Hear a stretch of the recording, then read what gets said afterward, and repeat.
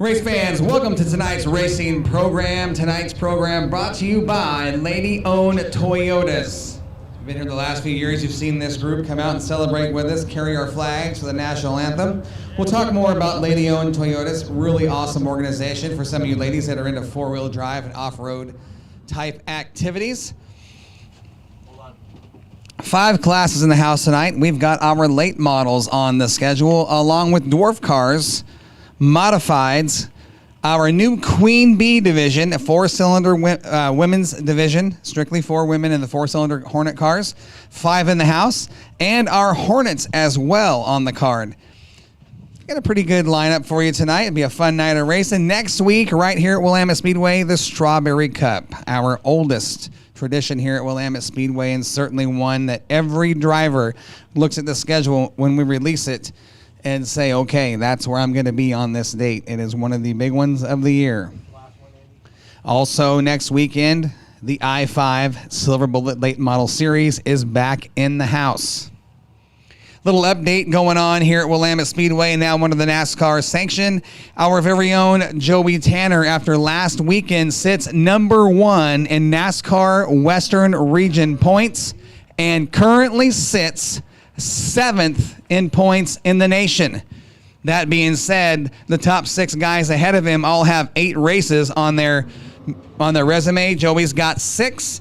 Our first qualifier of the night out of Lebanon, driving the number 40 Sasquatch Skins, Hanson Automotive Machine, Showtime Graphics, and Stone Motorsports sponsored ride. That is Brian Smith.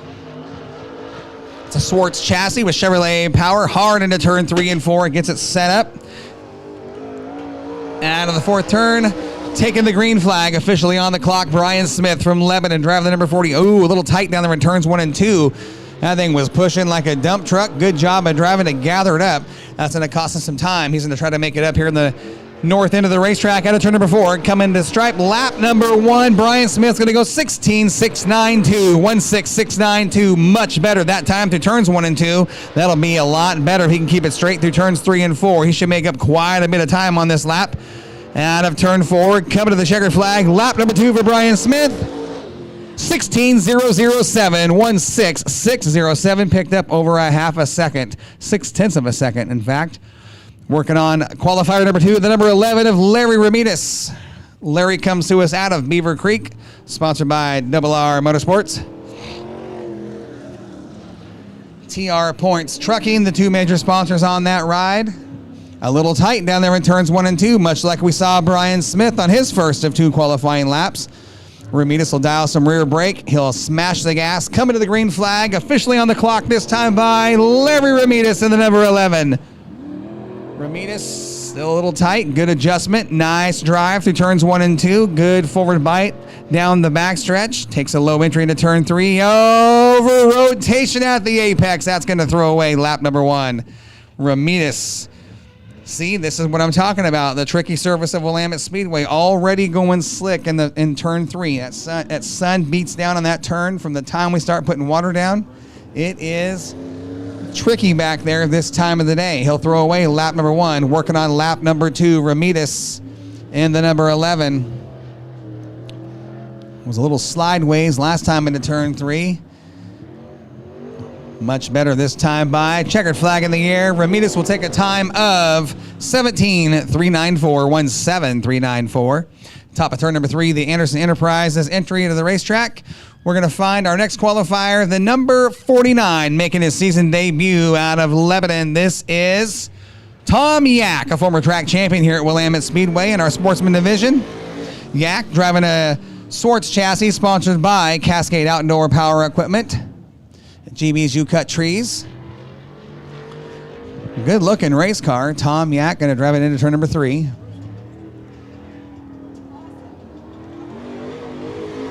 And taking the green flag officially on the qualifying clock. Tom Yak in the number 49.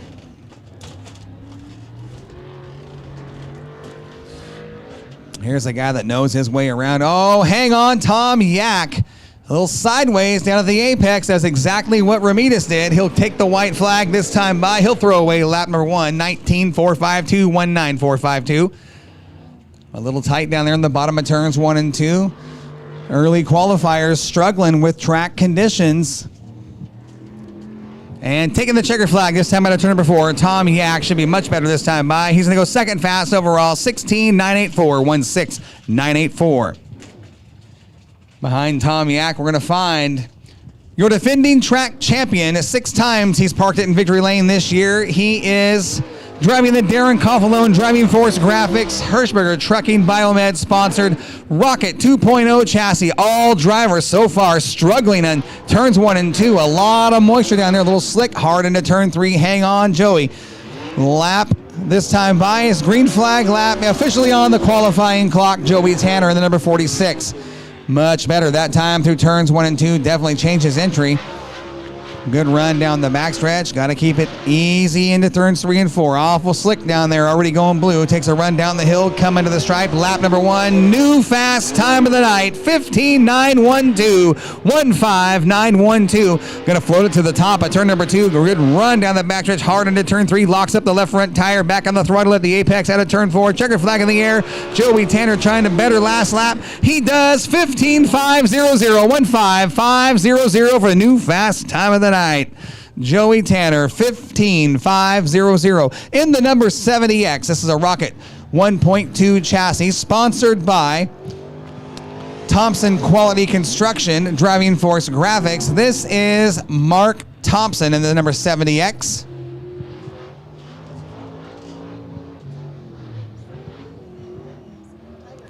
Mark Thompson comes to us out of Tiger, taking the green flag this time by. Every one of our late models getting a warm-up lap, trying to get a little heat in those Hoosier tires.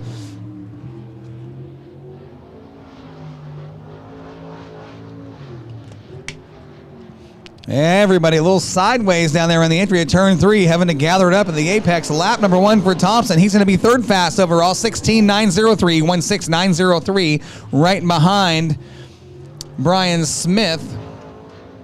15.500 the fast time. Thompson much better through turns 3 and 4. This will be a good lap for the 70X. Checker flag in the air. Thompson's going to move the clock to a 16.071. 16.071, the better of his 2 laps. He picked up 0.8 of a second on lap number 2. In the number 37, a 5-time track champion out of Bend, driving a Rocket 2.0 chassis, sponsored by Stacked Body Panels, J&S Farms, Footwear Express. This is Rob Maya. Maya always fast here at Willamette Speedway. Certainly one of the heavy hitters, one of the guys you want to keep your eyes on. Coming to the green flag this time out of turn number 4. 5-time former track champion Rob Maya in the number 37. Nice and smooth. The best we've seen anybody through turns 1 and 2 yet. Good run down the backstretch. He can make some time here on the north end of the racetrack out of turn number 4. Coming to the white flag. Can he put himself at the top of the speed chart? Just missed it. 15.535. 15.535. Trying to put himself at the top of the speed chart. He is right on the backside of Joey Tanner's best lap out of turn number 4. Coming to the checkered flag, Rob Maya. New fast time of the night, 15.331. 15.331 for the new fast time of the night in your late model division. Albany Toyota late models qualifying right now. Rob Maya just did something we have hardly seen anybody do yet this year. Put himself at the top of the speed chart ahead of the 46. 15.331, the new fast time for your Albany Toyota late model division. NASCAR Division 1 here at Willamette Speedway. Waiting on our next qualifier at the top of turn number 3.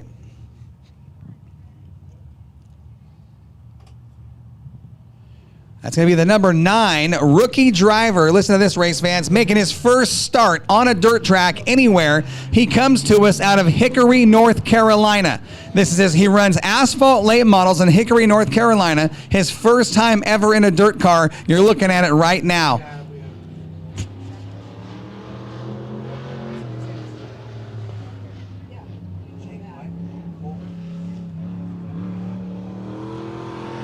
This is Jake Colber. He's been racing in Hickory, North Carolina. His first ever laps in a dirt late model. You're watching. White flag is out for Colber. He is 6th fast overall. 17.184. 17.184.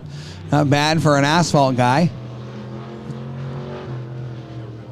He has never, ever been on dirt. That was his first actual lap under speed on a dirt track. Lap number 2, is it better?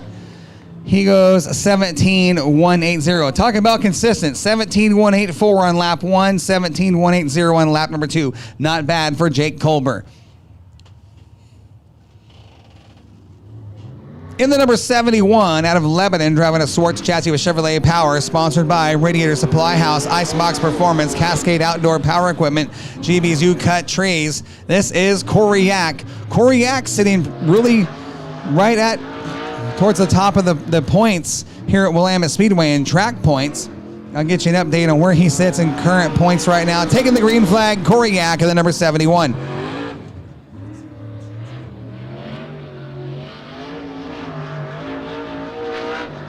Second or third,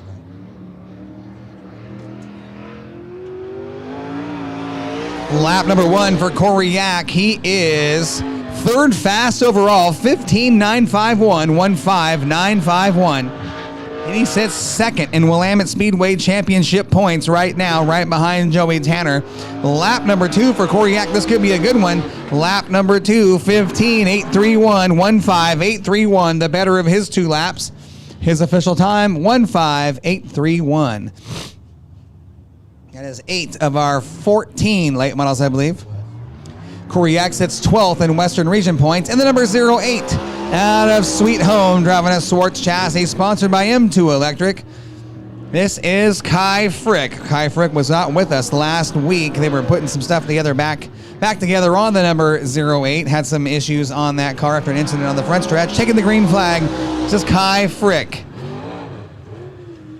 Frick, nice and smooth off the bottom of turns 1 and 2. Floats it up on the exit of turn 2 down the backstretch. Good forward bite. Nice entry into turn 3, keeping it low. Misses the slick stuff. Out of turn 4, lap 1 for Kai Frick. He's third fast overall, 15.720, 15.720 for the 08 of Kai Frick on lap number 1. Frick going to keep it right through the slick on that lap. A little different line through turns 3 and 4. Nice, good flow onto the front stretch. Lap number 2. He goes 15.607, 15.607. He'll stay in the number 3 spot. Third fast overall for the 08 of Kai Frick. And the number 24 out of Tangent. This is Kieran Cummins. This is a Swartz chassis, sponsored by Thomas Garage Door. Kieran Cummins, here's a guy that's really been making some waves, starting to establish himself here in the late model division. The Albany Toyota late models here at Willamette Speedway, taking the green flag this time by the 24, Kieran Cummins.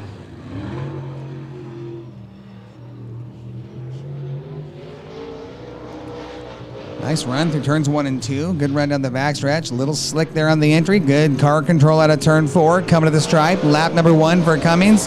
He is 7th fast overall. 16.385. 16.385.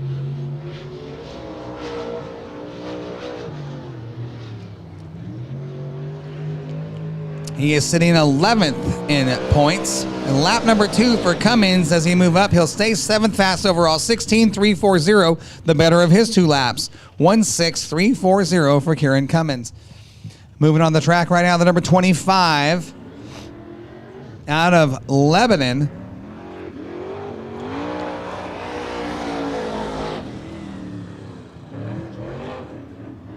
James Slover, the number 25. He is 18th in points right now. Good end. Ooh, hang on, Slover. Gonna put a little smoke show, Slover. I'm telling you, turn 3 gets tricky right this time of day. You get the wind going, you get the sun beating down on it. I promise you, things are gonna be a little loose getting in.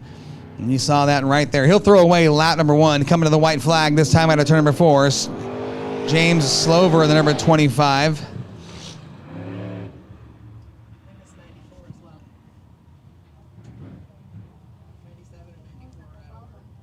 And Slover will make his way off the racetrack. Our next qualifier out, the number 47, Kyle Yak. This is a Masters built chassis, sponsored by Icebox Performance, Radiator Supply House, Cascade Outdoor Power Equipment. Kyle Yak is 16th in points. here at Willamette Speedway. He's missed a couple of races with us, but definitely one of the guys you want to keep your eyes on. A former champion, knows his way around Willamette Speedway.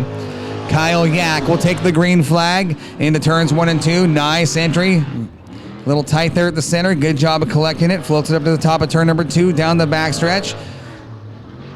Very slick down there in the entry to turn 3. Lap 1 in the books this time by Kyle Yak. Will go 8th fast overall, 16.429, 16.429. Just ahead of his dad by 1 spot. Good entry into turn 3. Keeps it nice and smooth. Good rotation. Coming to the checkered flag. Trying to move up the speed chart. He'll stay in the number 8 spot, 16.429 on lap 1, 16.473 lap number 2. So his official time, 16.429. In the number 9, out of Sile, this is a Longhorn chassis with Chevrolet power, sponsored by Stone Motorsports, J&S Farms. This is Rob Campos.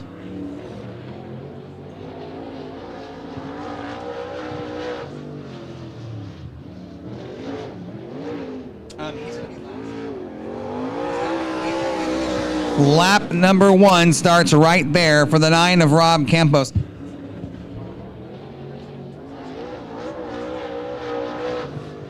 Campos making his way on the bottom of turn number 3. Keeps it way down in the dark stuff, avoiding the slick. Good run out of turn number 4. Lap 1 for the 9 of Campos. He's 9th fast overall, 16.551, 16.551. Keeping it way down in the gutter right at turn number 2. Awful soft there in that left front turn, that left front corner. You saw it hopping and bopping.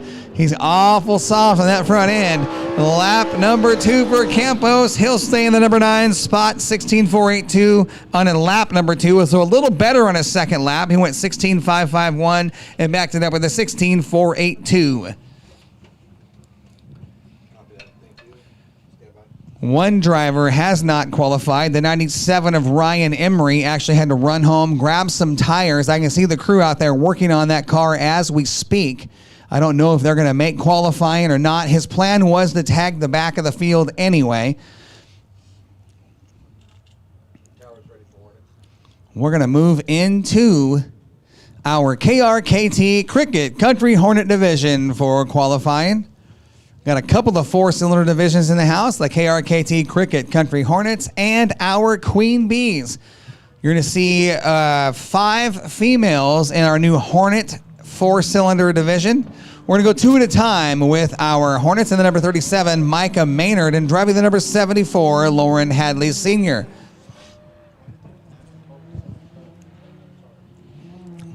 I'll tell you an interesting story. You're going to see that 37 truck of Micah Maynard. You're going to see it on the track quite a bit tonight in the Hornet and the Queen Bees. Nate Ellerton, the race director, and I were walking through the pit area when we were approached by Joey Tanner's sister-in-law. Fast time in lap 1, Lauren Hadley, 2:0182, Micah Maynard, 2:0621. She approached us and said, "Hey, what are the Queen Bees?" We said, "Hey, it's a new women's 4-cylinder division we're starting here at Willamette Speedway, trying to grow a class specifically for women." Lap number 2, Maynard will go 2:1594. Lauren Hadley, new fast time, 19:957. So we tell her it's a new female Hornet division. She says, "I want one. How do I get one?"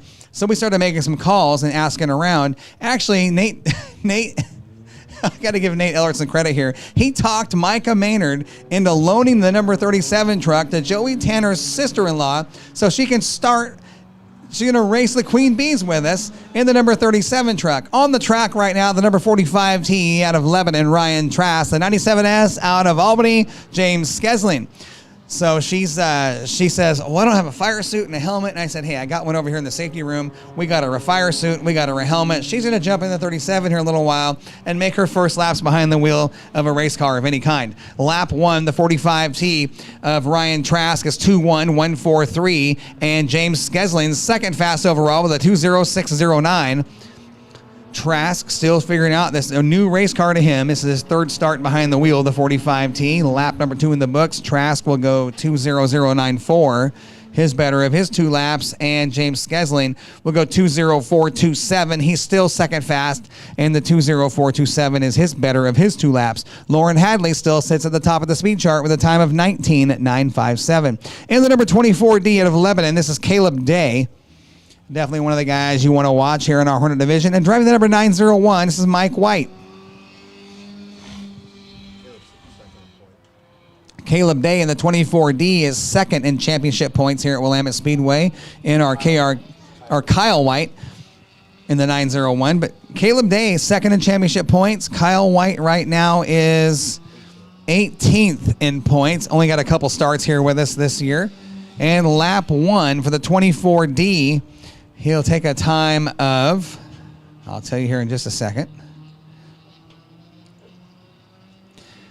Caleb Day is second fast overall now with a 2:03.372. Kyle White 2:1.288. And lap 2 in the books this time by for the 24D of Caleb Day. Can't quite put himself at the top of the speed chart. He'll go 2:05.39 on lap 2, so he'll take a 2:03.72. And Kyle White will go 2:1.288 with a 2:1.366 on lap number 2. Waiting on our next group of KRKT Cricket Country Hornets. We're going to find the number 73 of Lauren Hadley Jr. He is 8th in championship points. And I believe he's going to fly. Nope. The 69, Jesse Shanklin, is your point leader here at Willamette Speedway for your KRKT Cricket Country Hornets. Keep your eyes on him. He's got a couple of wins this year. Jesse Shanklin, the 69. The 73, Lauren Hadley Jr. Yeah, interesting conversation with Shanklin earlier down in the pit area. No power steering on the 69. It went out last Saturday night's feature. Didn't have time to get it corrected this week, so he's going to manhandle that car all night long. Meanwhile, at the top of the speed chart, we got a new fast time of the night. Lauren Hadley Jr., 19.885, the new fast time for the number 73. Coming to the checkered flag. Can he better that? He does not. He'll go 2:03.60. And Jesse Shanklin was sitting third. Where's he going to be this time by? He'll stay in the number 3 spot with a 2:00.56. So the new fast time, Lauren Hadley Jr., the number 73, sits at the top of the speed chart in your KRKT Cricket Country Hornets. Correct. And the number 54T, that is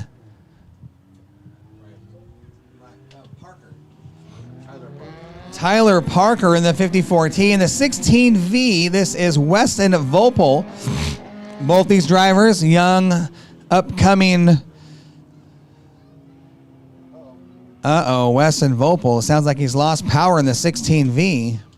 Sorry, I was watching what was going on there with Vopel. I could hear something wasn't quite right in his car. Both these drivers are young men trying to establish themselves here at Willamette Speedway so far. Both of them doing a good job of driving. The 54T on the track right now, qualifying Tyler Parker last time by was a 2:1.462. He is 9th fast overall, trying to better that here on the second of 2 qualifying laps. Tyler Parker making his way to turn number 4. Checkered flag in the air from Mike Stewart, and he's going to lay down a time of 2:1.400. 2:1.400. He'll stay in the number 9 spot.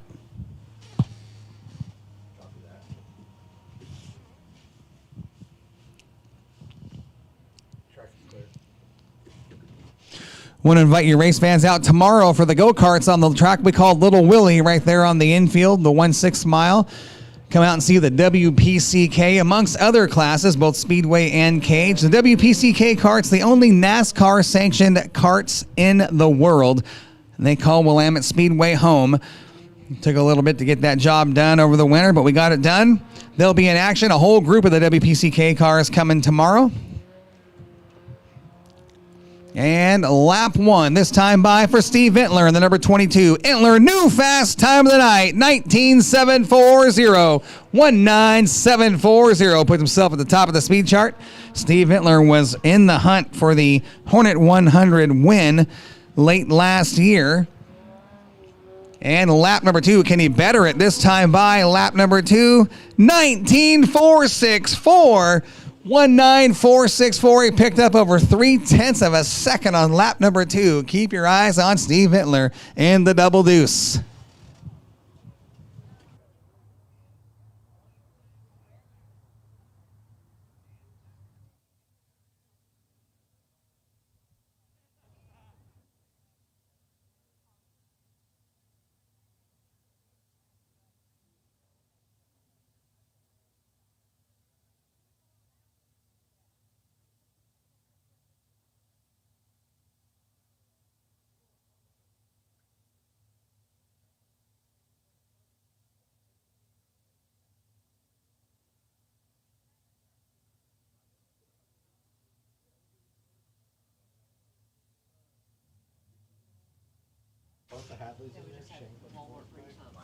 That's going to be a good dash.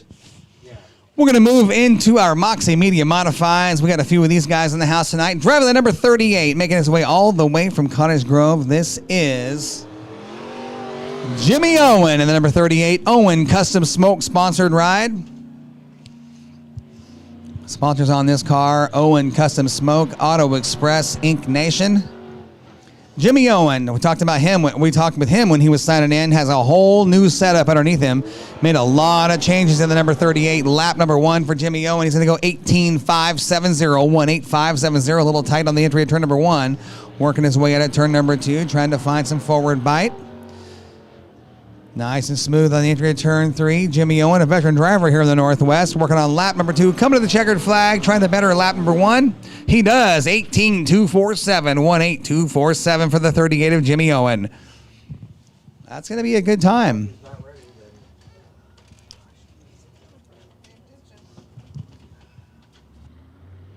The number 54, all the way from Yoncalla, this is Scott Lehman. Scott's got a feature win already to his credit this year. He's parked the number 54 in victory lane once. Looking for win number 2. We'll see if he can pull it off tonight. Taking the white flag, this time at turn number 4. Scott Lehman in the number 54 stops the clock with a time of 18.416, 18416. Hot on the heels of Jimmy Owen's best lap of 18.247. Lehman hard into turn 3, nice and smooth. You don't see the wheels working a lot. Out of turn 4, lap number 2, stops the clock. 18.262. Oh, he just missed fast time.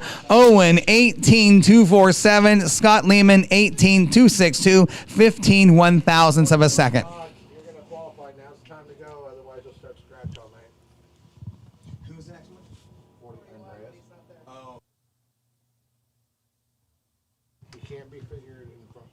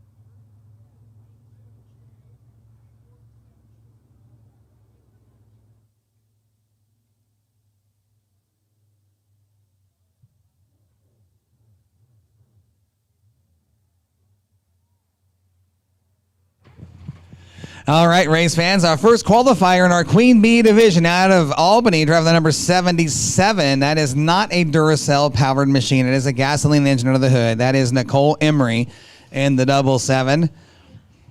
That is the quietest race car ever known. It's actually in the Guinness Book of World Records. I made it up. It's not in the Guinness Book of World Records. I'm making stuff up, but it is a really quiet race car. White flag is out. Nicole Emery, lap number 1. She's going to go 22071. 22071. Let it all hang out. Hold on, Nicole. Good job of driving to gather that thing up. She was slideways looking at the outside wall in turn 2, making her way out of turn number 4. Stopping the clock this time by the number 77, Nicole Emery. Does she better her first lap? She does not. 23386. So she'll take a time of 22071 for Nikki Emery. In the number 37, I just talked about her a moment ago, race fans. Her first time behind the wheel of a race car of any kind.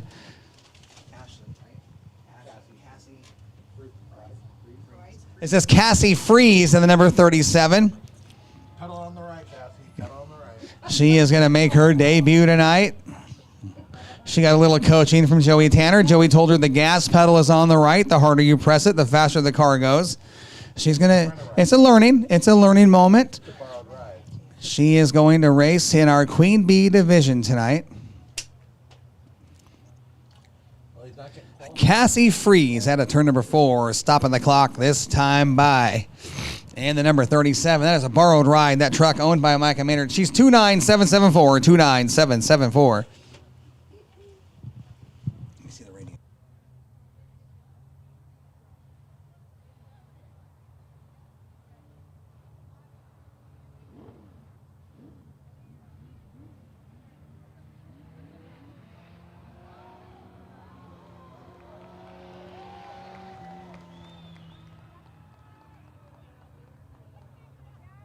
Cassie Freeze found second gear on lap number 2 as she picked up 5 seconds in time. 24668. 24668 for Cassie Freeze. You can't complain about that. First time behind the wheel of a race car. And in the number 88, she's back in action here at Willamette Speedway after a wicked little tumble last time she was here. This is not Julie Benton. This is the 08, not the 88. This is Stephanie Nix in the number 08. Stephanie comes to us out of Coos Bay, running in our Queen Bees division here at Willamette Speedway. I thought that was the 88. Stephanie Nix, no relation to Stevie. Lap number 1 for Stephanie Nix, and she is going to be new fast time of the night. 21518. 21518 for Stephanie Nix in the number 08. Making her way out of turn number 2, working on her second of 2 qualifying laps. Good run down the backstretch into turn number 3. Stephanie Nix working the throttle. You can hear the RPMs. And a turn 4 coming to the checkered flag. Is this a lap better than the lap number 1? It is 21162, the new fast time for Stephanie Nix in the number 08. 21162. That would have been 9th quick in the Hornets. That would have been 9th quick in the Hornets, race director Nate Ellertson tells me. And the number 88, this is who I thought that was last time out. Last time she was here, she took a wild ride in turn number 2, ended up on her side. This is Julie Benton in the number 88. Julie comes to us from Mill City. Gates. She comes out as Gates. Same thing. It's all in the trees. Gates, Oregon driver Julie Benton in the number 88. She took a wild ride in her last visit to Willamette Speedway. She was down there in turn number 2, got the car almost upside down, didn't quite get it over. Lap number 1 for Julie Benton in the 88. She's going to go 4th fast overall, 26771. 26771. Yeah, she put it on the side. Glad to see her back, though. Yeah. A lot of people would have quit and got scared. She was trying to quit. I don't think her husband let her. Really? Yeah. Well, I'm glad to see her back. Lap 2, this time out of turn number 4. Julie Benton trying to better lap number 1. Does she do it? She does. 25756. 25756. That is good enough for 4th fast overall on the speed chart.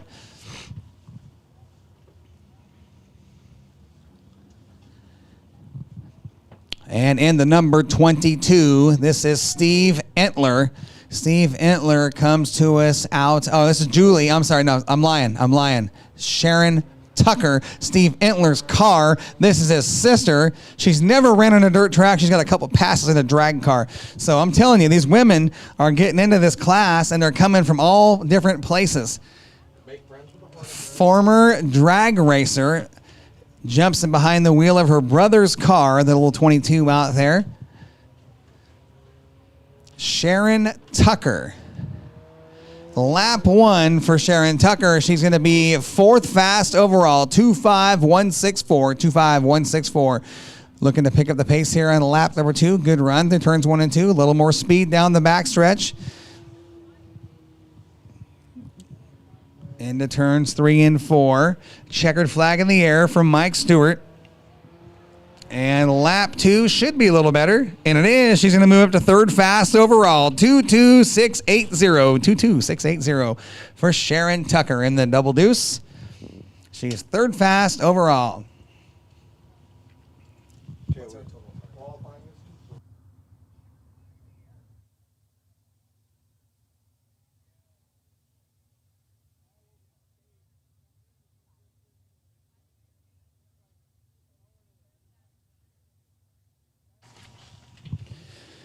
That will complete tonight's qualifying segment of our racing program.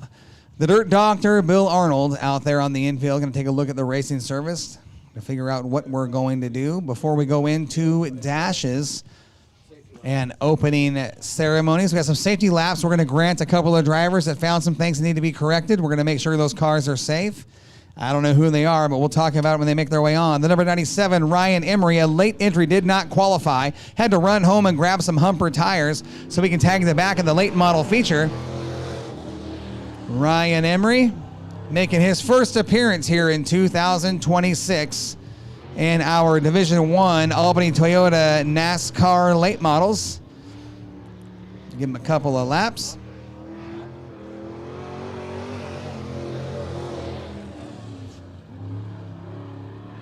Ryan Emery, late arrival. We've got to give him some laps and make sure the car is good to go before we go into racing. Good to see Emery back at Willamette Speedway at turn number 4, taking the checkered flag. A couple of warm-up laps for him. And I'll give him a little bit of a feel of what's going on underneath him.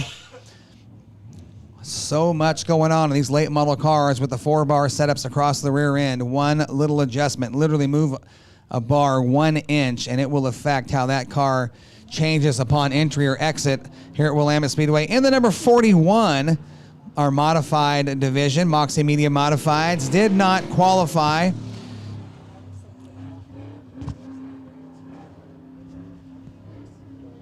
It's Tony Andreas in the number 41. Good looking race car. A little tight down there through the center of turns 3 and 4. Taking the white flag from Mike Stewart. Elite Auto Care, one of the sponsors on the number 41.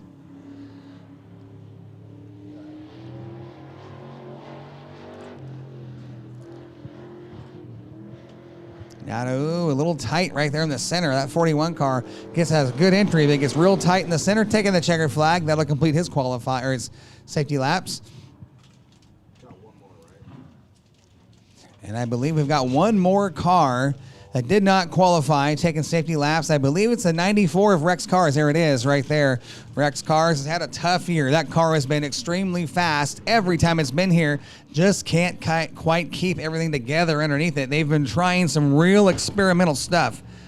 I was talking with those guys last week, and they were telling me about the experimental setup they're running on this 94 car. What you guys need to know, this car that you're looking at on the racetrack, the chassis itself, listen to this, race fans, the chassis itself on that 94 car is 16 years old. The setup under it, they're still running the Rayburn swing arm setup on that 94 car, which on a heavy racetrack is a very, very good thing. On a dry slick track, like you see the color down in turns 3 and 4 and the entry of turn 3, you start seeing that blue.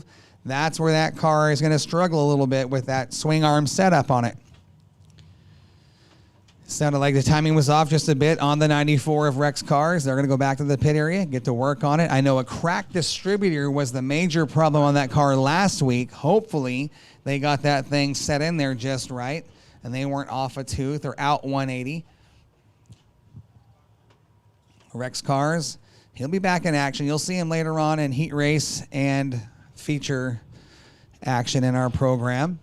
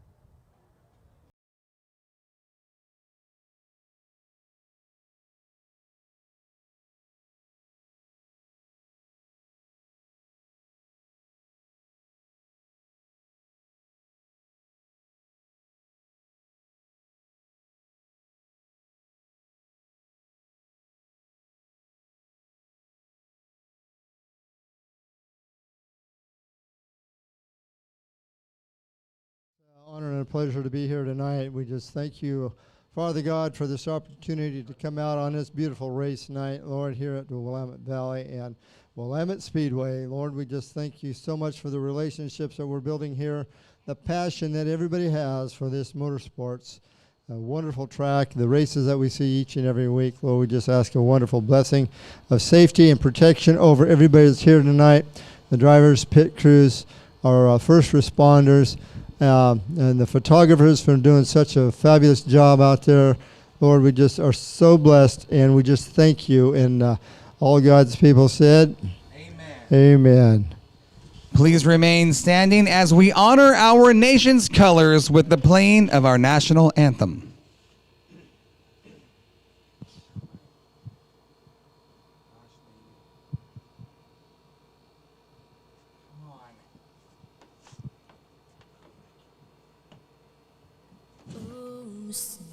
Can you see by the dawn's early light what so proudly we hailed at the twilight's last gleaming, whose broad stripes and bright stars through the perilous fight o'er the ramparts we watched were so gallantly streaming, and the rocket's red glare, the bombs bursting in air, gave proof through the night that our flag was still there.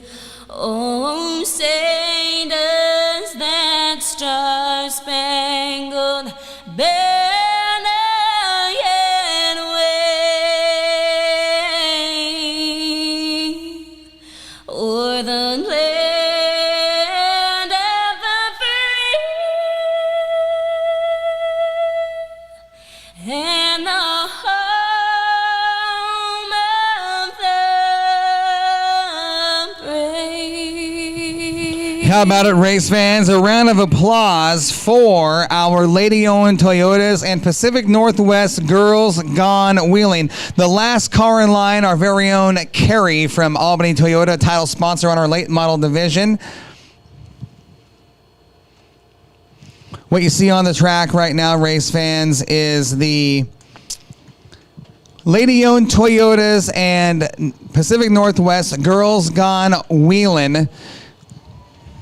As we do every year, have a night for these ladies to celebrate. If you're interested, if you're a woman and you're interested in off-road lifestyle, the camping trips, the community organization and assistance they provide through communities throughout the entire state of Oregon, you guys want to get down there and talk to Keiko or Carrie from Albany Toyota, get some information on these ladies, and figure out if you want to join these groups. They are an awesome group of ladies that do so much around the state for our beaches and forests, and as they clean up and volunteer for numerous things throughout the state of Oregon, even into Southwest Washington. Awesome group of ladies. Our lady-owned Toyotas and Pacific Northwest Girls Gone Wheeling. Get down there and contact Keiko or Carrie, and they'll be glad to help you out and get you set up to come join the club.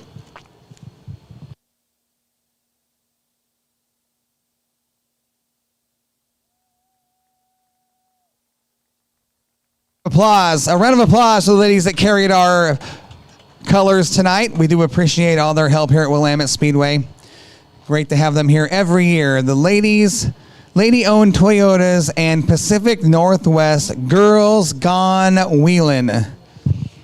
You see that last red Toyota in line way back there? That is Carrie. She is the GM over at Albany Toyota. Once again, they are our title sponsor for our Albany Toyota late model division. You're going to see in action here tonight. Some good looking rigs down there on the track, no doubt.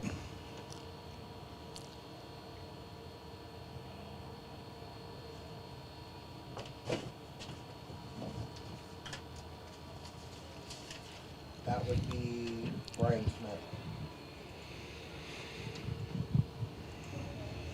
Some of those trucks look like show trucks. Others look like they're set up for Mad Max.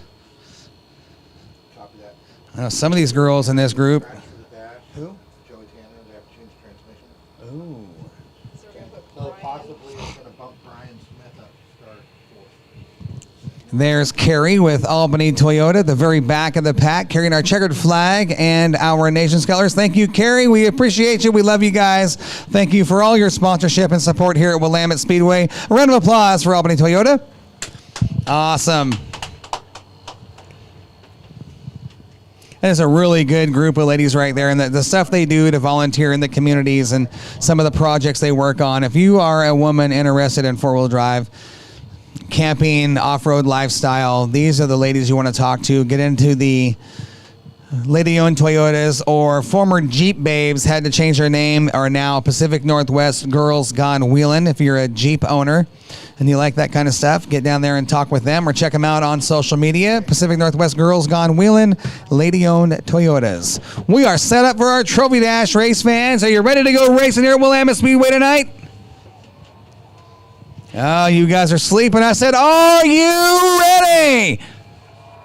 That's what I'm talking about. We do have some breaking news up here in the Moxie Tower. Our defending track champion and fast qualifier of the night, Joey Tanner. They are down in that pit area hustling and grinding. I'm getting information in live time. Last word was he was going to scratch from the Trophy Dash because they had to change the transmission. But look at the backstretch. I'm looking back there now. He's making his way to the grid. Joey Tanner will start in the Trophy Dash.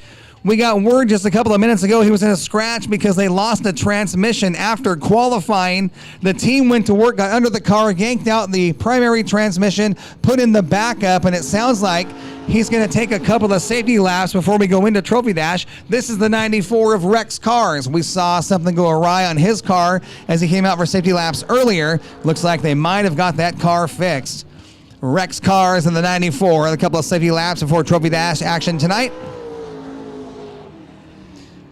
And with top of turn number 3, we're watching. I do believe we're going to see the 46 for a couple of safety laps. That's kind of what I'm hearing on the radio.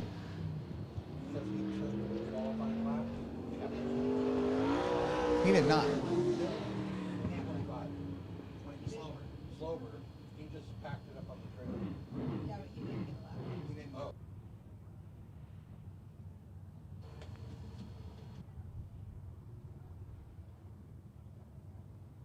Rex Cars looks like he's good to go. We're going to start tonight's racing program with the 4 fastest late models in the entire Western United States. The Albany Toyotas late model Trophy Dash set to roll. I cannot believe Tanner and that crew got that transmission change in the 46.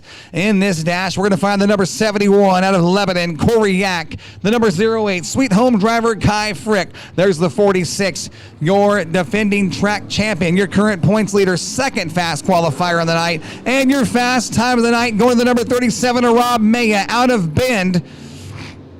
Both the 46 and the 37, 5-time champions here at Willamette Speedway.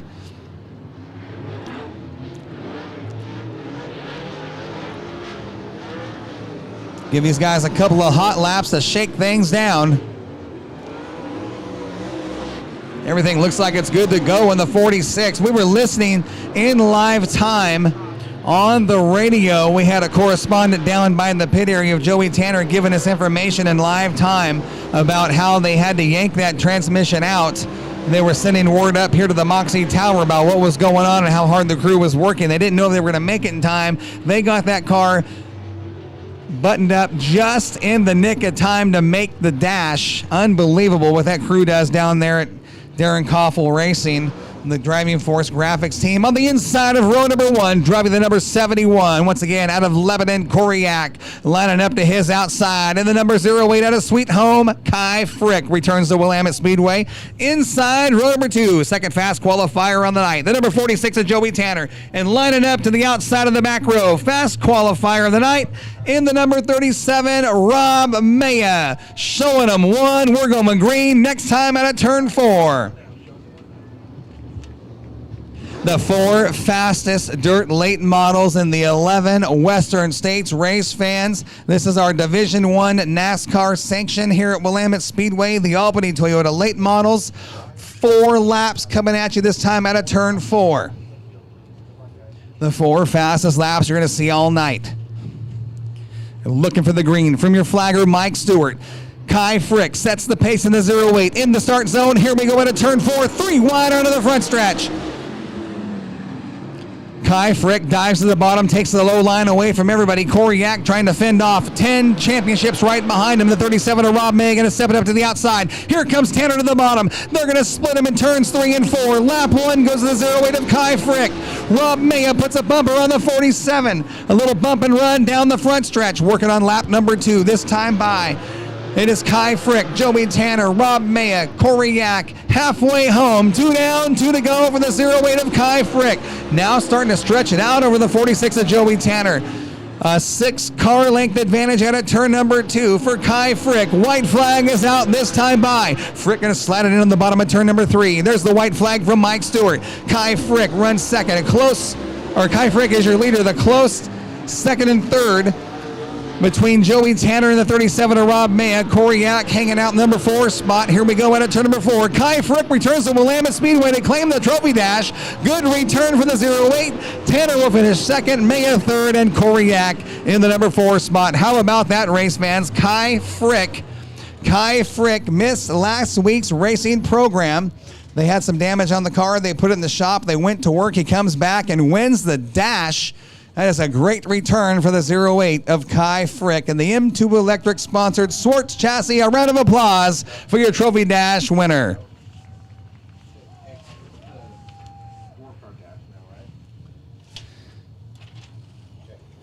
Up next will be our Dwarf Car Dash.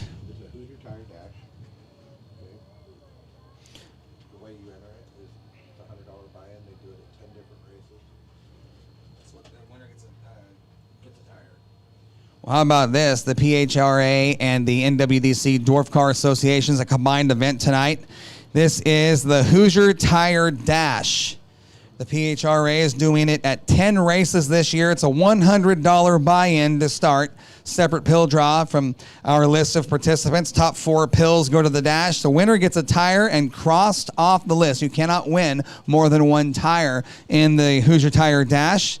And any of them signed up at the end of the season who didn't get a tire still get a Hoosier or PHRA sweatshirt or other prize. It's pretty cool. This organization does it. All money goes towards this event next year. So the PHRA and the NWDCA combining for tonight's Dwarf Car Show. There is Kai Frick in the 08. That has got to be a relief to return and perform that well against 3 of the very best late model drivers in the Western region. We got some debris down in turn number 1. Kai Frick told our safety personnel, go check out turn 1. We got some debris down there. They're making their way down there to find that debris to make sure all of our drivers are safe. We don't want these guys cutting a tire. If you guys follow dirt track racing and see anything going on social media, you know these tires are very, very expensive. Right rear tire on those late models like the 08 of the Kai Frick, you're looking at just under $300 per tire, and they get about 2 main events out of those tires depending on track conditions.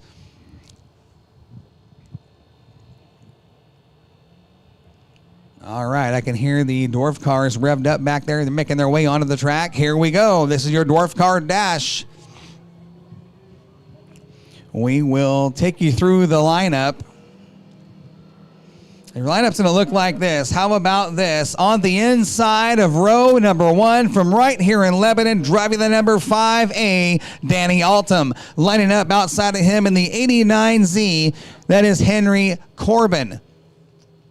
Inside row number 2, driving the number 64, Dan Cardinal. And outside back row in the number 19, Mike Chadwick. Danny Altum on the pole. Outside front row, Henry Corbin III. Dan Cardinal, the 64, the 19, Mike Chadwick. Green flag coming at you this time out of turn number 4. Altum sets the pace in the 5A. Slow start out of turn 4. There's the green flag. Great start. Everybody was bumper to bumper, door handle down the front stretch into turn number 1. Altum started on the pole, going to fade to the number 3 spot down the backstretch. Your leader up front, the 89Z of Henry Corbin, followed by the 19 of Mike Chadwick. Lap 1 in the book. 1 down, 3 to go. Cardinal hangs out at the back of the pack in the 64 behind the 5A. Altum very tight on the entry, pushes up towards the wall, opens up a hole in the bottom. Here comes Cardinal trying to take that 3rd spot. Meanwhile, we got a battle up front for the top spot. 2 down, 2 to go. This time by at the halfway point. Your leader is the number 89Z of Mike Corbin, just ahead of Mike Chadwick. Chadwick now trying to make a move for the number 1 spot out of turn 2. He'll be your leader down the backstretch in the number 19. White flag is out this time by. White flag is out. 1 more lap to go for the 19 of Mike Chadwick as he takes that white from Mike Stewart. It is Chadwick, Corbin, followed by Cardinal and Altum at the back of the pack. Watch those top 2 cars. Into turns 3 and 4, the 89Z of Corbin makes a run down the hill, coming to the stripe at a turn 4. What a finish. It'll be the 19 of Mike Chadwick edging out the 89Z of Henry Corbin. Dan Cardinal will run 3rd. Danny Altum will finish in the 4th position. What a finish from your dwarf cars in the dash. Mike Chadwick floated up to the top line at a turn 4, opened up a hole in the bottom. Corbin took a run at him, couldn't quite make it stick.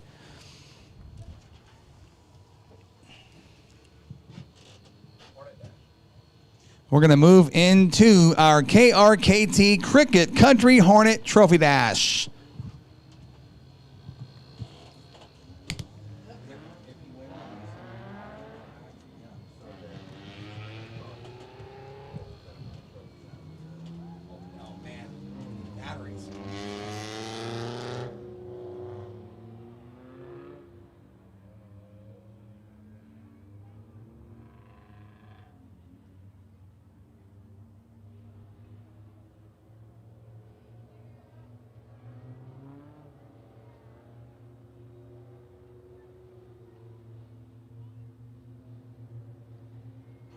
All right, a quick battery change on the remote out of turn number 4. This is your KRKT Cricket Country Hornet Dash. The 69, Jesse Sanklin. The 74, Lauren Hadley Sr. The 22, Steve Entler. He'll move in the number 2 spot just ahead of Hadley Sr. At the back of the pack, the 73, Lauren Hadley Jr. Here comes Entler in the double deuce, trying to run down the 69 of your point leader, Jesse Shanklin. Lap number 1 in the books. Shanklin, your leader. Shanklin, Entler, Hadley, and Hadley. That is not a law firm. That's your trophy dash on the track right now. Jesse Shanklin leading the way, coming to the halfway point. Here comes Steve Entler trying to close the gap on the number 69. Runs up on the backside of him. A little tight out of turn number 4. Entler trying to make a move here in the second half. He was a contender in the Hornet 100. Dives under the 69 of Shanklin. We got a lead. We got a battle for the lead. Oh, they're banging doors down the backstretch. Into turn 3. Entler had to lift the throttle. White flag is out. Battle for the lead out of turn 4 with 1 to go. Steve Entler will take the lead from the 69 of Shanklin. And he moves to the top spot. Shanklin tries to dive under him. Things a little slick out there on the track right now. Entler will lead the field into turns 3 and 4. Come to the checkered flag. Steve Entler will pick up the trophy dash win, followed by the 69 of Jesse Shanklin. Father-son battle for 3rd and 4th. It's going to go to the old man. The 74 of Lauren Hadley Sr. edged out the kid in the number 73. Best lap in that race was Steve Entler with an 18.426, 18426. 3 dashes down, 2 to go. We just got a delivery up here in the Moxie Tower from the Speedway Coffee Company. How about it? Oh, this stuff right here is good. I'll fight my mom for a cup of this stuff. I get the coconut caramel. Whew. Oh, we got a white chocolate mocha special delivery for Kelly. And Lonnie got a 151 and Kona coffee. Oh, it's not 151. I'm going to get beat up. I'm going to get fired. Watch. Thank you, guys.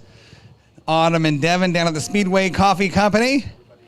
Special delivery up here to the tower. And we are waiting on our next trophy dash. Should be our modifieds, I believe. Moxie Media Modifieds. Had a late arrival. I seen one roll in late. There's the 41 of Tony Andreas. The 38, Jimmy Owen. And the number 54, Scott Lehman. And I am not sure if our late arrival, I don't even know who it is yet. No.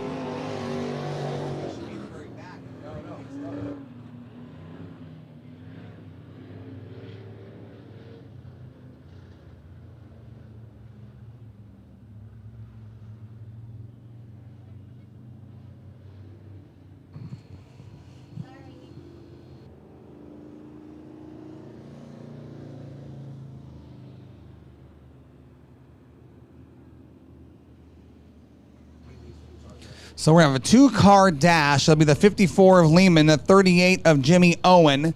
2 cars, 4 laps. These guys have been challenging each other all season long when we unload with the Moxie Media Modifieds. These guys have made, I believe, every event. I think Jimmy Owen missed one.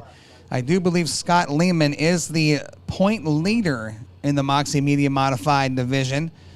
Jimmy Owen, I think, is a close second. Third. He should move into second in points tonight, possibly take over the point lead if he has a good night. Looking for the green flag. Here we go. Good start for the 38 of Owen. Owen will slam the door on the 54 of Lehman. Lehman still right there with him on the backside out of turn number 2. Jimmy Owen putting some good forward drive, the number 38. Good run down the backstretch. Lap number 1. This time by is going to go to the 38 of Owen. Lehman looks a little better on the center of the turn out. But Jimmy Owen protecting that low line like he lives there. That is a line he's going to use for the rest of this race. He has got that car working good on the low line. 2 down, 2 to go. Lehman all over the backside of the 38. If he's going to take that top spot, it looks like he's going to have to try something on the outside of the racetrack because Jimmy Owen will not give up that low line. 2.5 down. Making their way into turn 3. Lehman still right there in striking distance of the 38 of Jimmy Owen. White flag is out. One more quick trip for the 38 of Jimmy Owen. Jimmy Owen driving the Owen Custom Smoke sponsor. Oh, Owen slips up out of turn number 2. Opens up a hole in the bottom. Lehman had a shot. Couldn't quite get there to make it stick. Can he get him into turn number 3? Jimmy Owen trying to hold that car down in the bottom out of turn 4. The checkered flag. Jimmy Owen picks up the tonight's Moxie Media Modified Trophy Dash win in the number 38. Good run for Jimmy Owen. He needed it. He has been struggling with the setup on that car. We talked with him when he was signing in. He said he found a whole bunch of stuff on the rear end that they corrected and made some drastic changes. That car right there looked better than it has all year long. Good run for Jimmy Owen in the 38.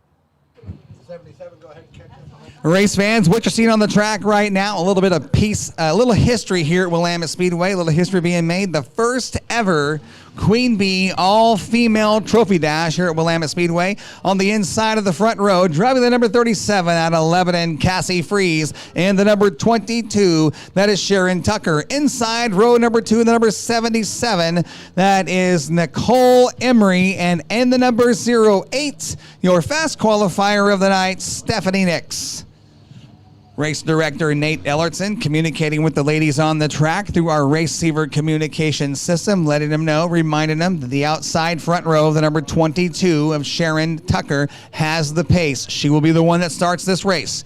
When she gets down in that yellow stripe in turns 3 and 4, she can fire this one off. Cassie Freeze must stay side by side with her. Okay, here we go. Out of turn 4, we're looking for the green flag. It is out, and here we go. Queen Bee's Trophy Dash, first ever here at Willamette Speedway. Cassie Freeze in number 37, going to make a run on the bottom. She'll be your leader out of turn number 2. That is Joey. Oh, hang on, Cassie Freeze. Had to back out of the throttle to get a hold of that thing. Here comes the 08 of Stephanie Nix to challenge Freeze for the lead through turns 3 and 4. Cassie Freeze, the sister-in-law of Joey Tanner. She's going to lead lap number 1. Freeze, Nix. Then it's Tucker and Emery at the back of the pack through turns 1 and 2. Nix all over the backside of the 37 of Cassie Freeze. Cassie Freeze had never sat in a race car like this until about an hour and a half ago when we made some calls and talked Micah Maynard into loaning this truck to her tonight. And out of turn 4, 2 down, 2 to go. We got a race up front. Nix looking to take the top spot away from the 37. Hang on, Freeze. She was looking at the outside wall.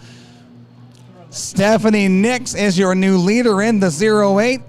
Cassie Freeze running second. Then it's Tucker and Emery. White flag is out this time by. Cassie Freeze doesn't like running second. She's starting to pick up the pace in the 37. Easy into turns 1 and 2. She's got one shot. Can she make something happen here? Oh, hang on, Cassie Freeze. Oh, around she goes. She kept it off the wall. Checkered flag is out this time at a turn number 4. Oh, boy. Stephanie Nix gets the win in the number 08. Second will be Sharon Tucker in the 22. Third will go to Nicole Emery. And Cassie Freeze will finish in the number 4 spot.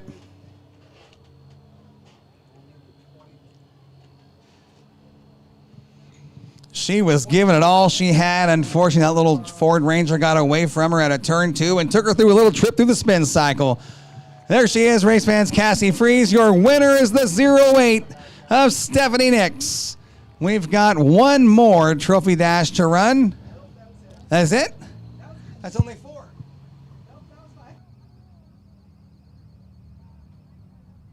You know what? We're going to go trackside and talk to our trophy dash winners.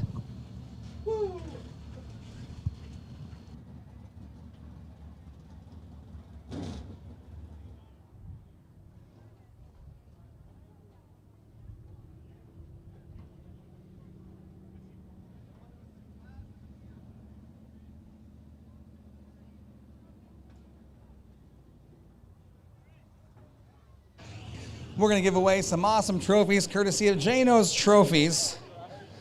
These drivers have certainly earned them. How about it, race fans? You guys having a good time so far?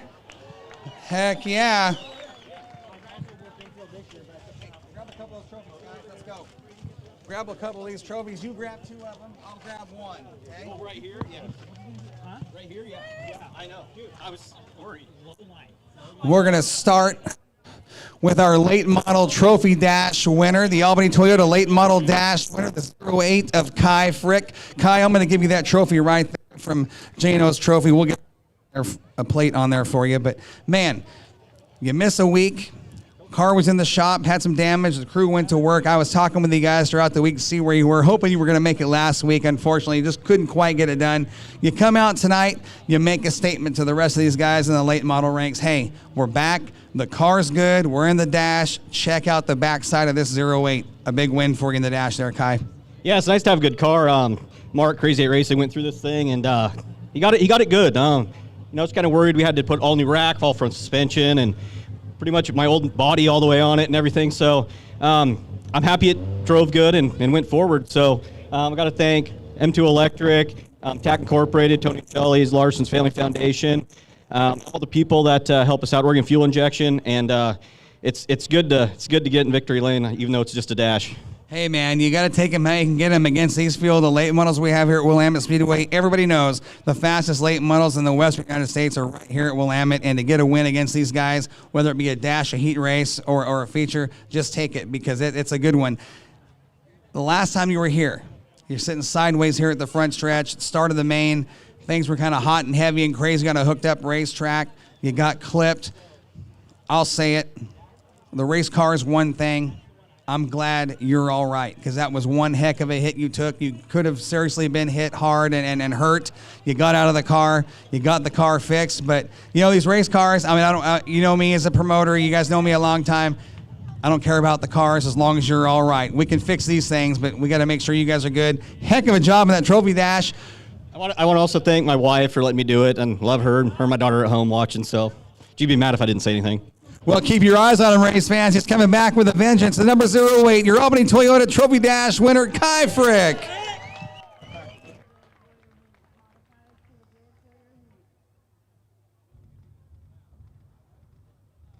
We're going to move down to our dwarf car Trophy Dash winner, Mike Chadwick.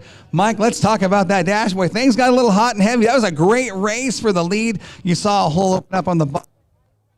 You dove under there and you took a shot and you got the lead and you kept it up on the point. Get the Trophy Dash win. I don't know what's going on with my receiver tonight, but that was a great win for you in the dwarf car dash. How do you like the racetrack here at Willamette Speedway? This is one of my favorite tracks here.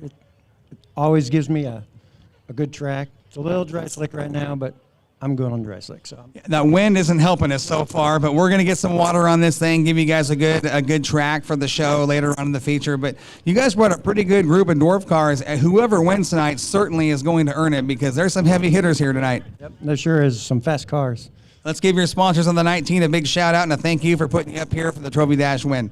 We got Perlo Construction and my wife. She's my wife. Great job. Mike Chadwick, your dwarf car Trophy Dash winner, the number 19. Mike, best of luck later on. Maybe we'll talk to you after the feature. Moving over here to our Moxie Media Modified Trophy Dash winner, Jimmy Owen. Jimmy, I was telling the crowd as that race rolled out how much work you and the crew, by that I mean you and your wife, did to this race car during the week. I know we talked about the last run you had here, and I think it was your second time out with the car, and you really felt some stuff underneath it. It just wasn't quite right. You got the car to the shop, you took the body off, you went to work, started measuring everything. You found some things that weren't right. You fixed it. You said you should have some more forward drive. You proved that in the dash. The car looked pretty darn good so far.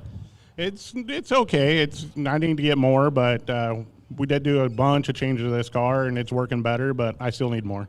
Well, one thing when you do what you did is kind of a dangerous game to play when you make that many changes at one time. Now you've got to figure out what change made the big difference, what change worked the most. So we'll let you sort that out throughout the night. It's a matter of fine-tuning. Duracell batteries. I'm telling you, man, these are brand new batteries. It's just kind of fine-tuning the car to get through the rest of the night, and want to wish you the best of luck. I know we had a late arrival. I didn't hear who it was. I saw it pull in, but we'll see if you can pull it off tonight and get a big feature win here at Willamette. We're definitely going to try. Let's give your sponsors a big shout out. Ink Nation, Auto Service Express, Alpine Fence, Cornwell Tools, Ben Reeder, Owen Custom Smoke, my wife for putting up with this, and thank you to the fans for coming out. Race fans, Owen Custom Smoke is a company owned by Jimmy and his wife. We're going to give away some custom smoked cheese from Owen Custom Smoke later on in the program. If you've never had the cheese from Owen Custom Smoke, I'm telling you right now, that stuff tonight is in for a treat. Jimmy, great job in the Moxie Media Modified Trophy Dash. Good win for the number 38. Moving down the line, Stephanie Nix. Man, I'm telling you, we talked to you guys down at the pit meeting down there, had a little get-together with the Queen Bees. You made a little bit of history tonight here at Willamette Speedway, the first ever Queen Bee Trophy Dash winner. Thanks. Let's talk about, now you race Goose Bay. Yes. So you made the trip up here to Willamette. Let me ask you why. I came to race up with Nicole Emery. Well, it was a good idea. You got in the dash and won it. What do you think about the racetrack so far? This track, it's my first time here, and it was fun.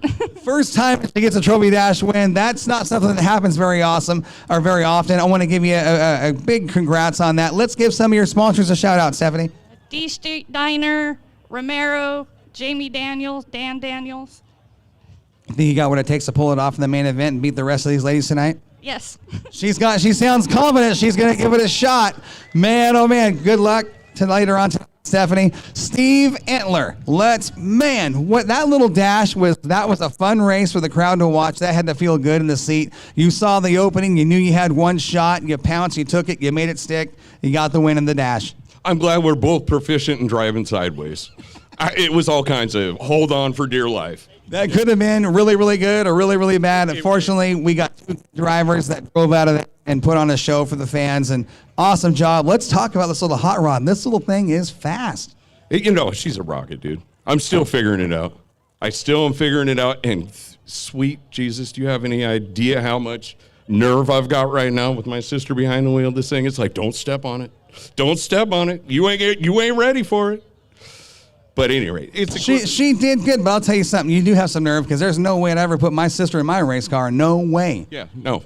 Call me stupid. Had a really good run at the Hornet 100. You like this track. Good to have you back. Hopefully we see you pop in and out throughout the season and get. I got to fix this. I'll pop in and out of here as much as your microphone is. Thanks, Steve. He is your Trophy Dash winner for your KRKT Cricket Country Hornet race fans. A round of applause for tonight's Trophy Dash winners.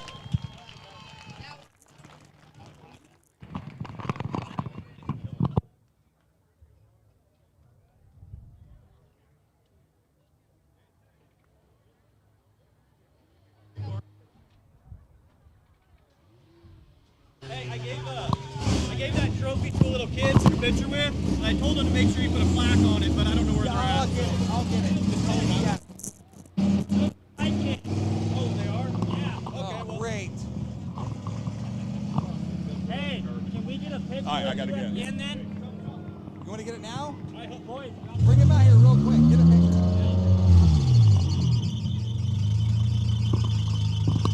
I don't know what's going on. It's cutting in and out. Could have done this earlier.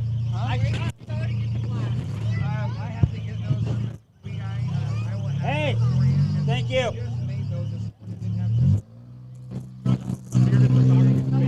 you don't, I'm already gone, you guys. I normally run into it anyway. I'm headed to Emory, so. Got it. Did he give it to you? But if you throw it on, I will call you on it. Yeah, no, that works.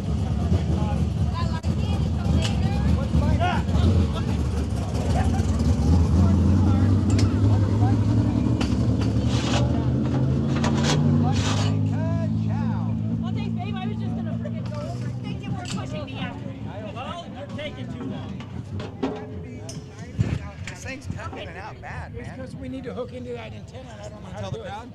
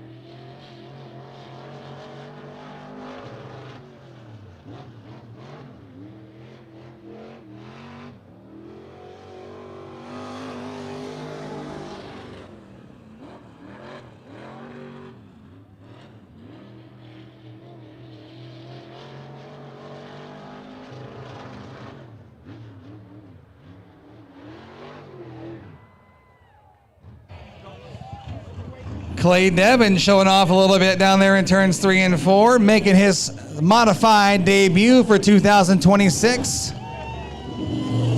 That is Clay Devin behind the wheel of that car tonight. We don't have limited late models on the schedule, so he drug out the old modified and decided to come race with us. We've got one more car for safety laps, and I do believe that is going to be the... Who was that?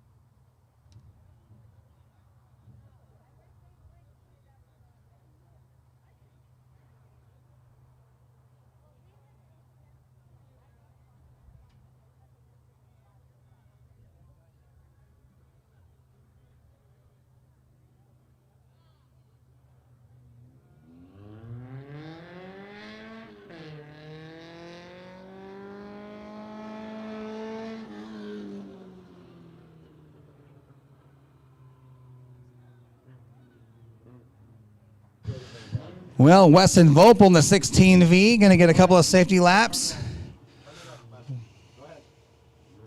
We're going to try something new here at Willamette Speedway tonight. We are going to send tonight's broadcast live on our YouTube channel.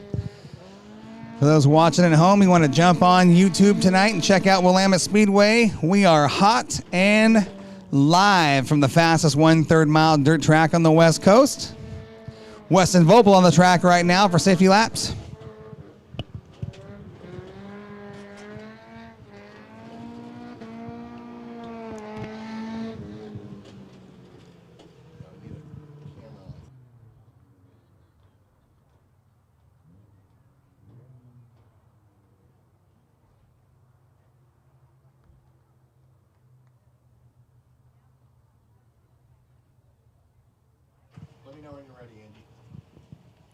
Telling you something, Amber and Devin down there at the Speedway Coffee Company, they keep sending these coffees up here.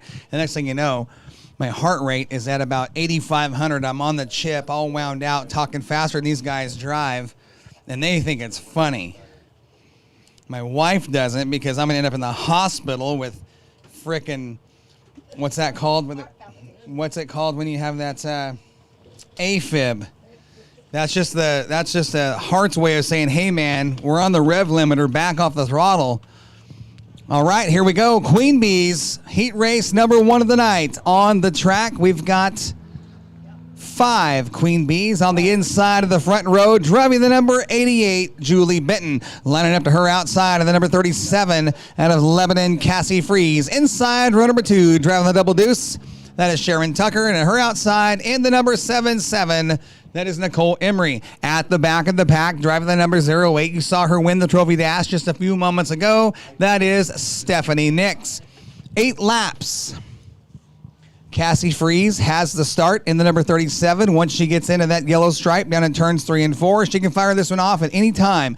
Once she hits that green stripe at the end of the yellow, it is go time with or without her. We're going to start this party.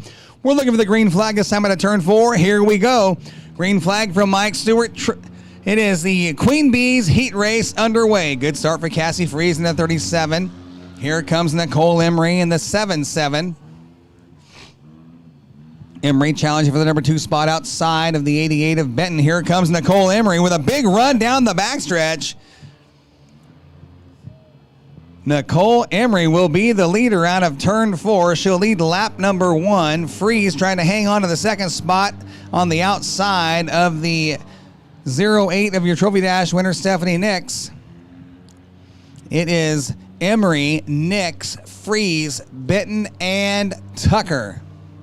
Look at Nicole Emery Little Nikki Emery got it all cranked up, completing lap number 2 up front on the point. Here comes your Trophy Dash winner, Stephanie Nix in the 08 running second. Freeze now starting to find the throttle in that Ford Ranger. Hang on, Nicole Emery. Nicole Emery in the Duracell sponsored. It's not Duracell sponsored. I've never heard a race car that quiet. 3 down, 5 to go. Here comes Stephanie Nix. Got that little 08 all kinds of cranked up into turn 1. Nicole Emery trying to find that groove out of turn 2. She's been struggling down there at the end of the racetrack. Nix now closing the gap. She rolls up on the backside of the 77 of Nicole Emery. 4 down, 4 to go. Nix likes to make her ground up on the front stretch. Seems to be where she's closed the gap the most on your leader.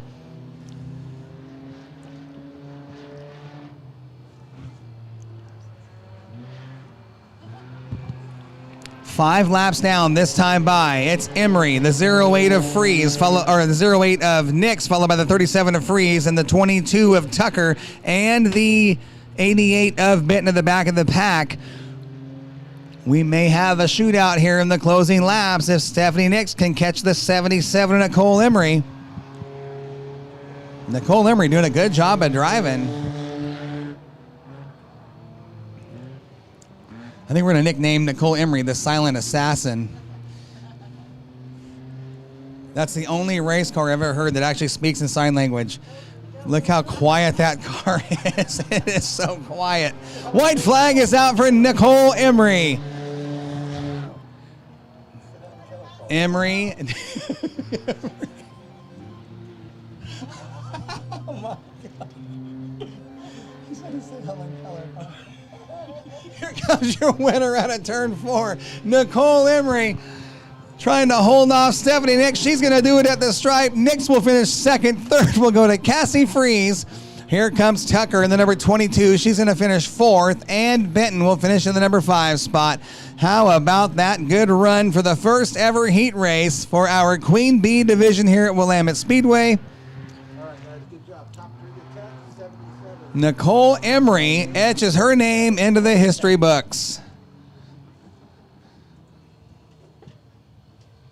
You can't say stuff like that. Make me laugh when I'm trying to announce.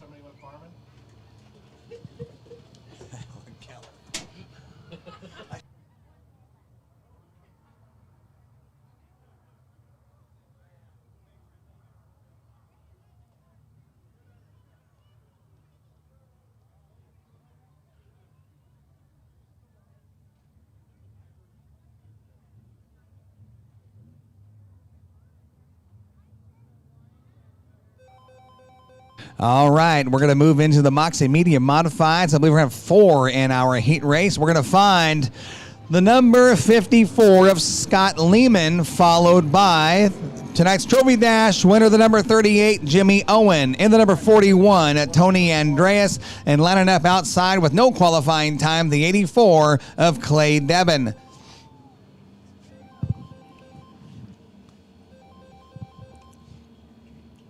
Scott Lehman looking for his second feature win of the year if he can pull it off tonight. The rest of the drivers looking for their first of the 2026 season.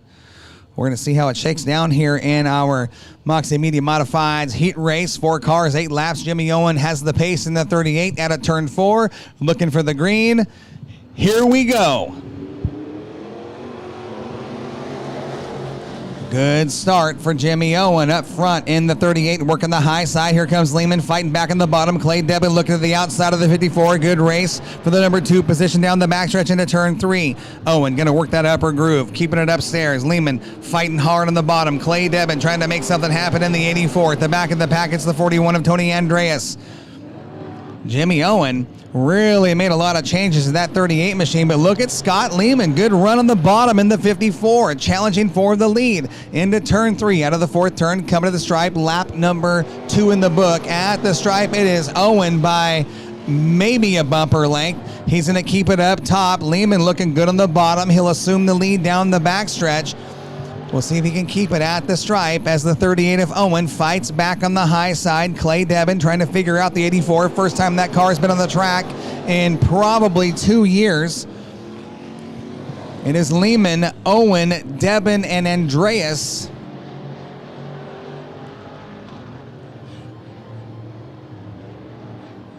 This time by, we're 4 down, 4 to go at the halfway point. Scott Lehman, the fastest car on the track until they cross the stripe. Clay Devin just turned in the fastest lap. 17.435 is the best lap so far. It is Lehman, Owen, and Devin, the top 3 cars, and it is Andreas trying to get a hold of that 41 at the back of the pack. Good race for the number 2 spot. Clay Devin now starting to turn it up just a bit in the 84. Going to take a look under the 38 of Owens in the battle for the number 2 spot out of turn 2 down the backstretch. Here comes Clay Devin. Devin showing some color to Jimmy Owen. Good side-by-side racing for the second position out of turn 4 at the stripe. Give it to Clay Devin. Lehman, Devin, Owen now sits in the 3rd spot. What a good race between the 84 and the 38. Clay Devin now trying to put the juice to it here at the white flag. See how much ground he can make up on Scott Lehman. Lehman's looked very good here in this heat race. Trying to make some moves from the number 2 spot, Clay Devin. First time this car has been on the track in quite a while. Out of turn 4, your winner is going to be the number 54, Scott Lehman. Second will go to the 84 of Clay Devin, the 38 of Jimmy Owen, and the 41 of Tony Andreas.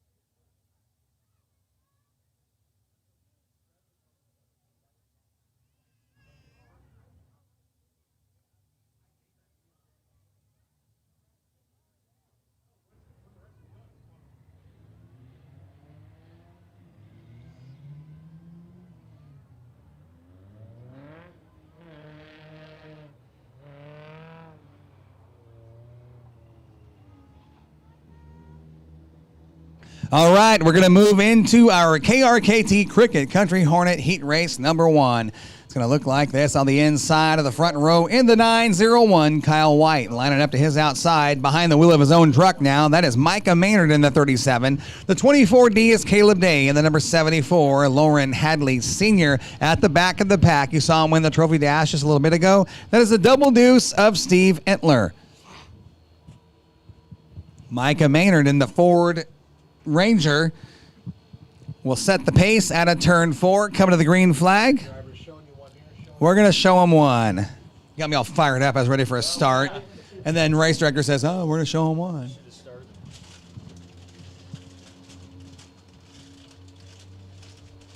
That little 22 car is kind of neat looking. It looks like a little, remember when you were a little kid and you have little Matchbox cars? That's kind of what that thing reminds me of. It's a race car, Warren. Being joined up here in the tower by Warren Simpson. He asked what that 22 car was. I said, it's a race car. I don't really know what that is that a Ford Focus? What is that? You're the genius. I'm not a genius. Ask my wife. Oh my God. Here we go. Green flag from Mike Stewart. Micah Maynard on the outside of the front row in the 37. Drag race with Kyle White in the 901. Who's going to get to turn 1 first? That's going to be the 37 of Micah Maynard with a slide advantage out of turn number 2. Here comes White on the inside. Good 5-car race down the backstretch.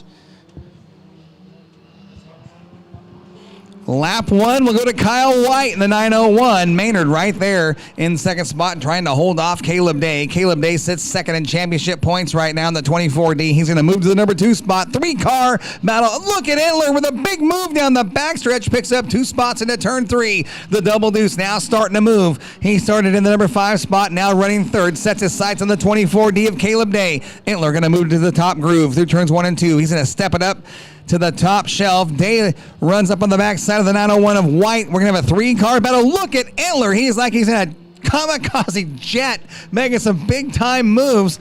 Man, if you know Steve Entler, you know He's going to give you everything he's got. He will put on a show, no doubt about it. He is one of the. He'd be a really good sprint car driver. He got a really big shoe size and a IQ a little bit smaller than that. That's right. He's got a bubble machine. He's got a bubble machine. You'll see bubbles off the back of that car later on. Here comes Entler now. 3-car battle. Look at this race from your KRKT Cricket Country Hornets. 3-car battle for the top spot through turns 1 and 2. Entler trying to find some traction on the top spot here on the top groove. Here comes Day under White. White doing a great job at driving to hold him off. White actually using the e-brake. Watch the rear tires. Watch the 901 and on the entry of turn number 3. Watch how he works that car. Here comes Caleb Day on the bottom now making a bid for the lead. He'll be your leader. Here comes Entler. Entler going to put the power in the ground. Ooh, we thought about it but backed out of the throttle. It is Caleb Day, Steve Entler, Kyle White, Hadley Sr., and Maynard. We are 6 down, 2 to go. We got a good race up front. Here comes Entler. Watch this car at a turn 2 as Entler's been very fast down the backstretch. He has got his hands full with the 24D of Caleb Day. Day, no slouch, taking the white flag. Here we go. A one-lap shootout. Entler makes his way to the outside groove. He's going to show some color to the 24D of Day. Day going to back it in. Here we go down the backstretch. This is going to determine who's going to get the win. Entler going to move to the point into turn 3. Day going to fight back in the bottom. Pushes a little too hard. Pushed up in the middle groove out of turn 4. Steve Entler gets the win. Second will go to Day, followed by White, Hadley Sr., and the 37 of Micah Maynard. How about that run for Steve Entler from the back of the pack to the lead and picks the win up on the final lap. The Hornets have been exciting. These fans do like this class. Yeah. They're fun to watch. We need to build one, Nate. Oh, We need to build a Hornet. yeah, just because I need another project. Listen, we need to have at least one car in every class. And we can just pick a fan out of the stands, and they can drive the car each week. Roll 'em. Heat race number 2 set to roll for your KRKT Cricket Country Hornets. We're going to look like this. Check out this front row, race fans. Father-son on the front row. In the number 54T, that is Tyler Parker. Lining up outside of him in the 45T, Ryan Trask. In the number 97S out of Albany, that is James Skeslin. And lining up outside of him, your current points leader in the 69, Jesse Shanklin. At the back of the pack, bringing up the rear of the field in the number 73, that is Lauren Hadley Jr. Parker and Trask, your front row. We're going to show you one at the line, This may change the way Thanksgiving goes in the household. See the size of Tyler Parker? I won't stand between him and Yeah, I don't know if I'd want to tangle with that kid either. a big kid, man. He's a big kid and he's a lot younger than us. Here we go. Showed you one right here. Trask on the outside in the 45T has the points. He will be the guy that brings us to the green flag. Once again, if you're a new fan to Willamette Speedway race fans, you look down to turns 3 and 4, you see that big yellow stripe in the wall. Once the leader, the pace setter on the outside front row gets into that yellow zone, he can start the race at any time. If he hits the green zone at the end of the yellow stripe, the race is going to start with or without him. We're looking for the green flag this time out of turn 4. Ryan Trask, former Strawberry Cup winner here at Willamette Speedway, takes the green. Here we go. Jesse Shanklin already quick on the throttle on the backside of the 45T. Looking to go 3 wide. We tell these guys every week you can't win it on the first lap. They don't listen. Here we go. Out of turn 2 down the backstretch. Shanklin threading the needle. He gets by the 97S. Runs up on the backside of the 54T of Tyler Parker. Shanklin making some big time moves here early in heat race number 2 for the Cricket Country Hornets. He'll be your leader out of turn 2 as Parker opened up the hole in the bottom in turns 1 and 2. Let Shanklin go. He'll be the man on the point. Parker now runs second. Look at the battle for third between the 45T of Trask and the 73 of Hadley Jr. Side by side for third and fourth onto the front stretch. Good race between Trask and Hadley Jr. Skeslin at the back of the pack in the 97S. Watching the crowd, trying to figure out who's doing what, where he's going to make some moves to try to pick up some spots here in heat race number 2. We're 3 laps down this time by.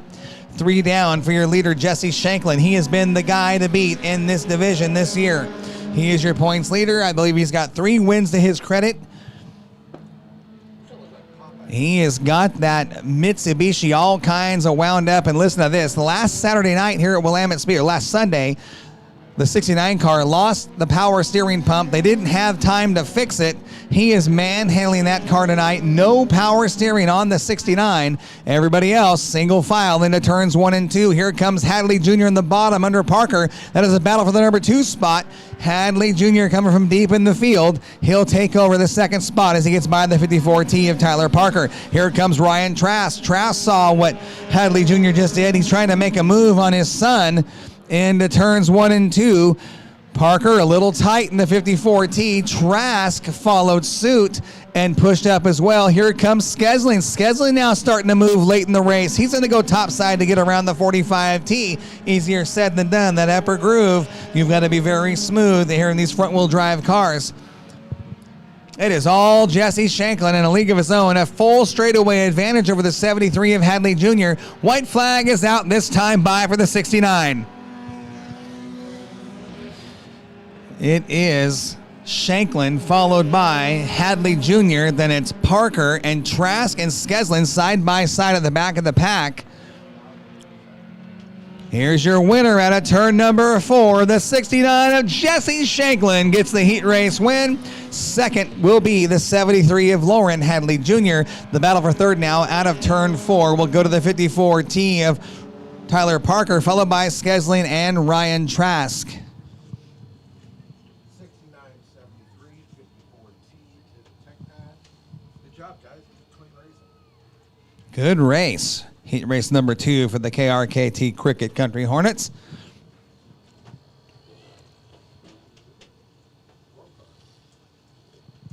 All right, we got some dwarf car action coming at you. A few dwarf car heat races for you tonight. 3 dwarf car heats on the card. If you've never seen the dwarf cars, these little buggers are quick. The one class of cars here at Willamette Speedway that actually scare me as a promoter, knowing how fast they are, how small they are, and when they wreck, boy, I tell you, they wreck big. These cars are fun to watch, race fans. 1,000 cc engines under the hood of these little hot rods.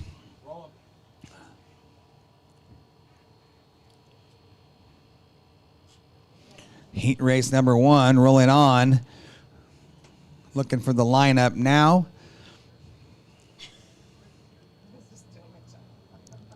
Heat race 1 will look like this. In the number 10, on the inside of row number 1, we've got Chris Champagne lining up outside of him. Your Trophy Dash winner, the 89Z, Henry Corbin III, driving the number 36 on the inside of row number 2. That is Corey Esteban. In the number 01, Chris Wright, driving the number 3K. That is Jim Fisher. I'm missing a car. The 86K is Doug McVeigh. 86, Doug McVeigh, you choose to make sure you have a transponder on there. They're not lined up right either. He switched cars, he has to go to the back. Oh, I didn't know that. Yeah, I didn't know he switched cars. Pink. Oh, okay. See, look at this. Put a brand new pair of batteries in, and it's already dead. Something is going on with this mic. Okay, do you want me to have him stop?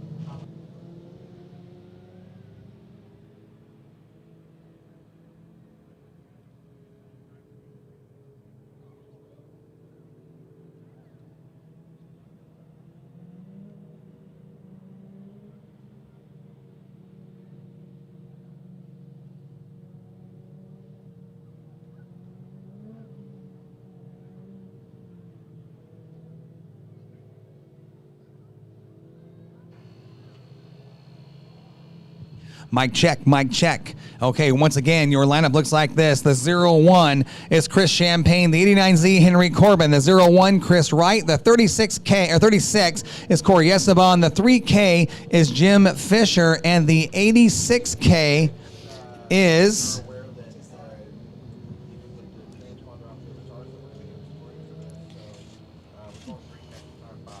We're going to go green next time by. The 86K is Doug McVeigh. We do not have him being scored on the transponder scoring system. They did make a car change. That's why he's starting at the back of the pack. I do believe they forgot to take the transponder off the other car and put it on this one. Doug McVeigh in the 86K. We're going to go green this time out of turn 4. 8 laps of dwarf car action in heat race number 1. 6 cars coming at you this time out of turn 4. It is the 89Z on the outside front row. Henry Corbin III bringing us to the green flag. Late start in the start zone. Good start for Corbin. Corbin looked really good earlier in the dash. He'll be your leader out of turn number 2. Look at the 3 wide out of turn number 2. Esteban making some big moves in the 36 as he gets by the 0-1 of Chris Wright and the 10 of Chris Champagne. One down. Give it to Corbin. Here comes Esteban in the 36. Esteban has always been fast here at Willamette Speedway here in the dwarf car ranks. He's a former sprint car driver here in the Northwest, making his way into the dwarf cars. He likes this. Oh, trouble for the 86K of Doug McVeigh. Heavy smoke before the car spun around. Hopefully, it is nothing major. They've already had to switch cars. 89Z better have a transponder. This is where they have catch function.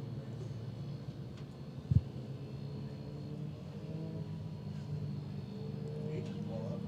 It looked like there was some smoke.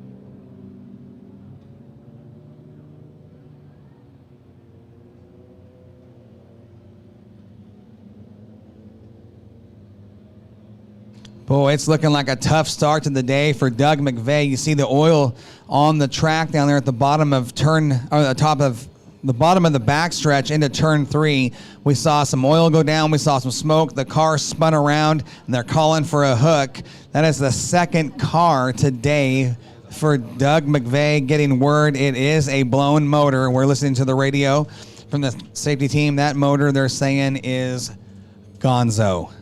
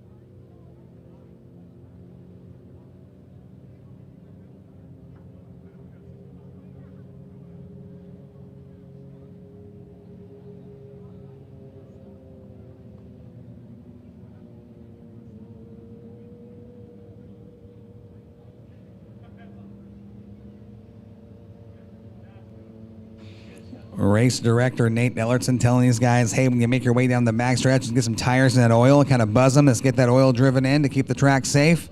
Single file here down the backstretch for these guys here in heat race number 1.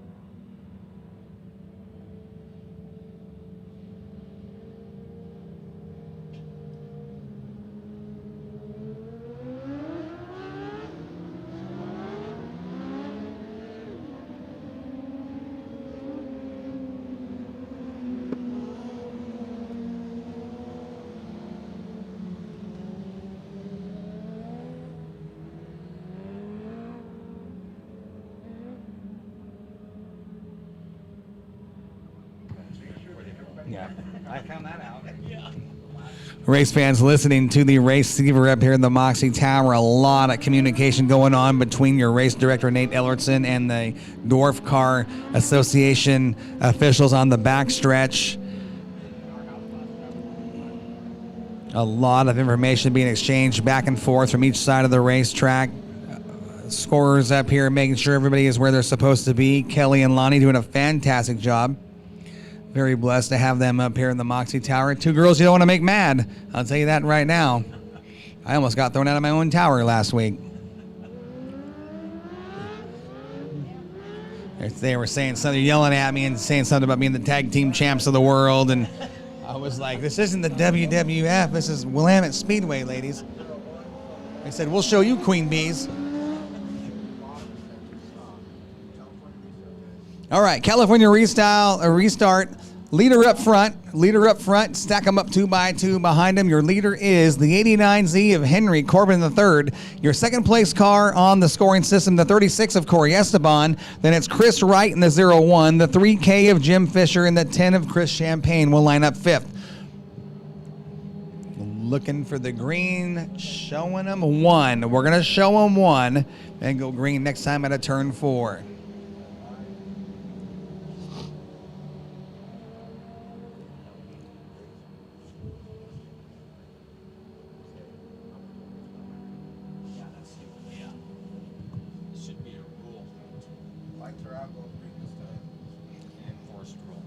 Well, if you're new to Willamette Speedway or you're making your way back for the first time this year, I don't know if you've taken a look around and noticed how good looking this place looks. And we can give a big shout out to Joe Dean Painting for doing what they did under the grandstands, making this place look beautiful.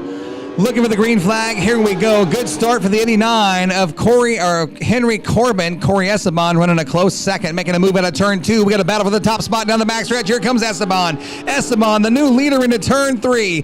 Cory Esteban made a move on Corbin on the start. He'll lead lap number 3 this time by. It's Esteban, Corbin, then it's the 3K of Fisher, followed by the 01 of Chris Wright and the 10 of Chris Champagne.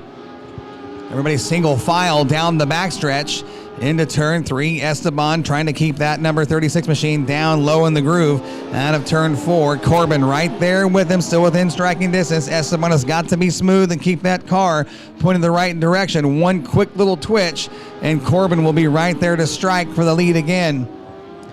We are at the halfway point. 5 laps down this time by now. 5 down, 3 to go. Esteban, Corbin, Fisher. Then it's a 01 of Wright and the 10 of Champagne. That's a cool last name. 6 down, 2 to go. Single file here in heat race number 1 for your dwarf cars.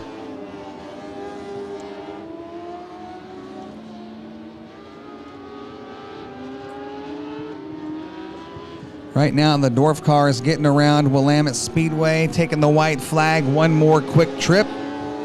Getting around the track at about 70 miles an hour right now. You talk about 70 miles an hour on the dry slick. That's hustling. You get your hands full when the track is that slick. Here's your winner at a turn number 4. The 36, Cory Esteban, picks up the victory in heat race number 1, followed by Corbin. Fisher will run 3rd. Then Wright and Champagne. 1 down, 2 to go. Cory Esteban taking what he's learned from the sprint car series, applying it now into the open wheel ranks of the dwarf cars. There he is, race fans. Give him a round of applause. Cory Esteban picks up the win.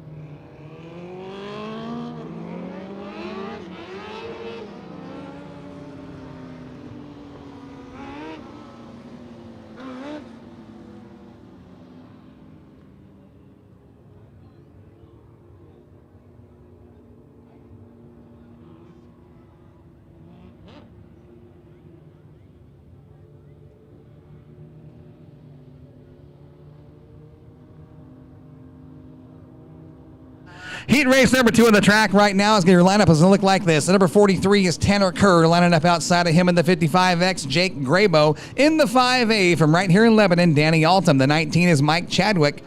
He was your Trophy Dash winner earlier. And the number 18, Shane Younger. In the 64, Dan Cardinal.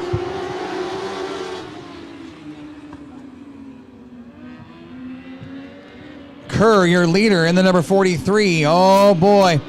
Here comes Chadwick. Oh, that could have got hot and heavy on the backstretch. It is Kerr, your leader. Chadwick running second. Shane Youngren now sits third. Your fourth place car, Danny Altum, at the stripe. Cardinal moves in the number 5 spot, and the 55X of Jake Graybo, the back of the pack. Here comes the 19. Oh, and Altum out of shape. Here comes the 19 of Chadwick, all over the backside of the 43 of Tanner Kerr. Kerr very loose in that number 43 car. He's got his hands full as that back end is actually trying to pass him. That is not what you want when you're in the seat of one of these little short wheelbase hot rods with all this power. Lap number 3 this time by. It is Tanner Kerr, followed by the 19 machine of Mike Chadwick. Youngren sits third. Cardinal, Graybo, and Altum now at the back of the pack in the 5A. Look at that battle up front for the top spot. Chadwick all over the backside of the 43 of Kerr, with Shane Youngren now starting to close the gap on the top 2 cars. Youngren, a veteran driver here in your dwarf car division. Definitely one of the guys you want to keep your eyes on. He's a veteran. He knows how to play the game. He's not one of those guys that'll show his hand on the first lap. He'll wait till the late stages before he turns it up. We are on lap number 5 of 8. 5 down, 3 to go. Chadwick, your Trophy Dash winner, still right there within striking distance on the 43. Tanner Kerr knows he's there. He's trying to make that car wide to hold off the 19 of Mike Chadwick. And look at the back of look at that 18 car. Shane Youngren now flexing some muscle here late in this one. White flag is out. Next time by.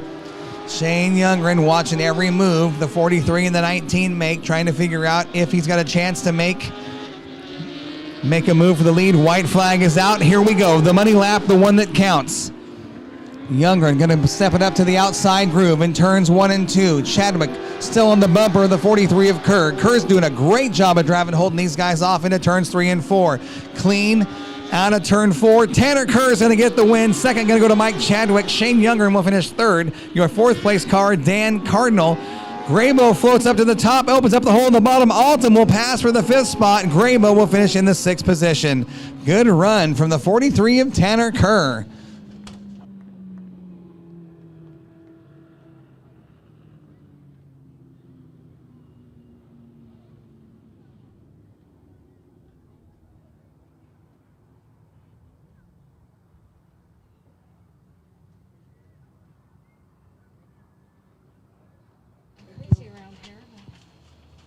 Our 3rd and final heat race of the night for your dwarf cars. We've got 7 cars in this one. Your lineup will look like this. In the number 911, Craig Vito. Lining up his outside of the number 26, Dustin Hawkinson. Inside row number 2, driving the number 92, that is Steve Heisen. In the 35, Wyatt Speck. Driving the number 71, Lucas Eaton. In the number 22, Casey Warren. At the back of the pack, in the 7-7, Chris Bigelow.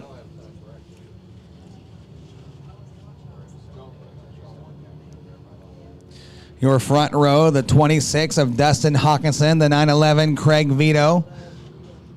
Hawkinson has what we call the punch. He'll be the guy that brings us to the green flag next time out of turn 4. Row 2, Casey Warren, Steve Heisen, the 22 and the 92.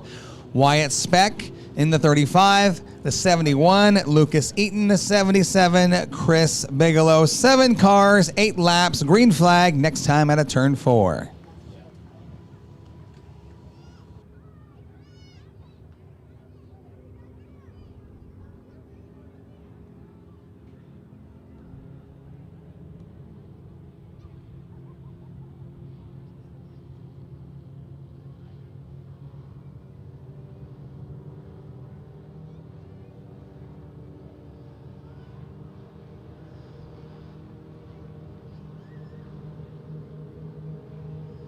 Here we go, race fans. Third and final dwarf car heat coming at you. Number 26, Dustin Hawkinson has the start. Green flag. 8 laps of dwarf car action starts right now down the front stretch. Hawkinson in the 26 will lead the field into turns 1 and 2. Good battle behind him. The number 22 of Casey Warren moves into the number 2. Oh, your leader going to go around in front of everybody. Hold on to your lug nuts. Things got a little bit dicey right there. Goodness gracious, that's not something you want to see when you're the leader. Turn around and see 6 other cars coming at you wide open. We might need a change of drawers after that one. Casey Warren will assume the lead. The 22, Craig Vito in the 911 will run second on the restart.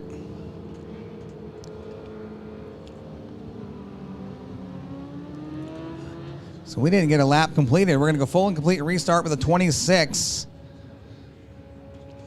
of Dustin Hawkinson at the back. And the pole setter will now be the 911 of Craig Vito.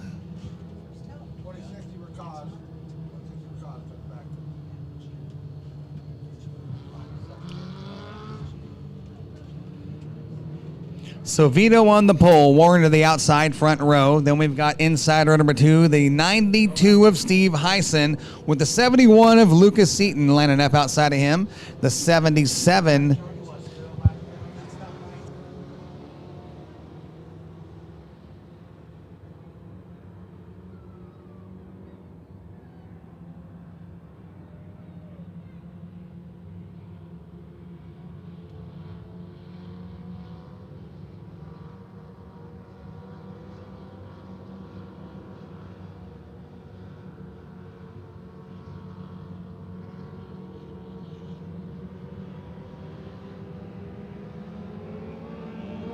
Here we go, green flag, restart.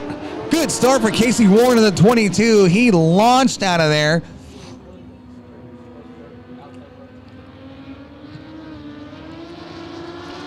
Warren, your leader, followed by the 92 of Steve Heisen. Battle for second now. The 71 making some moves there. The 71 of Lucas Eaton will run second at the stripe on lap number 1. Eaton really starting to put the power on the ground. Keep your eyes on that 71 rolling up on the backside of your leader, Casey Warren. It is Warren followed by the 71 of Eaton, then Steve Heisen, Craig Vito, Bigelow, Hawkinson, and Speck. New leader down the backstretch, Eaton. He has found some power in that number 71 machine. He's got that thing all wound up, and he's bringing the 92 of Heisen with him as Warren went from first to third on lap 2. Coming to the stripe, working on lap 3, almost to the halfway point. Will be 4 down this time by. Look at the battle deep in the field, 3 wide down the backstretch. At the halfway point, your leader is Lucas Eaton, followed by Steve Heisen, Casey Warren, Craig Vito. Casey Warren, Dustin Hawkinson. Then it's Chris Bigelow, Craig Vito, and Wyatt Speck. The back of the pack. Everybody's now mostly single file as Heisen hunkers up on the wheel and goes to work trying to run down your leader in the 71, Lucas Eaton. Eaton is really good on the bottom to turns 1 and 2. Seems to be where the 92 of Heisen has kind of struggled. We are 6 down, 2 to go. Eaton so much better on the bottom in turns 1 and 2 than the rest of the field. Heisen was letting it all hang out there on the top side in turns 1 and 2. White flag is out this time for Lucas Eaton. Then it's Heisen, followed by Warren, your top 3. Then it's the 77 of Chris Bigelow, followed by the 26 of Dustin Hawkinson, Craig Vito, and Wyatt Speck. Your leader out of turn number 4, taking the checkered flag. Lucas Eaton will get the win in heat race number 3 for your dwarf car heat race. Excellent run for the 71. Once they got that thing rolling, he found something there on the bottom of turns 1 and 2, made a lot of ground up, and that's where he made his bid for the lead. on the bottom of turn 2, picks up the point, never looked back, and gets the heat race victory.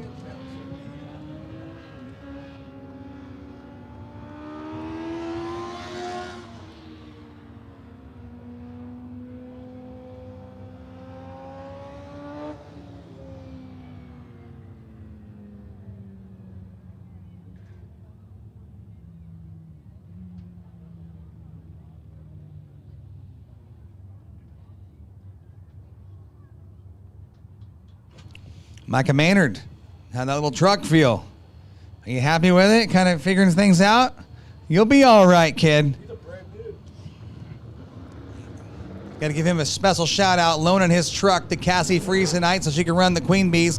Race fans, here we go. We're going to move into our Albany Toyota Late Models, the fastest dirt cars in the 11 Western states, right here at Willamette Speedway tonight on the inside of row number 1, out of Scio, driving the number 9, Rob Campos. Lining up outside of him in the number 24, Kieran Cummins.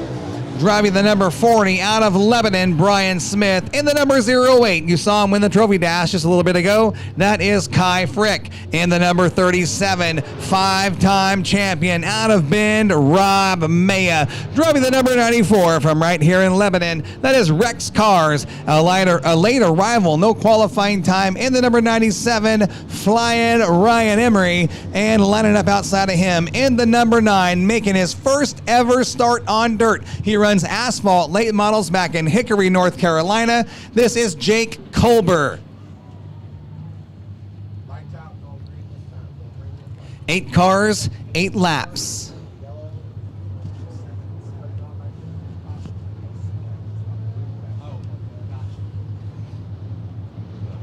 Here we go, out of turn 4, looking for the green flag. Kieran Cummins on the hammer, turning them loose for 8 laps of late model action. Cummins and Campos side by side in turn number 1. It is Cummins on the high side, looking for the lead down the backstretch, bringing the 08 of Kai Frick with him. Frick now on the outside of the 9, gonna dive hard into turn 3. Got that little Swartz car working hard out of turn 4. Look at Kai Frick going forward. Kai Frick makes some moves. He didn't lead lap number 1, but he is going to go to the point at a turn number 2. He has got that car working to near perfection here early in the program. It is Frick, Cummins, Campos, Smith, and Maya, your top 5, followed by Cars, Emery, and hold on, Colber. Jake Colber finding out these dirt cars are a whole different animal. Debris on the backstretch. We've got debris on the backstretch. It looks like some debris off the 97 of Ryan Emery. Caution is out. That is off the left quarter panel, the front left quarter panel of the 97 of Ryan Emery. Hopefully that didn't cut anybody's tire that ran over it. You see that little piece missing there just at the top of the front door of the 97 of Ryan Emery. That's what that piece is on the racetrack. And Colber will make his way off the track in the number 9K. Welcome to Dirt, kid. Hope you're having a good time. That's a big transition from asphalt late models in Hickory, North Carolina to dirt cars in the West Coast. All right, we are 2 down, 6 to go. Your leader is Kai Frick.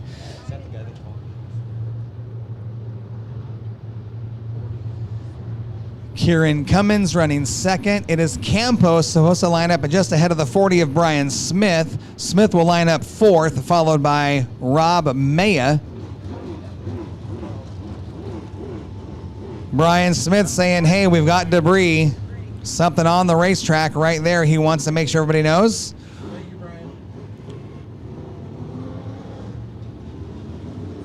We cannot see that here from the Moxie Tower. That wall kind of hides what we're seeing down there. There is a piece of metal. That probably was the brace off of that panel of the 97. We'll get the 40 behind the 9 and in front of the 37. We'll get these guys lined up before we turn them loose. We are 2 down, 6 to go. Good eye for Brian Smith, letting us know that debris was there. You do not want to cut a tire. These tires are almost $300 a piece. Like I said earlier, they get about 2 main events out of a right rear.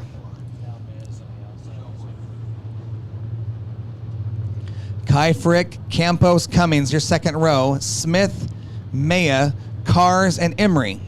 looking for the green flag next time out of turn 4, showing them 1. Kai Frick looking to make a statement to your late models. He missed last week's racing program, comes out, qualifies for the dash, gets the dash win, now finds himself on the point here early in heat race number 1, your Division 1 NASCAR Albany Toyota late models. We're going green, caution lights are out. It's about to get loud here at Willamette Speedway. Here we go, Kai Frick gonna turn us loose out of turn 4. Everybody on the hammer.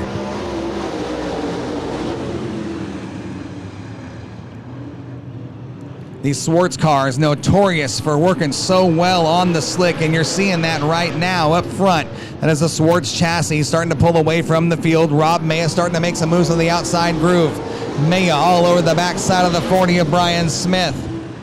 We've got 1, 2, 3 Swartz cars here in this heat race. 3 Swartz cars, a Rayburn, we've got a Rocket, a Longhorn,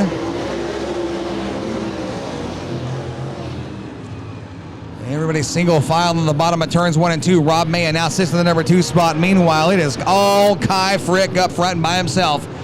5 down this time by, 5 down, 3 to go. He is checking out and letting these guys race for second. Smith now gets on the outside of the 9. He'll take over the number 3 spot. He's bringing the 94 with him. Cars trying to get by the 9 of Campos.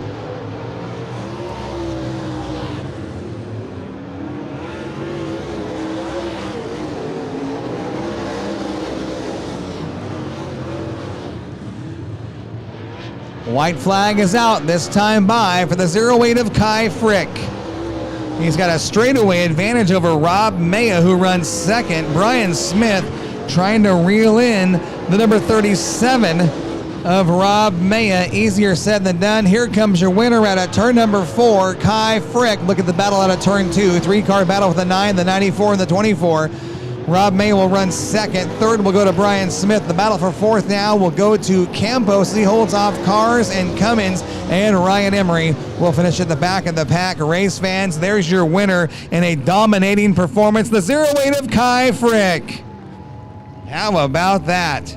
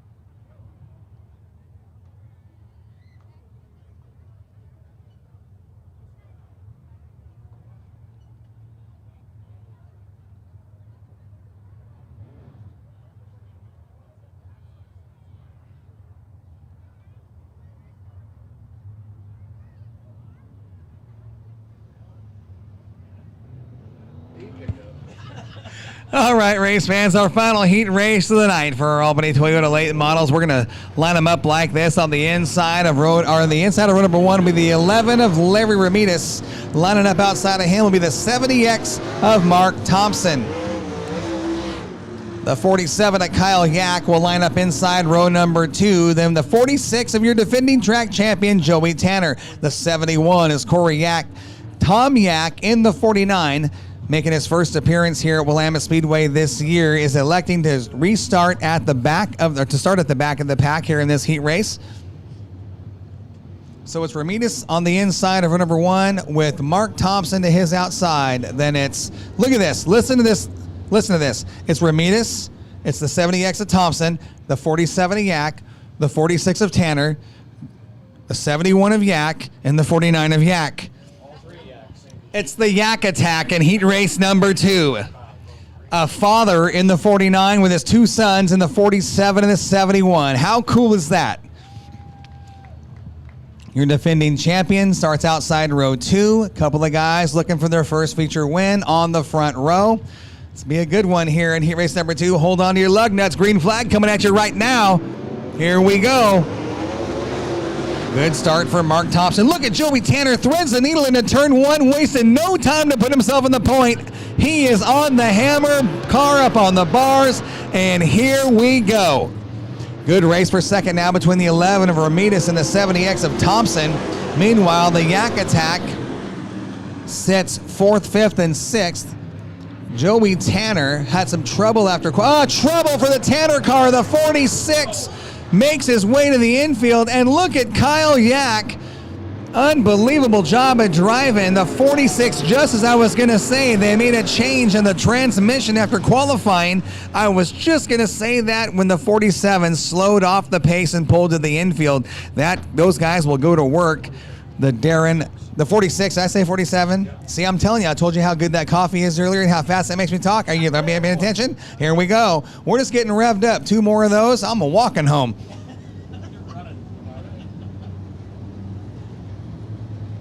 You hate to see that for Joey Tanner, your points leader here at Willamette Speedway, sitting number 1 in NASCAR points in the Western region, 7 in the country.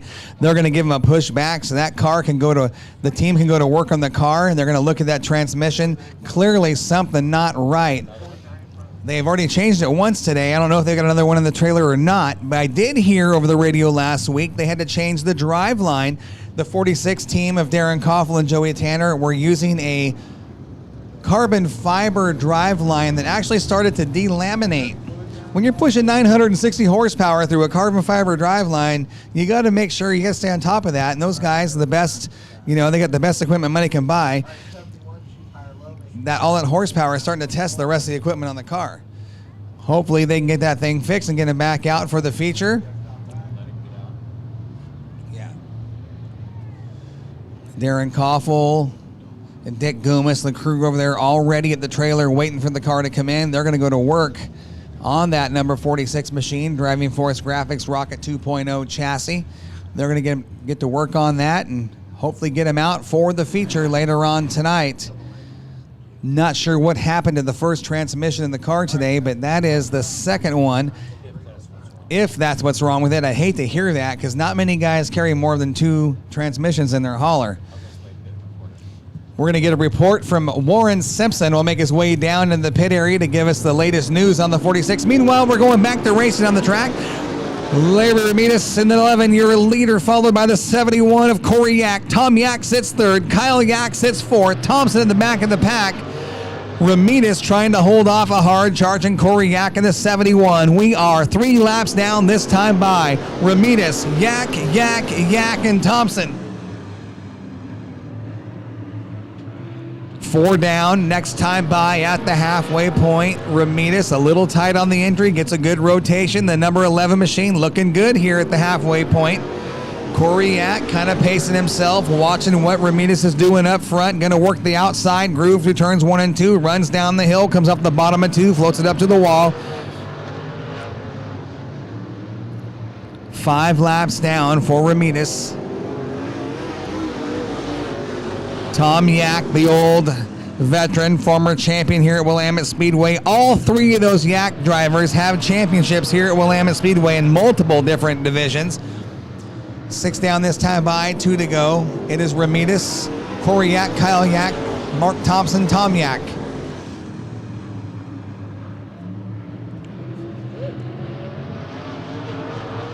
Ramirez performing. This is the best we've seen him look all year. Taking the white flag. 1 more lap around Willamette Speedway. And look at the brothers Kyle and Cory side by side here on the last lap of the battle for the number 2 spot. Kyle Yak under the 71 of Cory Yak. Coming to the stripe at a turn 4, your winner, Larry Ramirez, followed by Kyle Yak, edges out Cory Yak, and Mark Thompson and Tom Yak will finish at the back of the pack. Good run for Larry Ramirez. Excellent run for the 11. Fastest lap in that race was actually on the original start. That first lap with Joey Tanner turned to 15.910.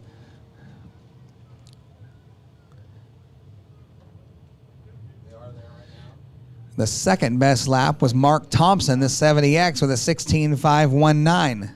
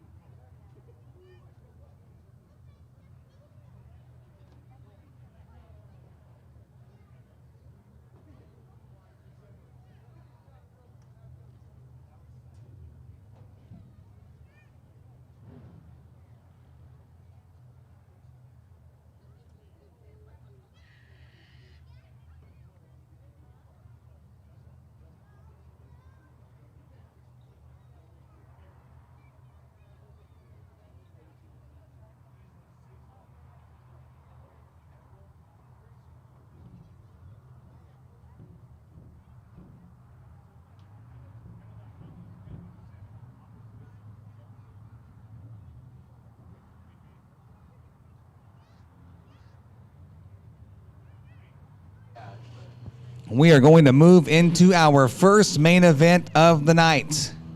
Our Queen Bees. First ever Queen Bee feature here at Willamette Speedway. 15 laps is the distance. In the number 37, that is Cassie Freeze. The 77, she won the heat race earlier today. That is Nicole Emery. The 22 is Sharon Tucker. The 88 is Julie Benton. And the 08 is Stephanie Nix. I think she's going to elect to start back. Okay, so who starts third?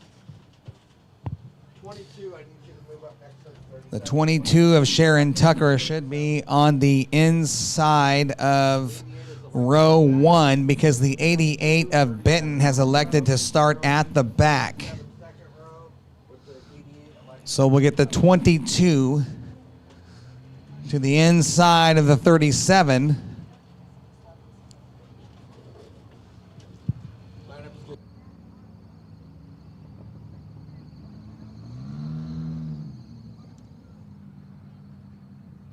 Report out of the pits from the 46 Darren Koffel-owned machine driven by Joey Tanner. Power steering pump was the issue on the 46. The crew is back there working on it now to get that changed.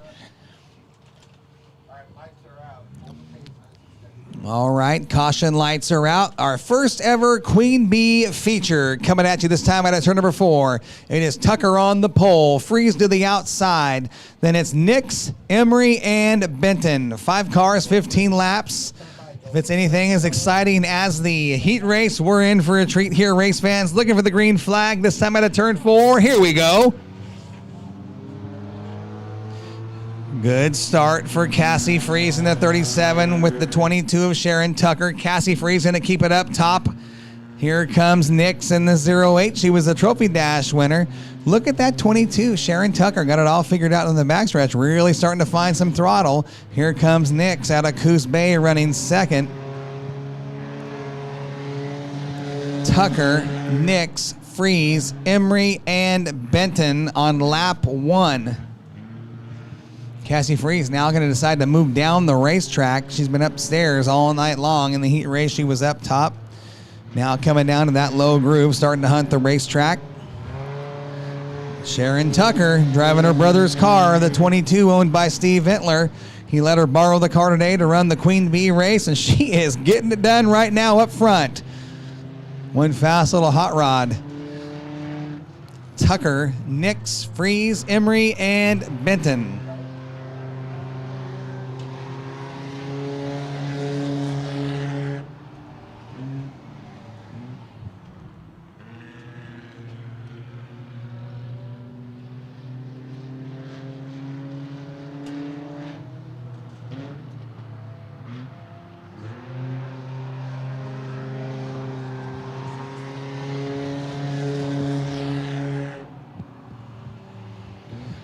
Sharon Tucker, your leader in the number 22, a former drag racer, making her first ever start on the dirt.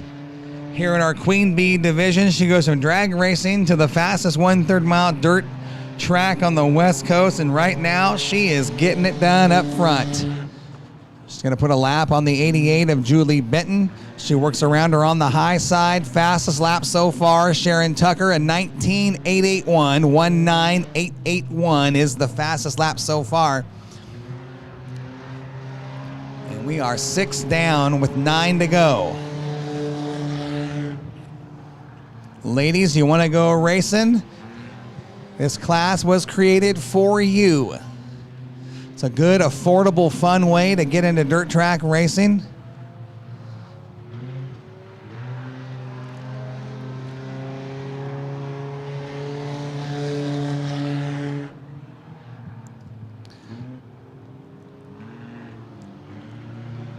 Just at the halfway point, 7.5 on the backstretch. We are 8 laps down this time by. 8 down, 7 to go. 15 laps is the distance for your Queen Bee feature.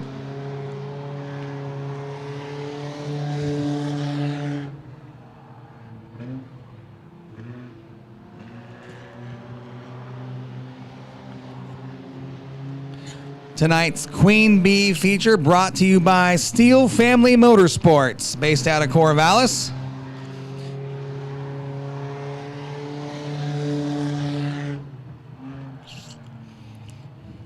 It is all Sharon Tucker in the number 22. She is led from lap number 1.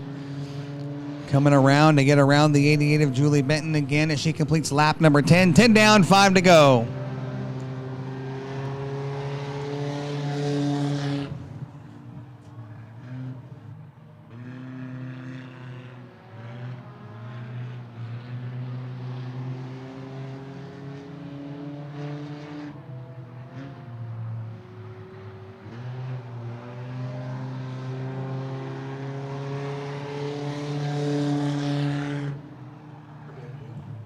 Yeah, here we go. Sharon Tucker. Stephanie Nix trying to run her down. So far, she hasn't had any luck in doing so, as Tucker's been smooth, holding a nice line up front in the number 22. She's been consistent. Completes lap number 12. 3 laps remaining for your leader. The running order at the stripe last time by was Sharon Tucker in the 22, the 08 of Stephanie Nix. Your third place car is the 37 of Cassie Freeze, followed by the 77 of Nicole Emery and Julie Benton at the back of the pack in the 88. 2 laps to go this time by. Sharon Tucker's lead is getting bigger, now a full straightaway advantage over the 88 of Stephanie Nix.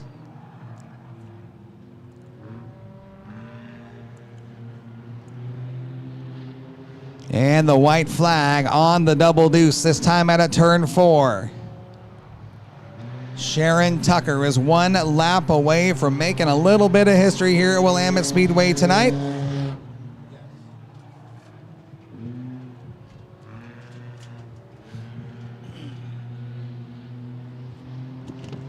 Checkered flag in the air, this time at a turn number 4. Sharon Tucker, your Queen Bee feature winner.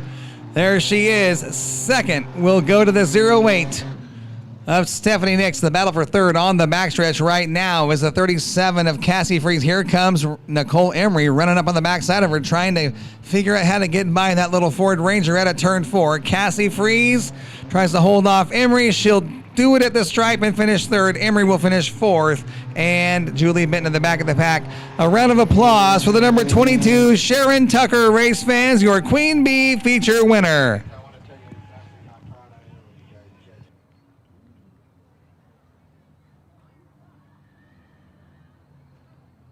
Race fans, I want to welcome our 50-50 guests tonight. Our Sweet Home Volunteer Firefighters Association is a combination of volunteer, career, and wildland firefighters from Sweet Home Fire and Ambulance District, serving the community of Sweet Home and many of the surrounding recreation areas. As an association, they're fundraising for their burnt out fund to support families who lose their home to fires. They're building a scholarship for graduating high school seniors and organize the annual Christmas Sharing Tree program that provides Christmas gifts to children in their community. The crews you see here today are career paramedic firefighters, EMT firefighters, volunteer structural firefighters, and crews from the Wildland Division and their families. Want to invite you down there to get your tickets, race fans. Tickets are $1 each, 6 tickets for $5, wingspan for $20. Doesn't have to be your wingspan. Find the tallest guy you can find, ask to borrow their arms, stretch them out as wide as you can get it, and get those tickets. We try to get $1,000 for our 50-50 guest, and for one of you lucky fans, we've done it every week this year with the exception of 2. Opening night, our winner got $1,770. Last week, it was over $1,200. You guys get down there, get those tickets, support our Sweet Home Volunteer Firefighters Association. Help those guys out, help out the families during Christmas. Great organization to support. I'll be getting my tickets soon. You can't win it if you're not in it. Once again, tickets are $1 each, 6 tickets for $5, wingspan for $20.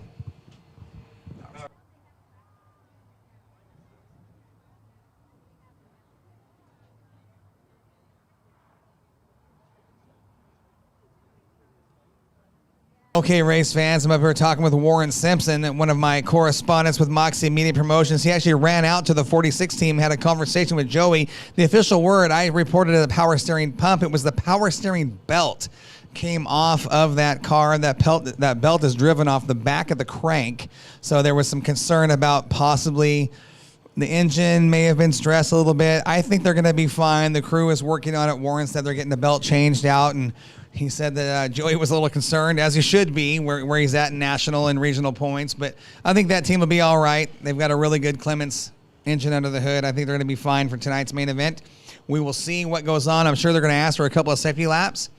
We'll find out here shortly before we go into tonight's main events.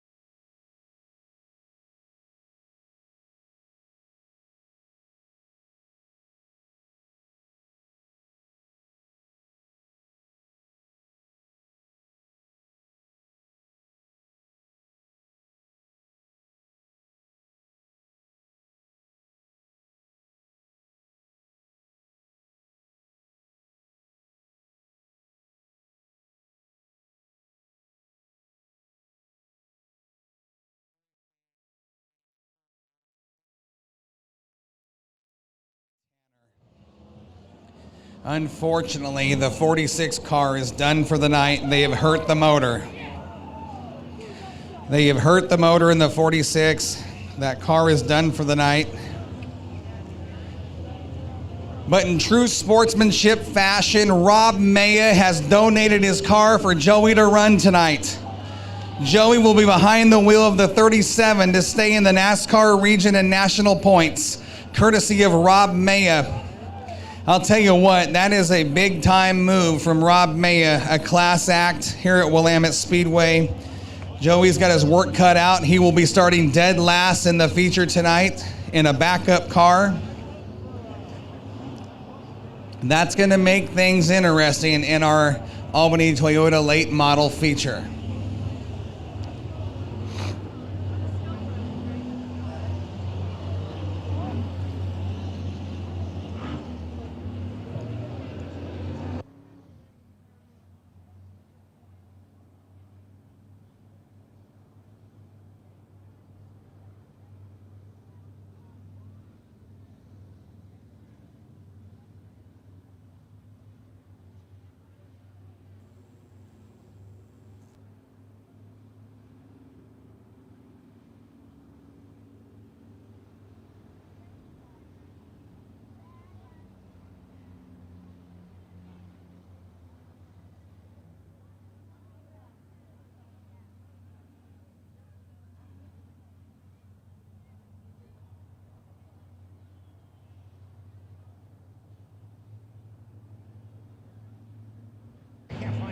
Jamie Simons to the tower, please. Jamie Simons to the tower, please.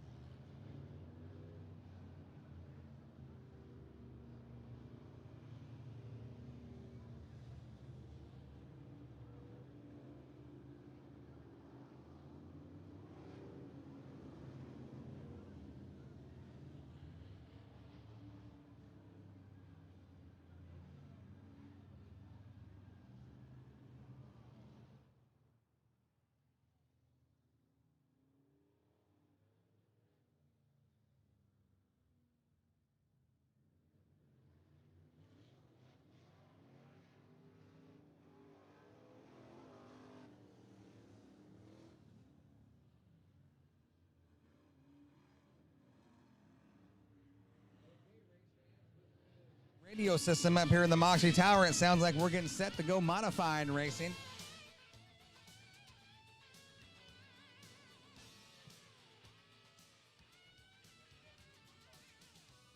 We're going to get the track packers off. We're going to line up our modifieds and turn these guys loose.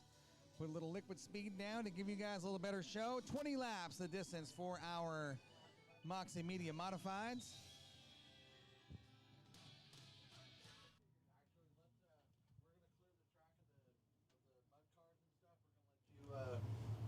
Hot laps, a couple of laps. We're going to get the mud cars off, and it sounds like race director Nate Ellerton wants these guys to turn it loose for a couple of hot laps to make sure everything is good to go. Once again, 20 laps the distance for your Moxie Media modifieds here tonight.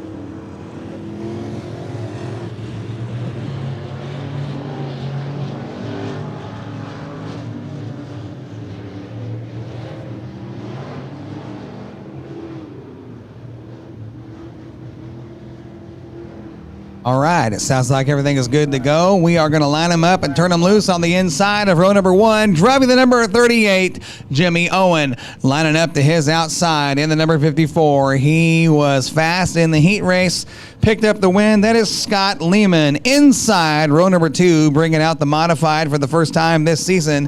That is Clay Debbin in the number 84, and lining up outside of him in the number 41, Tony Andreas. We're going to show them one this time by. Caution lights will go out in turn number 2. We're going to turn these guys loose for our second main event of the night.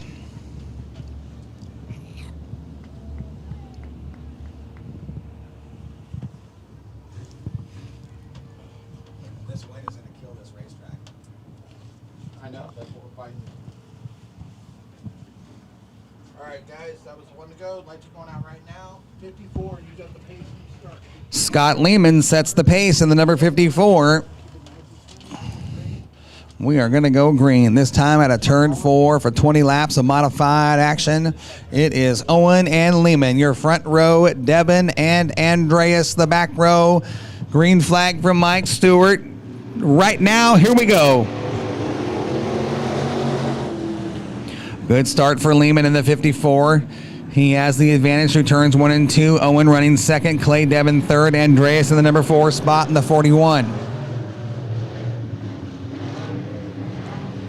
At the stripe, lap number 1, it is Lehman.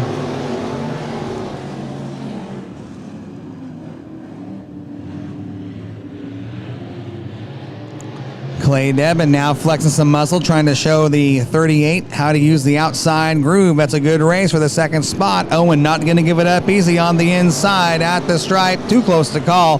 Scoring system says Debbin running second, Owen third, Andreas fourth. Meanwhile, up front, it is the Scott Lehman show. Lehman a little tight on the entry down there in turn 3. Had to gather that car up. A lot of forward drive in that 54 car. He's looking good on the bottom. It is Debbin using an outside line. Opens up a hole in the bottom. Here comes Owen in the 38. Good side-by-side racing for second. 2 quality drivers battling out for second and third. Owen fighting back on the bottom. That is a great race here at our modified, featuring a battle for second and third. Jimmy Owen trying to get under the 84 of Clay Debbin. They've been side by side the last couple of laps. Debbin finding some forward drive on the outside of the backstretch. He holds down the number 2 spot by himself now. He'll set his sights on the 54 of Scott Lehman. He'll hunker down and go to work trying to roll him in.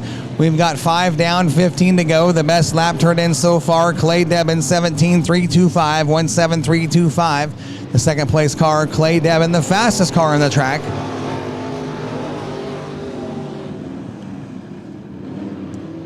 Lehman, Debin, Owen, Andreas.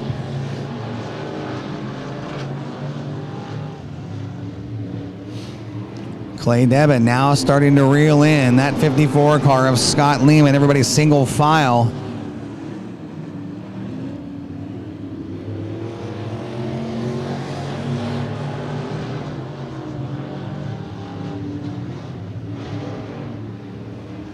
Debin now on the bumper of the 54 of Scott Lehman.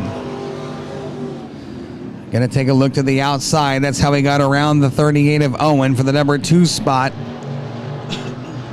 Caution is out. The number 41 of Andreas caught the infield tractor tire. Caught that Uke tire in the bottom. You see damage to the body on the right side of that number 41.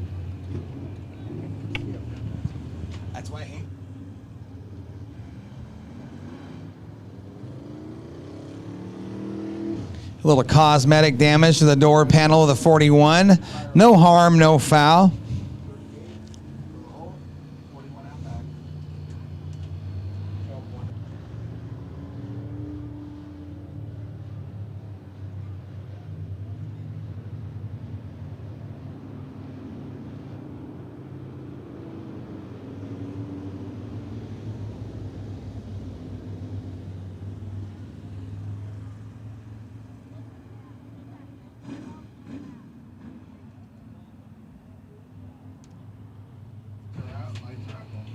Clay Debin, the 84, elects to restart on the inside of the second row. That'll put Jimmy Owen to the outside. Race fans, to stay away from the fence, please, while cars are on the racetrack. Please stay away from the fence. Restart out of turn 4. Here we go. Moxie Media Modifieds.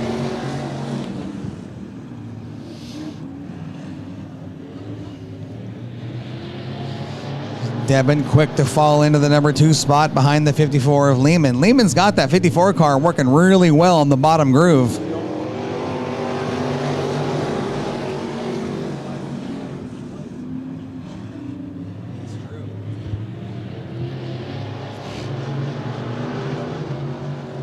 You take a look at those race cars on the track. The only car utilizing the rear spoiler rule on these cars, they're allowed to have a 7-inch rear spoiler. The only one using it is the 54 of Lehman, but right now it's Clay Debin sliding by in the bottom out of turn 2. Lehman opened up a hole in the bottom. Debin slid by. Debin he slipped up a little bit, trying to protect that low line to keep the 54 behind him. He is your leader up front. Clay Debin, Scott Lehman, Jimmy Owen, Tony Andreas. 11 down, 9 to go.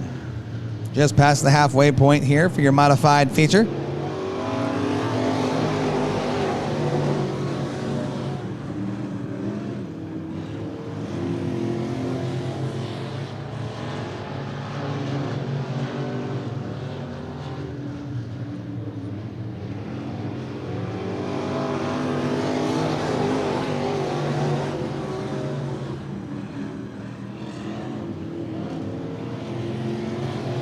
Clay Debin, in his first appearance in the modified here at Willamette Speedway this year, finds himself on the point with 6 laps to go, this time by 14 down, 6 to go.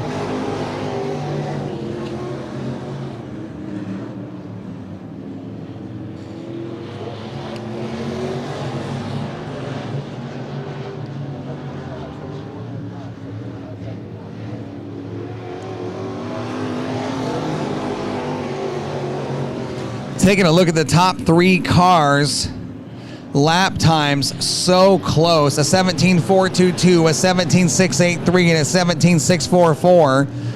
Debin, Lehman, and Owen. Very, very competitive lap times. It is Clay Debin now checking out. We're 16 down, 4 to go. Debin has found something in the number 84. That modified working very well. He is your leader this time by with 3 laps remaining. Battle for second shaping up now between the 54 and the 38. Jimmy Owen has reeled in the 54 of Lehman. Lehman gets tight on the exit at turn 2. Jimmy Owen has a good run at a 2 down the backstretch. Closes up on him on the entry of turn 3. Best race on the track, the 54, the 38.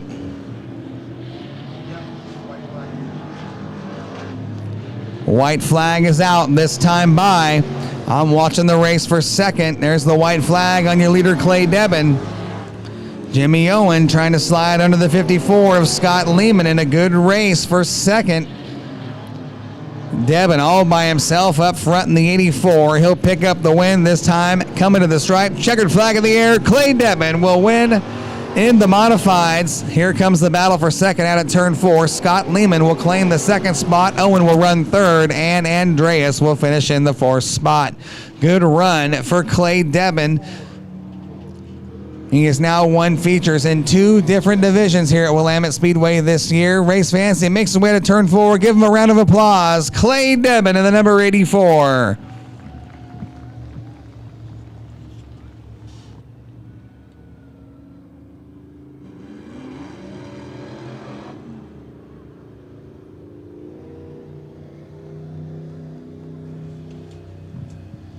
Clay Debin, the first and only driver to win features in different classes this year. He's got several in our limited late model division, now 1 in our modifieds.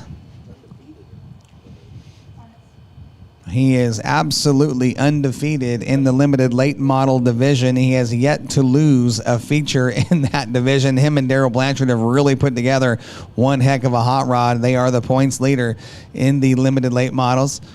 We're going to move into our KRKT Cricket Country Hornets. This race is scheduled for 20 laps. Your lineup will look like this. It's a father-son front row. In the number 54T, Tyler Parker.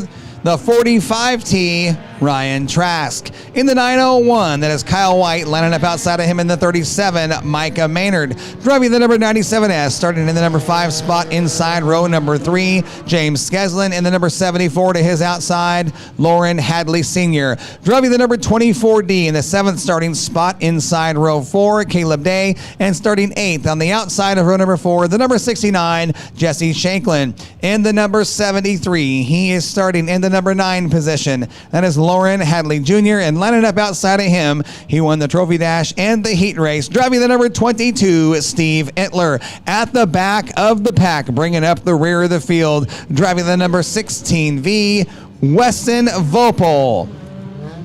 Once again, your Hornet feature is slated for 20 laps.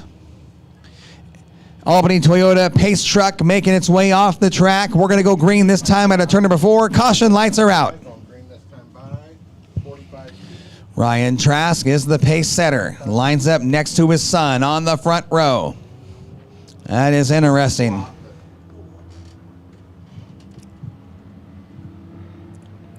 Looking for the green flag this time out of turn number 4.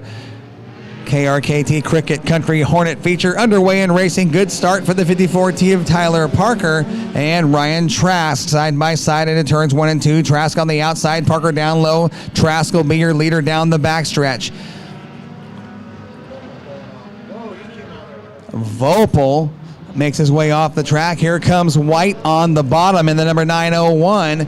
Kyle White battling for second now with Tyler Parker.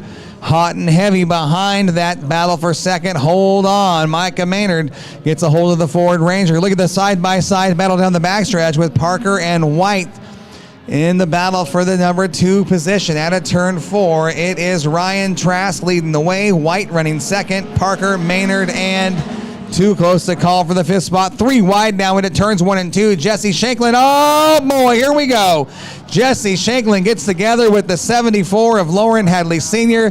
They collect the 24D and the 22. Trophy Dash cars, 3 of them involved in that wreck.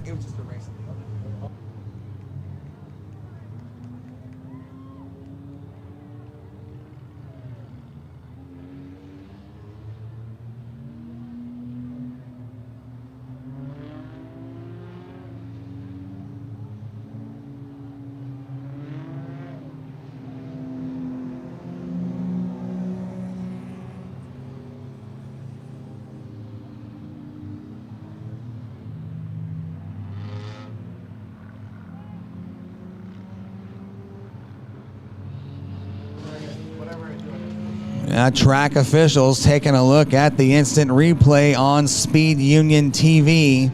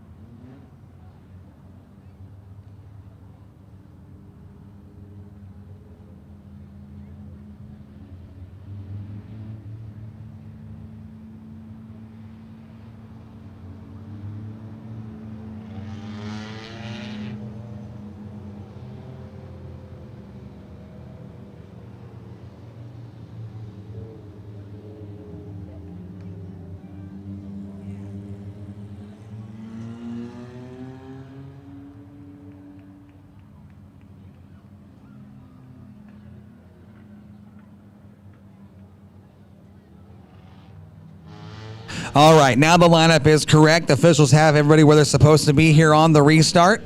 Your leader is Ryan Trask. Sitting second is the 901 of Kyle White. Tyler Parker sits third. Micah Maynard and James Skesling are your top 5 cars, followed by Lauren Hadley Jr. Then it's Steve Vintler in the 22, Lauren Hadley Sr., Jesse Shanklin, and Caleb Day. Caution lights are going out. We're going back to racing. We're 2 down, 18 to go. Ryan Trask looking for his first feature win of the year.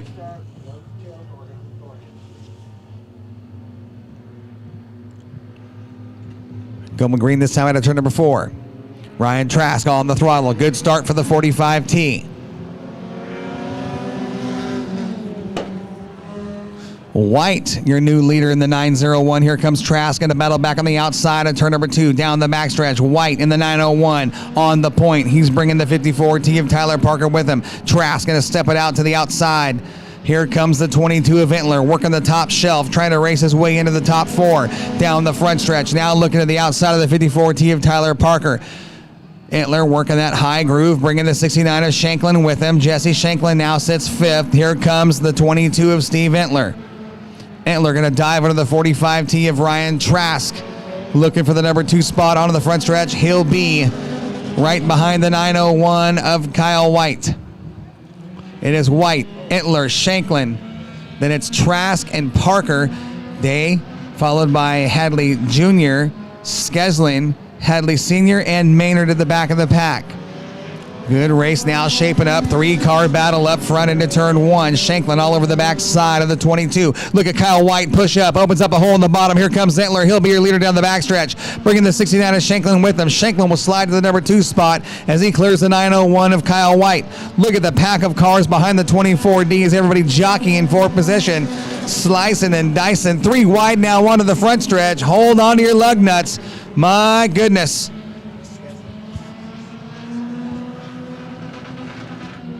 Here comes Jesse Shanklin taking a look under the 22 of Vintler. Oh, goodness. Steve Vintler using that outside line, trying to keep his momentum up. 3 wide now with the Hadleys and the 54T of Tyler Parker. That got hot and heavy through turns 1 and 2.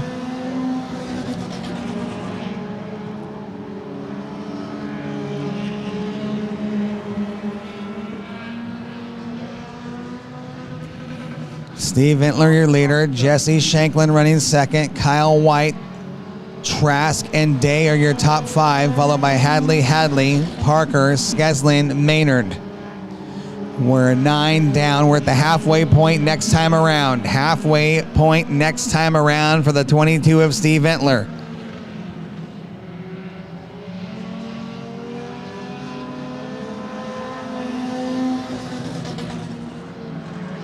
Watching the gap between the 22 and the 69. 69 rolls up on the backside of him. Then the gap will get bigger for a lap or two. And then Shanklin closes in. It's kind of a cat and mouse game right now for your top two cars. Trouble in turn two. The 45T of Ryan Trask up against the outside safety wall. You hate to see that. Not sure what happened. We'll try to look at the replay.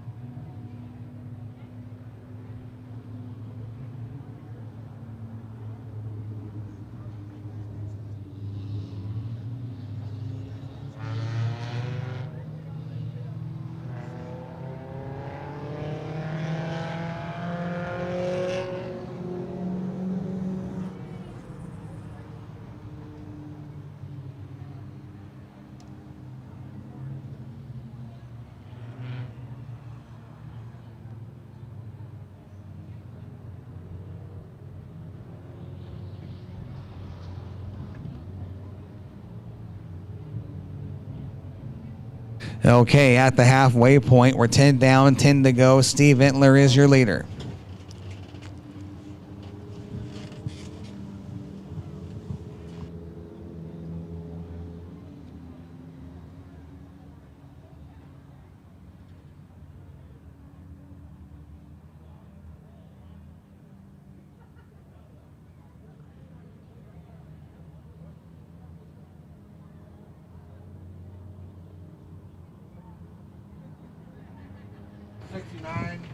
All right, track officials have sorted it all out. Jesse Shanklin has the option to restart inside or outside. He's going to choose the low line. That'll put the 901 of Kyle White to his outside. The 24D of Day will start inside row 3 with Hadley Jr. to the outside. Hadley Sr. inside row 4. Parker to his outside. Then it's Skeslin and Maynard. Lights are out, going green this time. You guys are being respectful. Keep your bumpers and doors off each other. Mike Stewart has turned out the caution lights. We're going to go green this time out of turn 4 for the second half of your KRKT Cricket Country Hornet feature. 10 down, 10 to go. Green flag, here we go.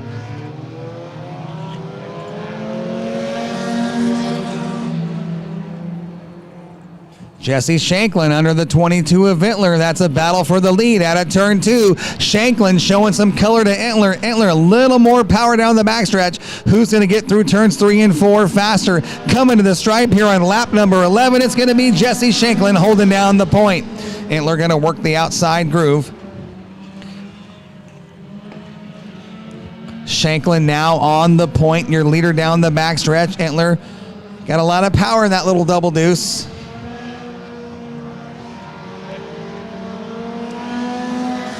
Jesse Shanklin has the preferred line here at Willamette for the Hornets, right down to that low line.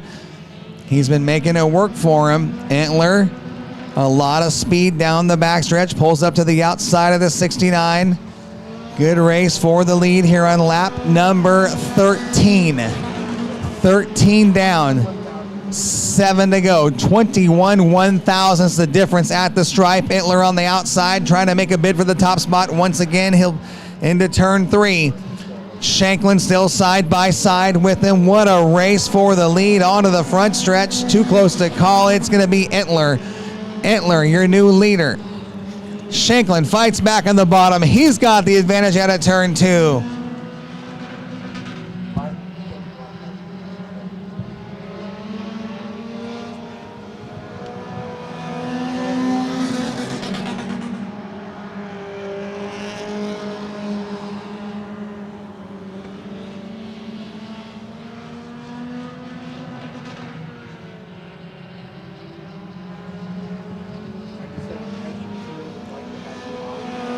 Shanklin now with a 2-car advantage down the front stretch. Entler trying to roll in on the 3-time winner this year. Shanklin 4 laps away from victory.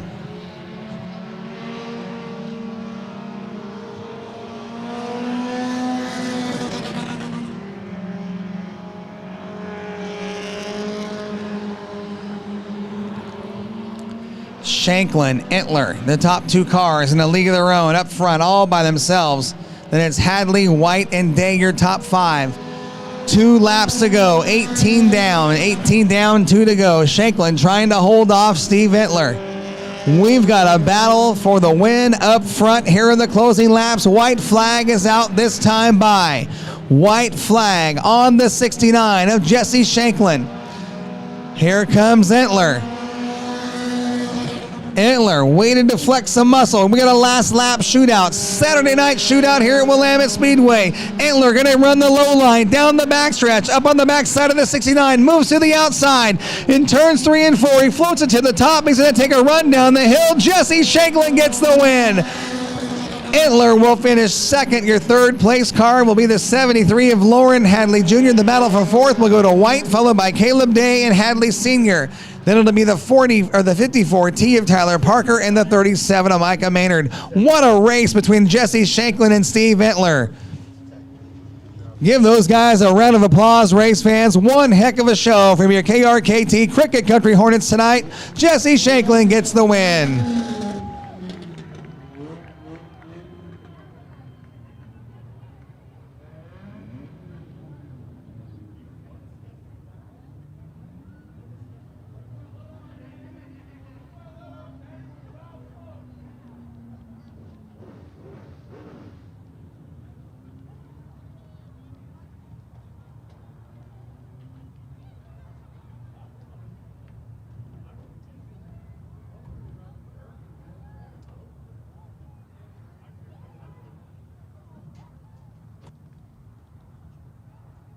All right, $5 burgers on sale right now, race fans. You want to grab a bite?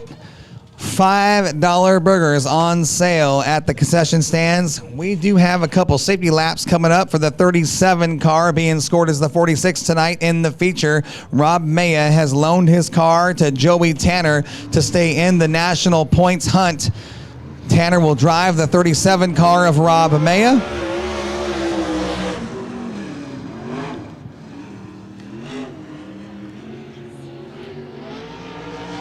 That is Joey Tanner behind the wheel of the 37. Oh my goodness.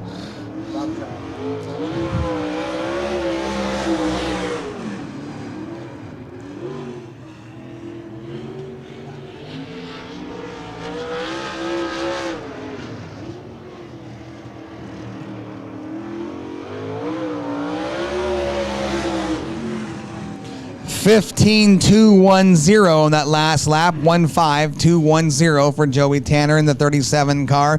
He will be starting last in tonight's main event. When a driver makes a car change under NASCAR rules, he will start at the back of the pack.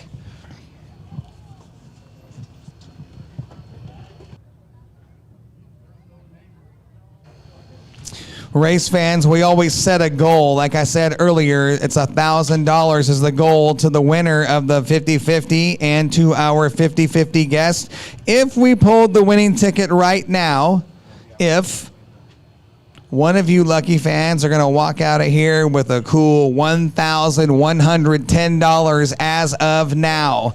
Now, we've got 2 races left. We're going to pull the winning ticket after the next race. This is last call for 50-50 race fans. We are over the $1,000 mark for one of you fans. This is your last call. You can't win it if you're not in it. $1 each, 6 for 5, wingspan for 20. Get your ticket now if you want a shot at the jackpot. We're going to pull the winning 50-50 ticket after this next race. After our dwarf car feature, the very next race, we will pull the winning ticket. Kieran Cummins shaking the car down. They had some things they had to fix on that hot rod. We're going to give him 2 laps to shake it down to make sure he's good to go for the main event. Cummins in the number 24.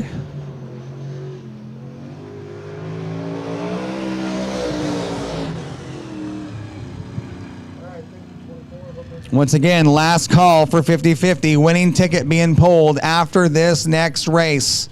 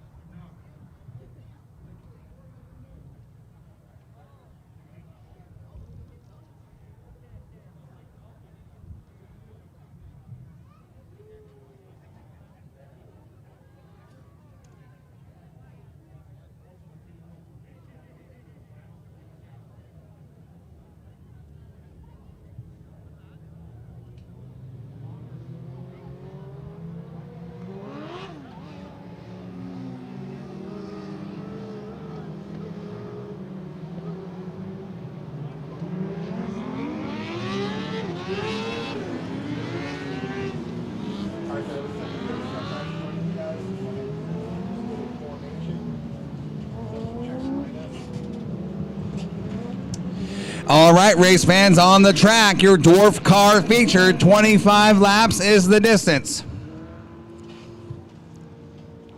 Once again, we're going to pull the winning 50-50 ticket after this race.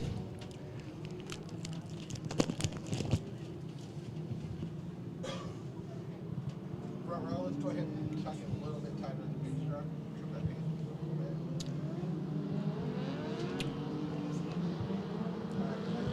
Good. No, no.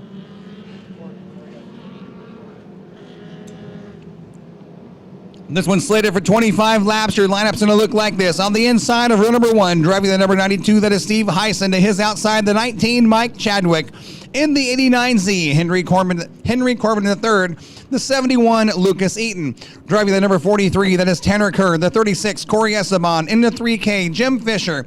In the number 18, Shane Youngren. Driving the number 22, Casey Warren. The 01 is Chris Wright. The 77, Chris Bigelow. In the 64, Dan Cardinal. The 5A from right here in Lebanon, Danny Altum. The 10, Chris Champagne. The 911, Craig Vito. The 26 is Dustin Hawkinson. The 86K, Doug McVeigh. The 55X, Jake Grabo. And the 35, Wyatt Speck. 19 cars for 25 laps. We're showing them one. Going green next time out of turn number 4.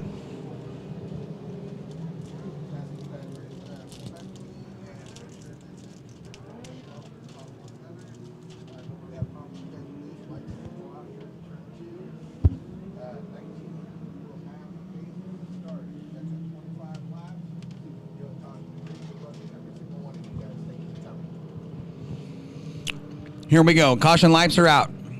Green flag is coming at you. This time at a turn 4. Your front row, Steve Heisen, Mike Chadwick.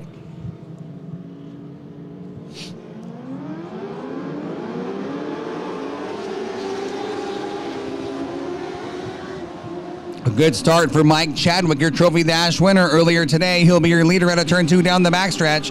Heisen running second. Corbin third. Eaton starting to move in the number 71, trying to take that 4th spot away from the 43 of Tanner Kerr.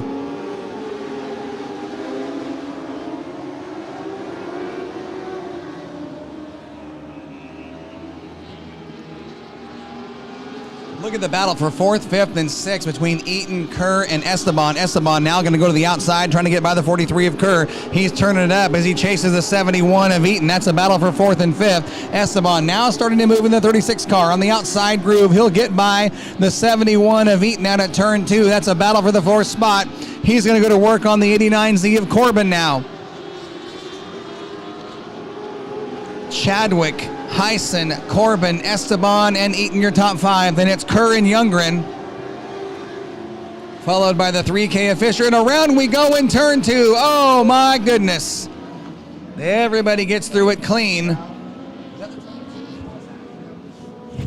The 22 machine of Casey Warren took a little trip through the spin cycle.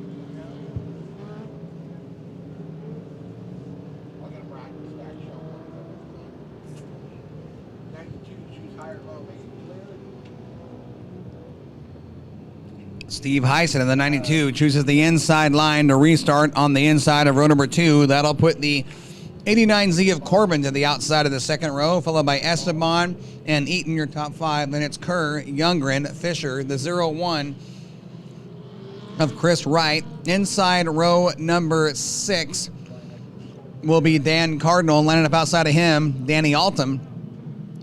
Behind Danny Altum, we've got the 10 of Chris Champagne and Dustin Hawkinson of the 26. Then it's the 55X of Jake Grabo, the 86K of Doug McVeigh, the 77 of Chris Bigelow, the 911 of Craig Vito, and the 35 of Wyatt Speck.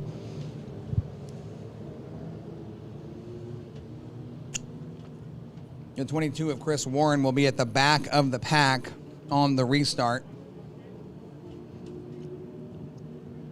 Lights are out on green this time. 3 laps in, 22 to go. Mike Chadwick on the point, bringing us to the green flag.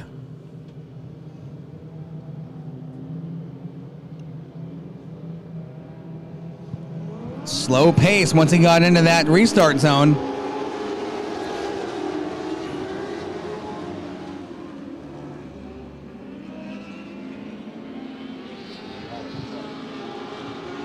Cory Esteban in that number 36 machine moves into the 3rd spot. He is kind of the guy to watch right now as he's got it all cranked up, making a bid for the 2nd spot at the stripe. Cory Esteban on the fly, taking over the number 2 spot as he got by the 92 of Steve Heisen. Heisen going to battle back on the outside. Here comes the 43 of Kerr. Tanner Kerr right there in the mix. He's going to slide under the 92 of Heisen. Heisen stepped it up to the top shelf. That may have been a bad decision. Kerr is going to slide by him out of turn number 4 to hold down the number 3 spot. Cory Esteban was on the bumper of the 19 of Chadwick. Chadwick pulled 2 car lengths on him out of turn 2 down the backstretch, and Esteban runs up on him into turn 3. Esteban will be your leader out of turn number 4. Cory Esteban is on the fly, and he's bringing the 43 of Tanner Kerr with him. Trouble on the front stretch. Chadwick off the pace. He was leading just a moment ago. He is off the pace on the top side of the racetrack, and race fans, take a look at the moon rising over turn number 2. Wow, that is not what you want to see on a race night. A full moon.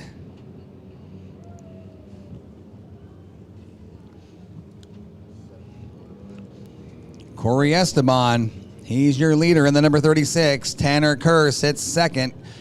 Corbin is 3rd. Steve Heisen, Shane Youngren, your top 5. Mike Chadwick just dropped out in the 19, so that will put Lucas Eaton in the number 6 spot, followed by Jim Fisher, Danny Altum, Chris Wright, Dan Cardinal, Doug McVeigh, Dustin Hawkinson, Chris Champagne, Jake Grabo, Casey Warren, Craig Vito, Chris Bigelow, and Wyatt Speck on the restart. That's how they're going to line up. Race director telling them keep it single file. We're going to make the 43 of Tanner Kerr. We'll choose inside or out here in just a moment. Where will Tanner Kerr line up? Kerr will go to the outside on the restart. That'll put Corbin to the inside of row number 2. Interesting choice. Interesting choice from Tanner Kerr. He will restart on the outside line of row number 2 behind your leader, Cory Esteban. Heisen will start inside row 3. Youngren to the outside. Those are your top 5 cars. We're going to keep an eye on the 71 of Eaton. He was really fast in his heat race. We'll see if he can make something happen here. So he sits just outside the top 5.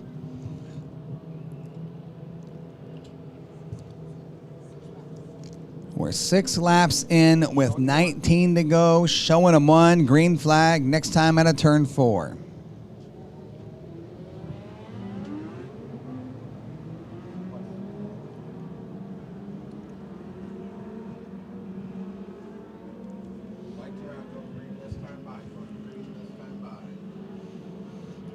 Caution lights are out.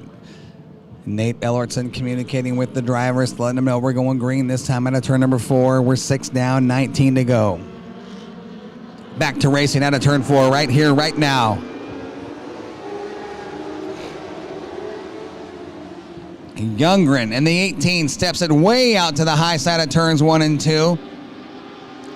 That 18 car is very fast. He is always a contender here at Willamette Speedway. Now looking to break inside the top 3. Youngren making some big moves. He's going to challenge for 2nd. Couldn't quite make it happen onto the front stretch. And the 43 of Kerr fought back to take that spot away. The 64 of Cardinal off the pace at the top of turns 1 and 2. He has still got that 64 car rolling. Caution is out.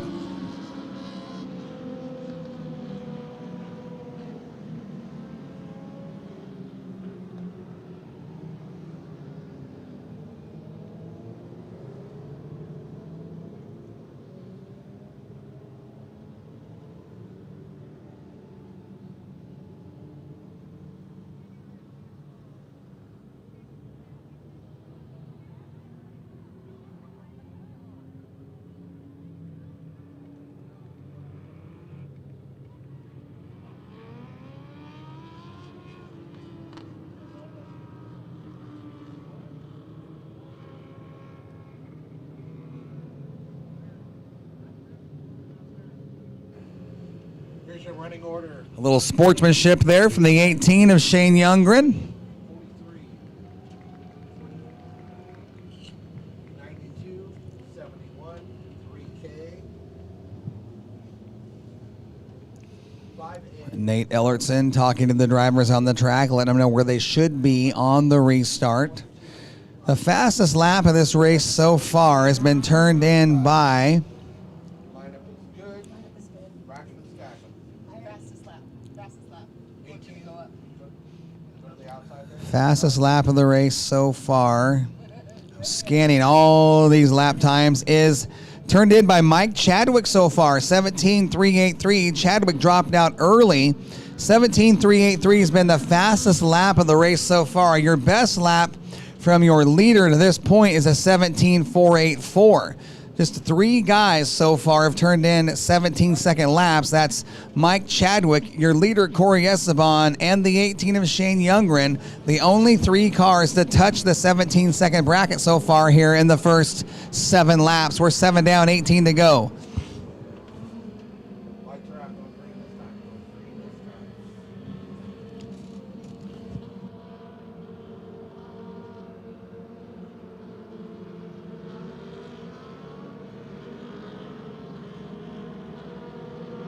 Green flag is out. Here we go. Restart for your dwarf car feature.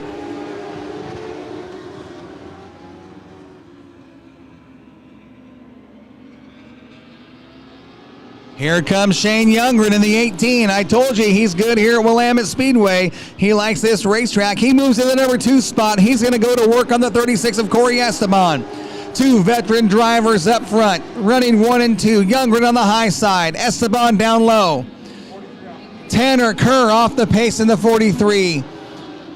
Not sure what happened to Kerr just a moment ago in turns 1 and 2, but he is slowly rolling around the top side of the racetrack.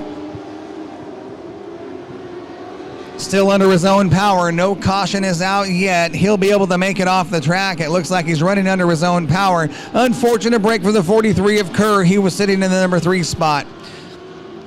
It's Esteban, Youngren, Corbin, Heisen, and Eaton, your top 5. Fisher and Altum, followed by Chris Wright in the 01 and the 26 of David Hawkinson. Doug McVeigh is in the number 10 spot. Caution is out again. That was 25. That was 22. Is that 77? 35. The 77 and the 35. Chris Bigelow and Wyatt Speck get together down in turns 3 and 4.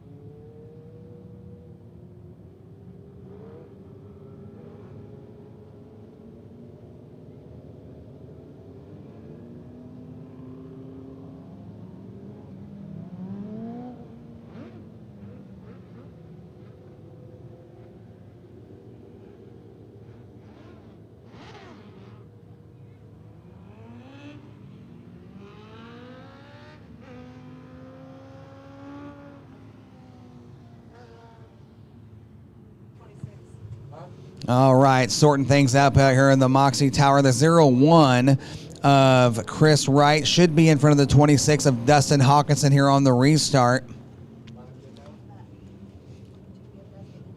The 22 machine of Casey Warren made his way off the track. He will restart at the back as he makes his way back onto the racetrack at the top of turn 3. Oh, there he is at the back of the pack behind the 77.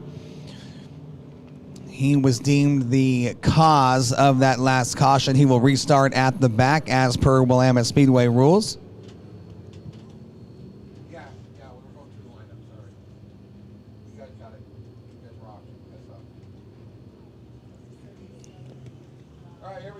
guys. Once again, we're going to pull the winning 50-50 ticket after this race. Get your tickets out and start praying. So forth, so on and so forth. The 35 is electing to stay behind the 22 here on the restart. We are 10 down, 15 to go.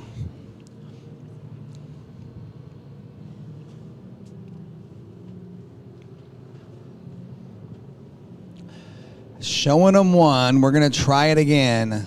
Late model feature, our final feature of the night. Up next, after your dwarf cars, Cory Esteban, your leader on the track in the number 36.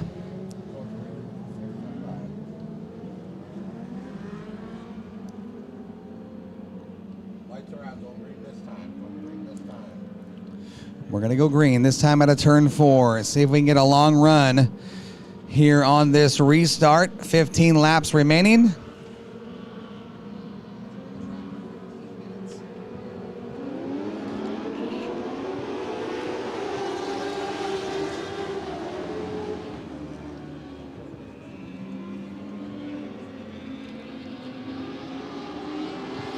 Shane Youngren battling on the outside of Corbin for the number 2 spot. That is a great race for second, side by side onto the front stretch. Youngren going to work the outside groove. He's been on the high side of the racetrack, way up top in the number 18. Here he comes out of turn 2. What a race for second. He'll take the advantage into turn 3. Will he keep it up top? He does keep that right rear tire on the top shelf. Right now it is all Cory Esteban showing the way in the number 36.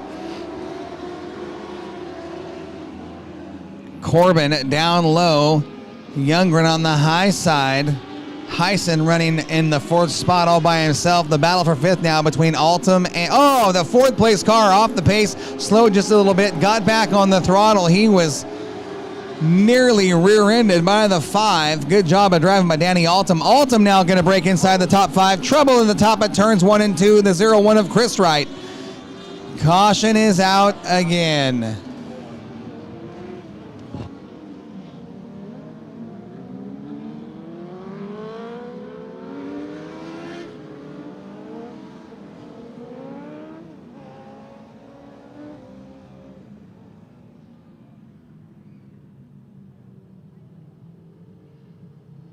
Chris Wright in the 0-1 looped it out at the top of turn 2. He'll restart at the back of the pack.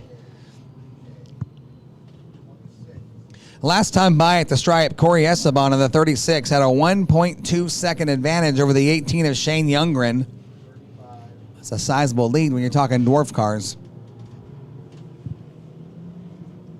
Back in the stack. Into year 1. 18, your tire load up there.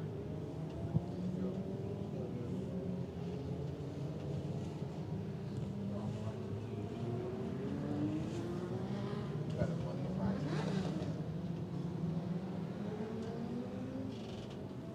Lights are going to go off in 2, guys. Go green this time. Going green this time at a turn 4. Cory Esteban has got to be a little frustrated. You want to get a rhythm as a leader of the race. You want to get into a rhythm, get a good long run, be consistent. This is frustrating when you're the guy in the point and you have this many cautions. We're going green this time at a turn 4. Restart one more time. Green flag from Mike Stewart. 13 down, 12 to go.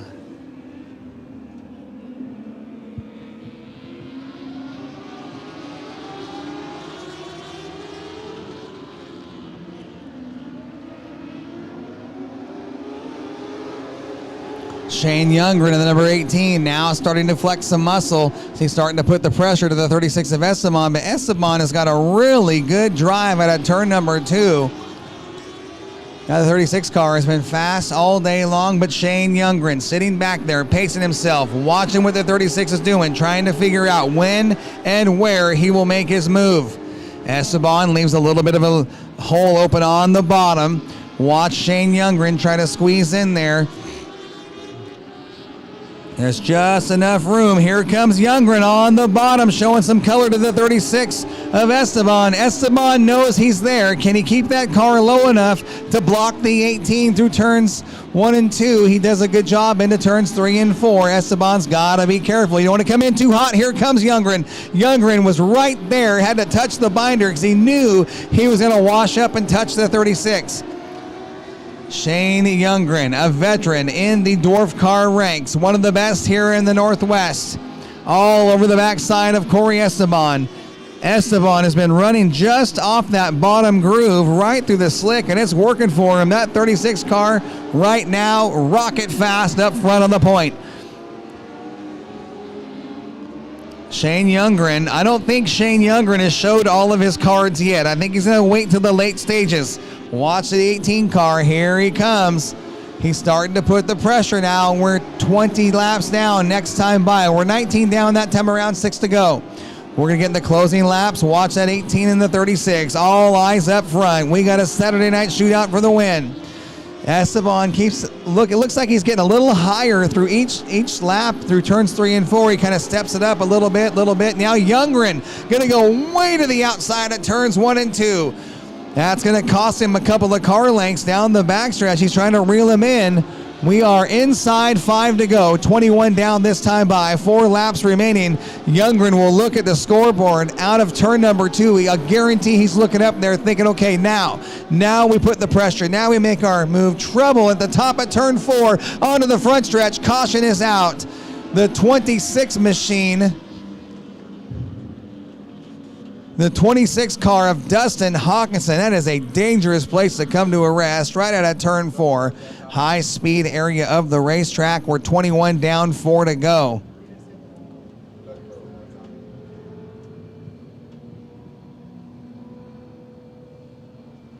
Okay, inside 5 to go. Our track policy is single file. Are they good with that?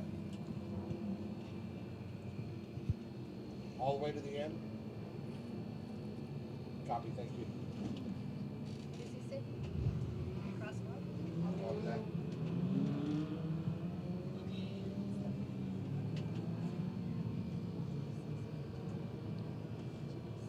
Wherever is okay. And the 26 car of Dustin Hawkinson smacked the wall. We're getting word of the radio. He is all right. He's talking with track officials. He's good to go. 5A in front of 3K. Huh? 5A in front of 3K. Need the 5A in front of the 3K. 5A in front of the 3K. We are 21 down, 4 laps to go. Our next restart brought to you by Elite Equipment Rental from right here in Lebanon. Doesn't matter what size project you're working on, they've got your equipment for all your needs, whether it's a small project on your lawn or a big project that requires heavy equipment. Elite Equipment Rental right here in Lebanon, they've got you covered, race fans.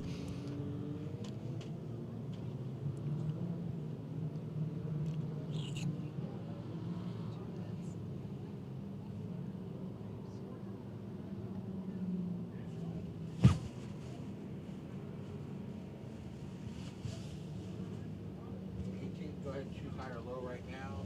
19 fill the hole. Shane Youngren will restart on the inside of row 2 this time. The last restart, he went to the outside. Now he's going to test the waters down low on the tailpipe of the 36 of Esteban. That'll put Corbin to the outside of row 2. Hyson inside row 3, and Eaton to the outside of row 3 in the number 5 spot. Then it's Altum, Fisher. Behind Fisher, we have Doug McVeigh in the 86K and the 55X of Jake Grabo. Chris Wright in the 01. Then it's Chris Champagne in the 10. Casey Warren, the 77 of Chris Bigelow. Then it's the 911 of Craig Vito. The 35 of Wyatt Speck will be the restart order. Showing them one, going green next time. Again, this restart brought to you by Elite Equipment Rental from right here in Lebanon. It doesn't matter what size your project you're working on, they've got your equipment needs. Check them out, Elite Equipment Rental.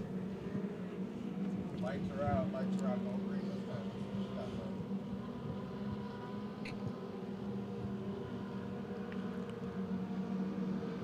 4 laps remaining here for your dwarf car feature.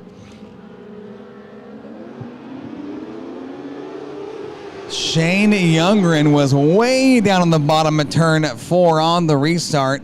Corbin now going to work the outside. He'll take the second spot away from the 18 of Youngren. Eaton right there in the mix. We're going to have a Saturday night shootout. Here comes Corbin. Corbin making a late race charge on the 36 of Esteban. Esteban got his hands full with some fast company coming behind him. Youngren now he's going to slide back to the number 2 spot just ahead of Corbin.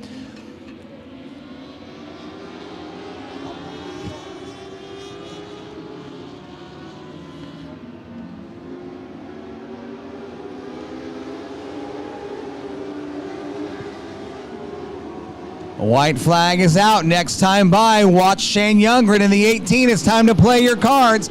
Youngren all over the backside of the 36. Cory Esteban's got his hands full. Here we go, a 1-lap shootout for the win. Esteban, your leader into turns 1 and 2. Shane Youngren going to try to make a run out of turn 2 down the backstretch. Here comes Shane Youngren inside the 36. Esteban going to slam the door. Youngren slips up out of turn 4. The run for the stripes going to go to the number 36 of Cory Esteban. Youngren finishes second. Then it's the 89 of Corbin, followed by Eaton and Fisher will finish 5th, followed by Altum in the number 6 spot. Steve Heisen, Doug McVeigh, Jake Graybo, and Chris Wright, your top 10. There's your winner, race fans. A round of applause for Cory Esteban in the number 36.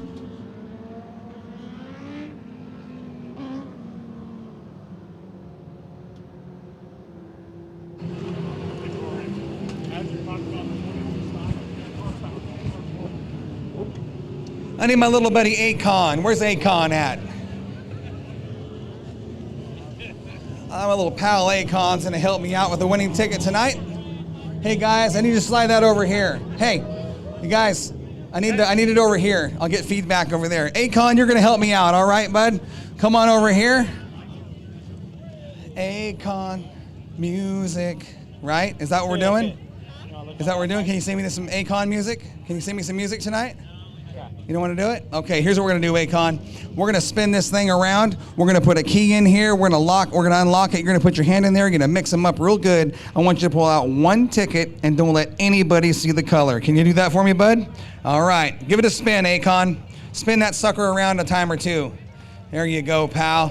All right, where's the key? All right, Akon, here we go. This is where it gets fun. We're going to get a little money put in your pocket, all right? Here's what we're going to do. I'm going to bring all these up here to the front.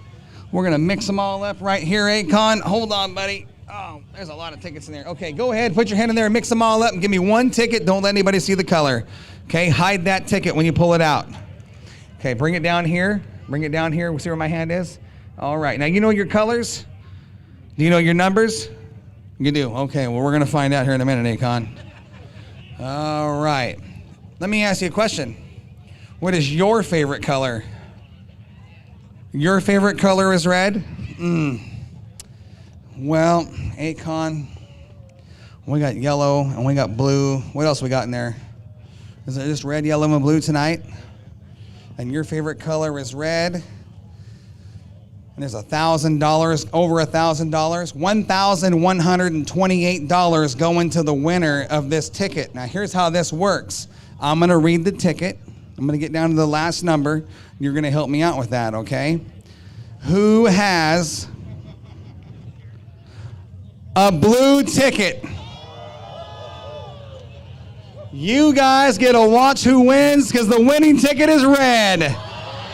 The winning ticket is red tonight. Akon, here we go. Winning ticket number is 1, 1, 5, 0, 2. Right now, there's 10 people that can win, Akon. Okay? 10 people that can win. Can you run fast? Good, because 1 person you're going to make really happy, and the rest of these guys are going to want to chase you down and tackle you. Can you run?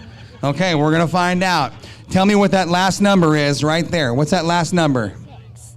What is it? 6. It is a 6. He knows his number. It is 115026. Who's got that ticket? Red ticket. Steve Allnut. is the Steve? Let's make sure. Oh, you gotta watch this guy, Akon. He might have made his own ticket. We gotta watch, make sure. You're gonna help me out here, bud. Hold that ticket.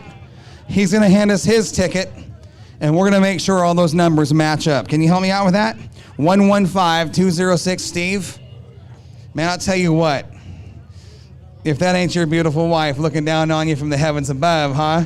Let's see. Absolutely. Let's see. Let me see if those numbers are the same, Akon. Help me out. Do those numbers match, bud? Are those the same?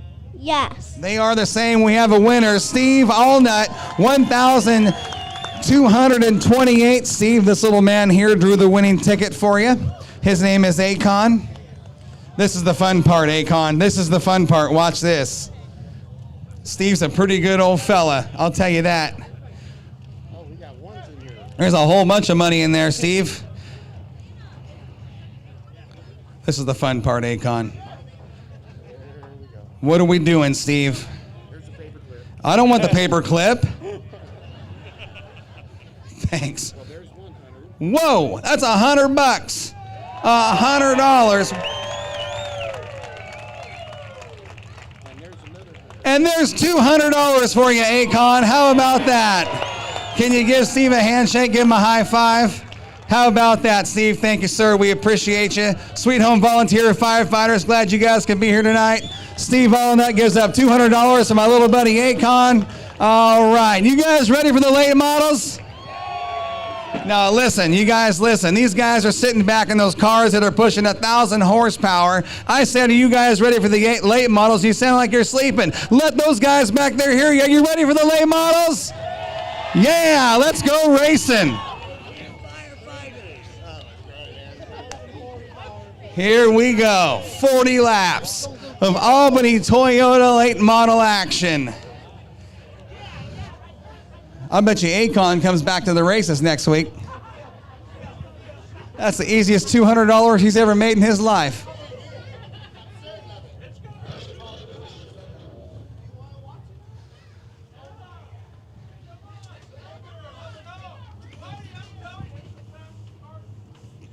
Here we go, race fans. Our final feature of the night, 40 laps is the distance. 39 on the front row. 24, 7X, second row. We will take you through the starting lineup here shortly. What a storyline at the back of the pack. The 37 car, Rob Maya, loaned his car to Joey Tanner to stay in the national hunt for the NASCAR Division I Championship. 0874 row. Your front row. Your front row will look like this. On the inside, in the number 11, that is Larry Ramirez. To his outside, driving the number 9, Rob Campos. Row 2 looks like this. In the number 24, Kieran Cummins. To his outside, the 70X, Mark Thompson. On the inside of the third row, in the number 47, Kyle Yak. And lining up outside of him in the 40 from Lebanon, Brian Smith. Driving the number 49, former track champion here, Tom Yak. To his outside, that's his son, Cory Yak. In the number 94, Rex Cars, the 08, your Trophy Dash winner tonight. He won the heat race, Kai Frick. Driving the number 97, out of Corvallis, Flying Ryan Emery. In the number 9, making his first ever start on dirt. He runs asphalt late models in Hickory, North Carolina. That is Jake Colber. And lining up outside of him in a borrowed car to stay in the national hunt. 5-time track champion, your defending track champion, your current points leader. He sits number 1 in the Western NASCAR region points and number 7 in the nation. That is Joey Tanner in the 37, that car being scored as the 46.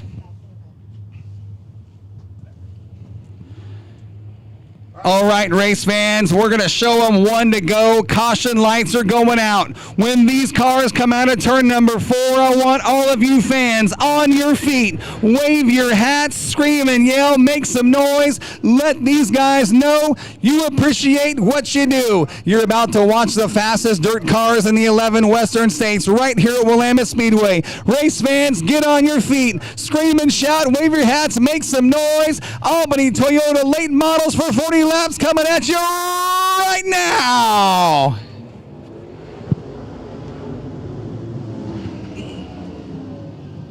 Early leader out of turn number 2 is going to be the 11 of Larry Ramirez as he gets by the 9 of Campos. Cummins and Thompson side by side. Smith running 5th. Here comes Kyle Yak in the 47. Everybody bumper to bumper. Nose to tail out of turn 4 onto the front stretch. Joey Tanner in the 46. Deep in the field has got his work cut out. Meanwhile, it's Ramirez up front running away from the field. Mark Thompson now going to slide behind the number 9 for the number 2 spot.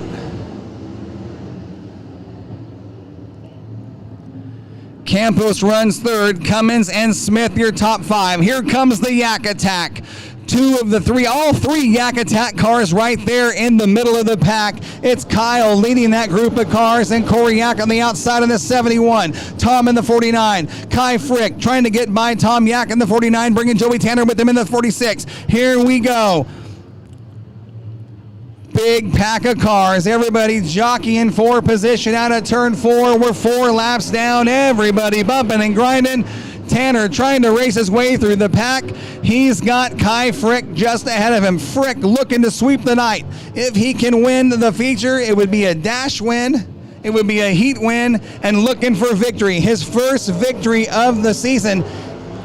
It would be the first time, if possible, that anybody has finished ahead of Joey Tanner. Tanner undefeated on the season. Thompson, your new leader in the 70X. I thought I saw a caution coming.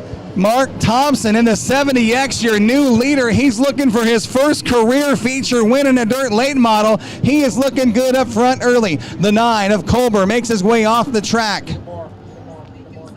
Colbert will make his way off the track, getting word he is leaking fluid. So far, everything is good. The young asphalt driver out of North Carolina, his night will end on lap number 7. It is Thompson, Ramirez, Cummins, Smith, and Frick now inside the top 5. Kyle Yak sits 6th, and it's Joey Tanner, followed by Cory Yak, Rob Campos, the 49 of Tom Yak, Rex Cars, and the 97 of Ryan Emery. Everybody looking good, nice and smooth, good clean racing here tonight. Thompson has got a great run going here in the early stages. Ramirez running 2nd. Thompson is really starting to check out from the field. Cummins in a distant 3rd, just ahead of the 40 is Smith and Kai Frick. Showing some patience, racing with Brian Smith. Good run going between 2 veteran drivers, 2 very talented drivers. Kyle Yak now starting to show color to the 08. Yak working that low line under Kai Frick in a heavy battle force position. Smith, Yak, Frick, and Tanner all duking it out. A lot of time to work with. We're only 11 laps in, 11 down, 29 to go. Tanner going to step it out to the outside in turns 1 and 2.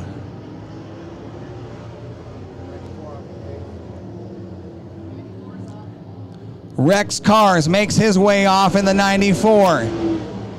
Mark Thompson has got an excellent run going, probably the best we've ever seen him run here at Willamette Speedway tonight. Tanner now gets by the 40 and the 24. He sits in the number 3 spot coming to the stripe. The 4 spot, Ramirez runs 2nd. Frick is 3rd. Tanner is 4th. Cummins in the 5th spot. Good run going for Kieran Cummins in the 24. Brian Smith now fighting 2 of the 3 Yak Attack members. It is Kyle and Cory in the 47 and the 40 working on the number 40 of Brian Smith. Great racing all the way around the fastest 1/3 mile dirt track on the West Coast. Mark Thompson, 15 down, 25 to go.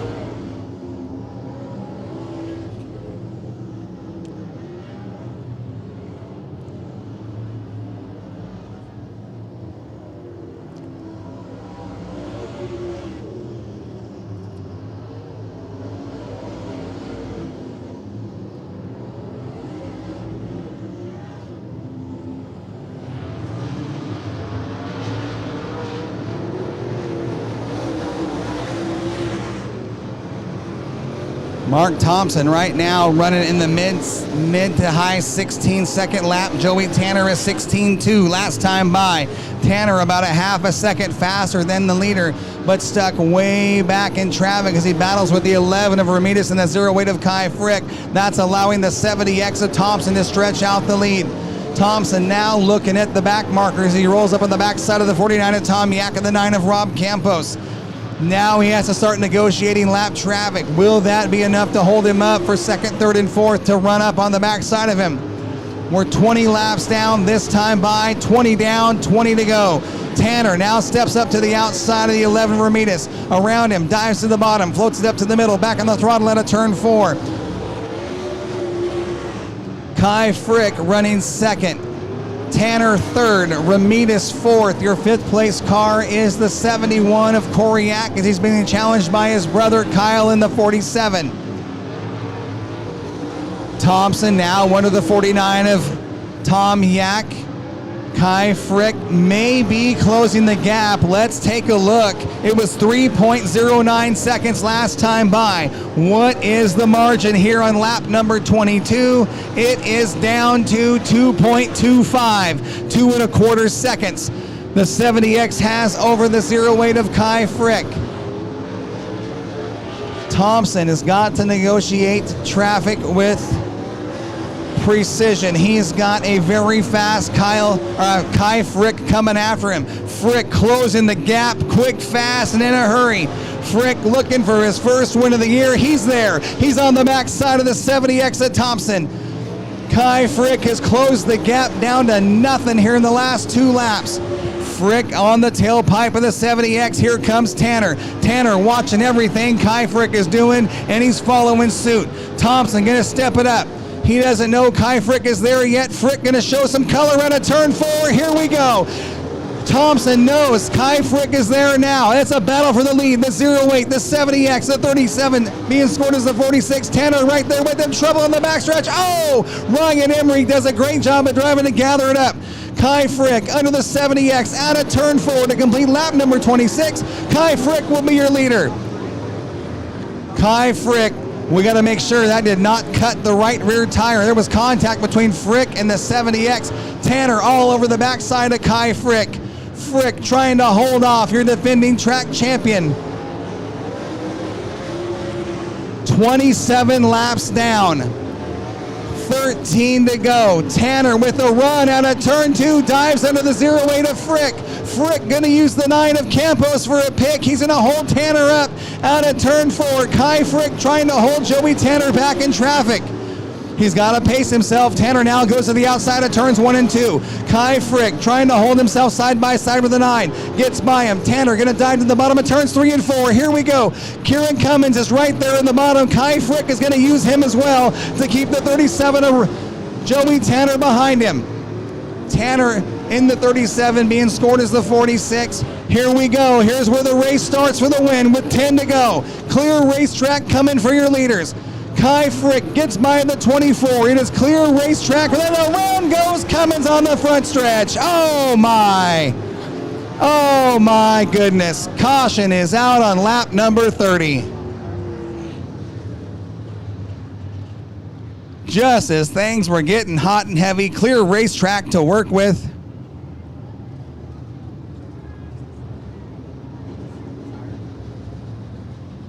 Ryan Emery will make his way off the track.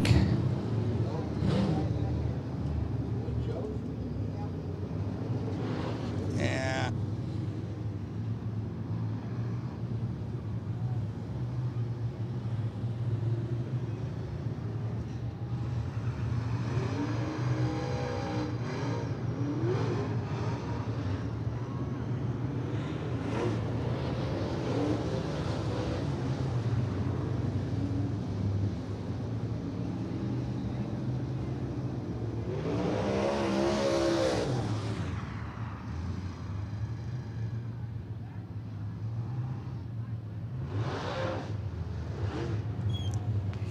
Race director Nate Ellerson looking at the replay on Speed Union TV to see if we have anything to use.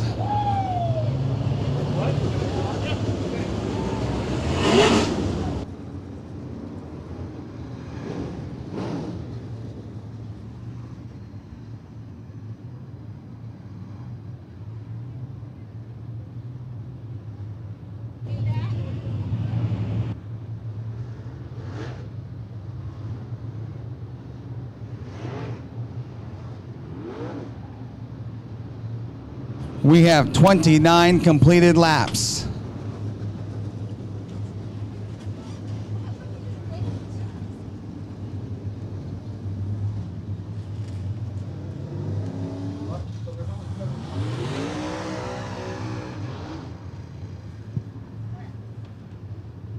Here's the running order: 08, 46 charge up to 24, 70X second, 11 third, 71 fourth, 47 fifth, 40.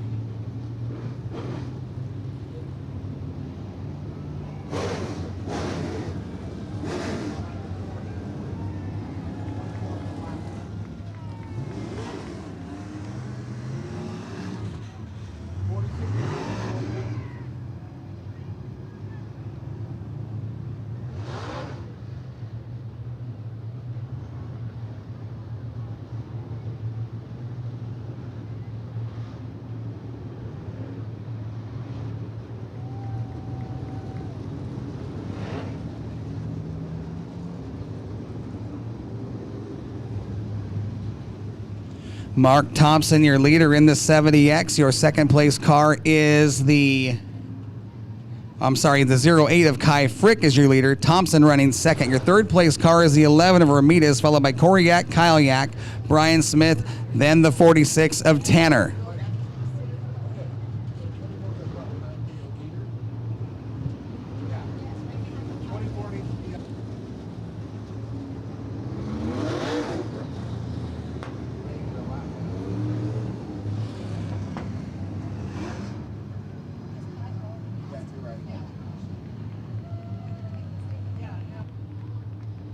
They're going to put the 24 behind the 08, between the 08 and the 9.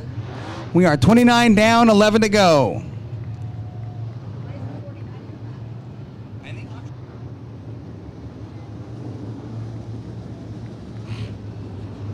Where should the 49?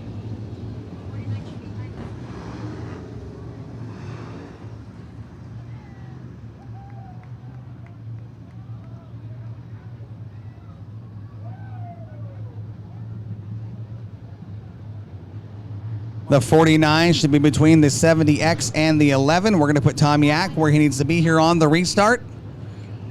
29 down, 11 to go.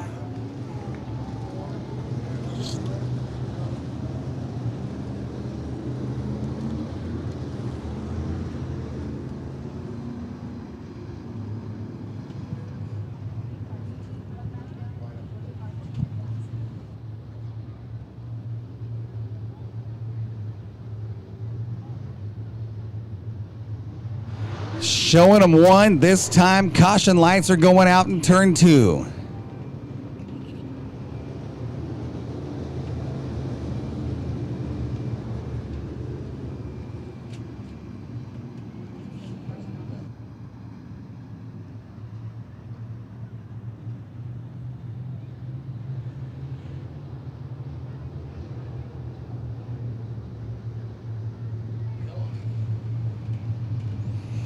Here we go at a turn 4. Kai Frick sets the pace, coming to the green flag.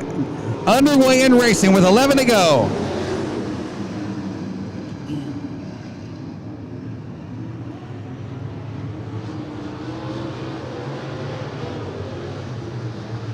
Oh, things getting hot and heavy at the back. Ooh, Thompson and Cummins banging doors. That was Tanner going to step it up to the outside, getting around the 70X and the 47. Now going to pressure the 24. Tanner now sits 5th, going to dive under the 71 of Corey Yak. Can he make it stick? He does. Tanner is coming quick, fast, and in a hurry. One lap, he picked up 6 spots. Now under the 49 of Tom Yak, it is Kai Frick up front. Frick, your leader. Tanner sits second, I believe. Yep, he is sitting second out of turn 4. Now going to close the gap and run up on the outside of the 9 of Campos. We've got 8 laps remaining. 32 down, 8 to go. Tanner moves to the number 2 spot. He's got some time to work with. Can he run up on the backside of the 08 of Kai Frick? Right now, the fastest car on the track, Joey Tanner, by 0.3 of a second. Faster than the 08. Does he have some time to work with? 34 down this time by. 34 down, 6 to go.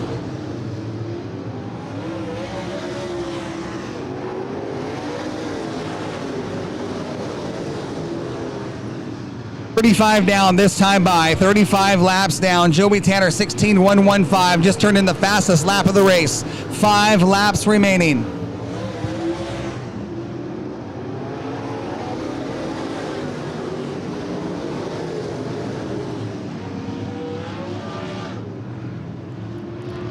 Kai Frick, the margin of lead right now is 3.38 seconds. 3.38. Everybody single file now around Willamette Speedway. Everybody slicing and dicing, trying to jockey for late race position. 36 down, 4 to go. At the stripe, it was 3.47 seconds. Kai Frick has got the Swartz chassis working very good on the slick. Tanner in a backup car, running second right now to the 08. 2 laps remaining. 2 laps remaining. White flag is out. This time by for Kai Frick in the 08. 1 more lap around Willamette Speedway. The margin of lead this time by 3.07 seconds. Kai Frick now at the back of the pack, out of turn 4. Kai Frick will get the win in the number 08. Joey Tanner will run second. Your third place car is the 71 of Cory Yak. Kyle Yak will run fourth, and I believe it's the 70X of Mark Thompson will finish on the point in the number 5 spot. Good run. There's your winner, Kai Frick in the 08. These cars will make their way to Tech. They will be checked out to make sure they pass Tech before being declared the winner. We will go trackside and talk with our winners here in just a moment in Victory Lane. Bring your kids down to meet the drivers, get some autographs, get some pictures, and sit in the cars. These drivers love meeting their fans. Come on down and meet your favorite drivers, race fans. Victory Lane interviews coming up right here from Willamette Speedway.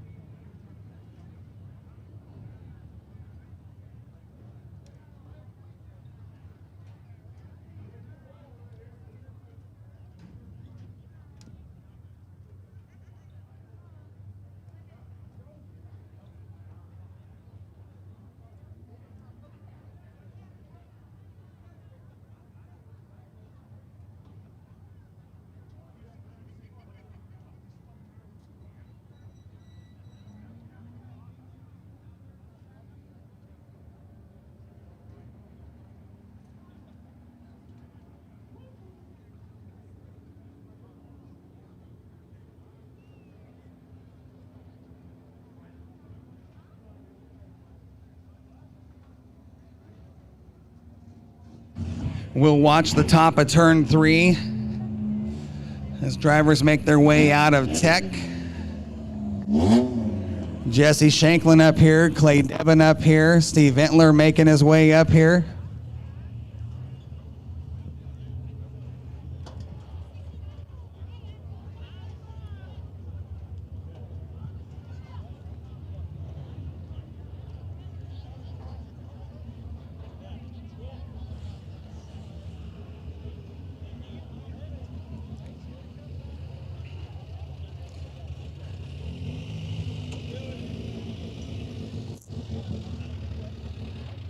Steve Entler's got his video out, celebrating tonight in Victory Lane.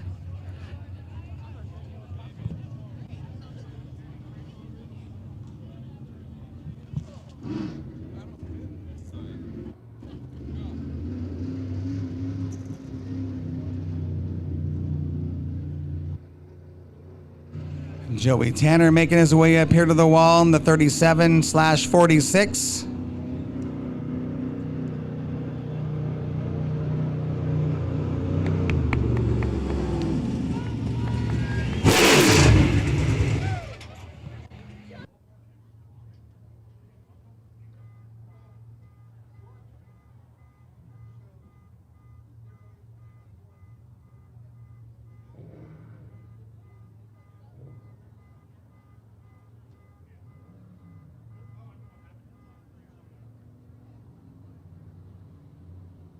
Corey Yak in the number 71 will drive his way up to the wall, still waiting on a word out of Tech on the 08.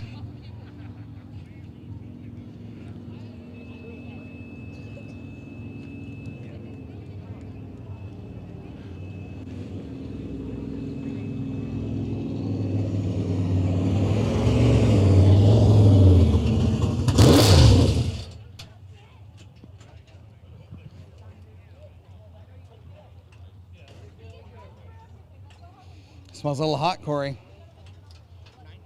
190?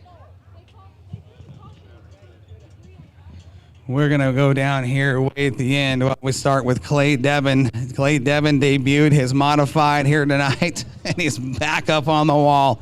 Man, he talk about a guy who's having a stellar season as well. Clay Devin has been up here a lot this year. Clay, we watched this little hot rod come out tonight for the first time. I was curious to see what you're going to do.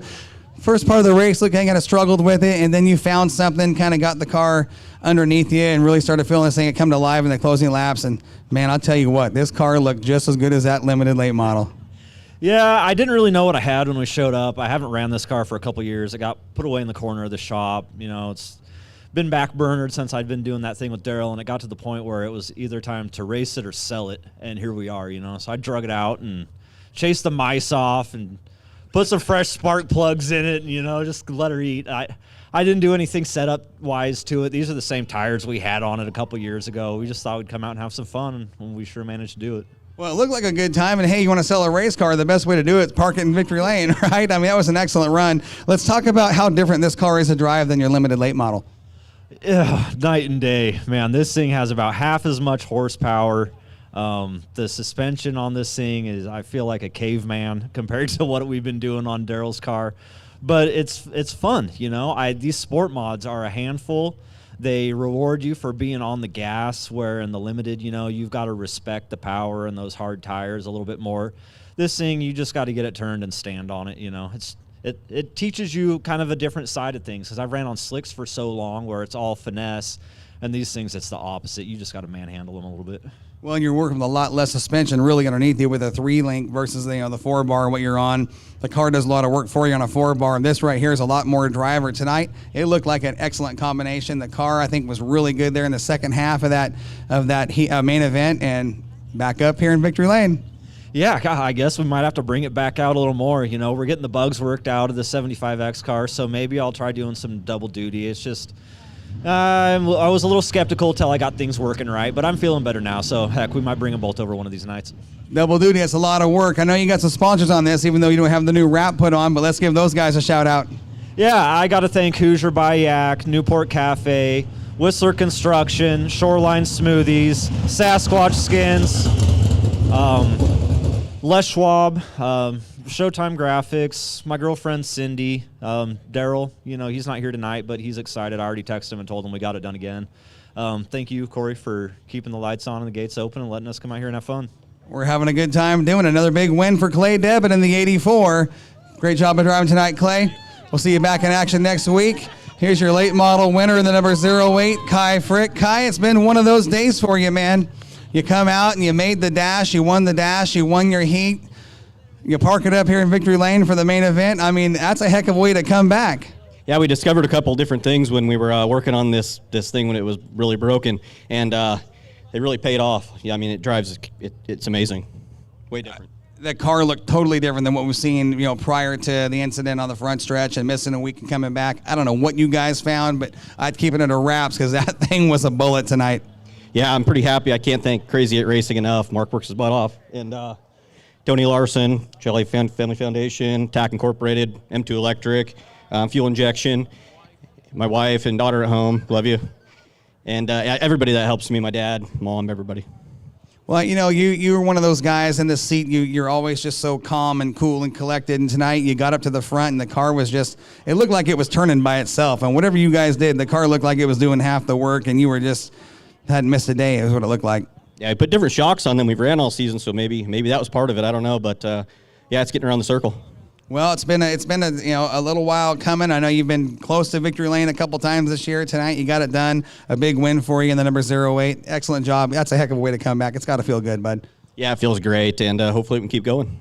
Well, we're going to wish you the best of luck. Your late model winner, the number 08, Kai Frick.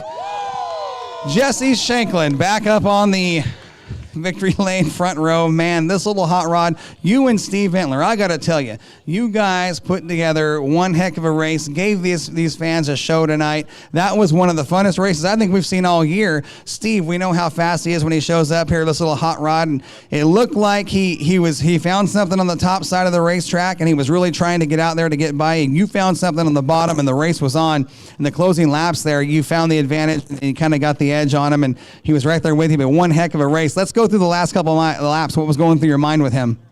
Yeah, as we were going, I was trying to search for that grip and stuff, and I knew, like, as soon as I got around him, I knew he was going to be right there the whole time. I had my brother signaling, like, he was like this the whole time, back and forth. And as we were going and stuff, and I get ahead, and I think I've got a good grip going, and all of a sudden I see the black car right here on my window. I'm like, where'd he come from? And so I'm just kind of, every time I'm able to look real quick, I'm like, where's he at? Where's he at?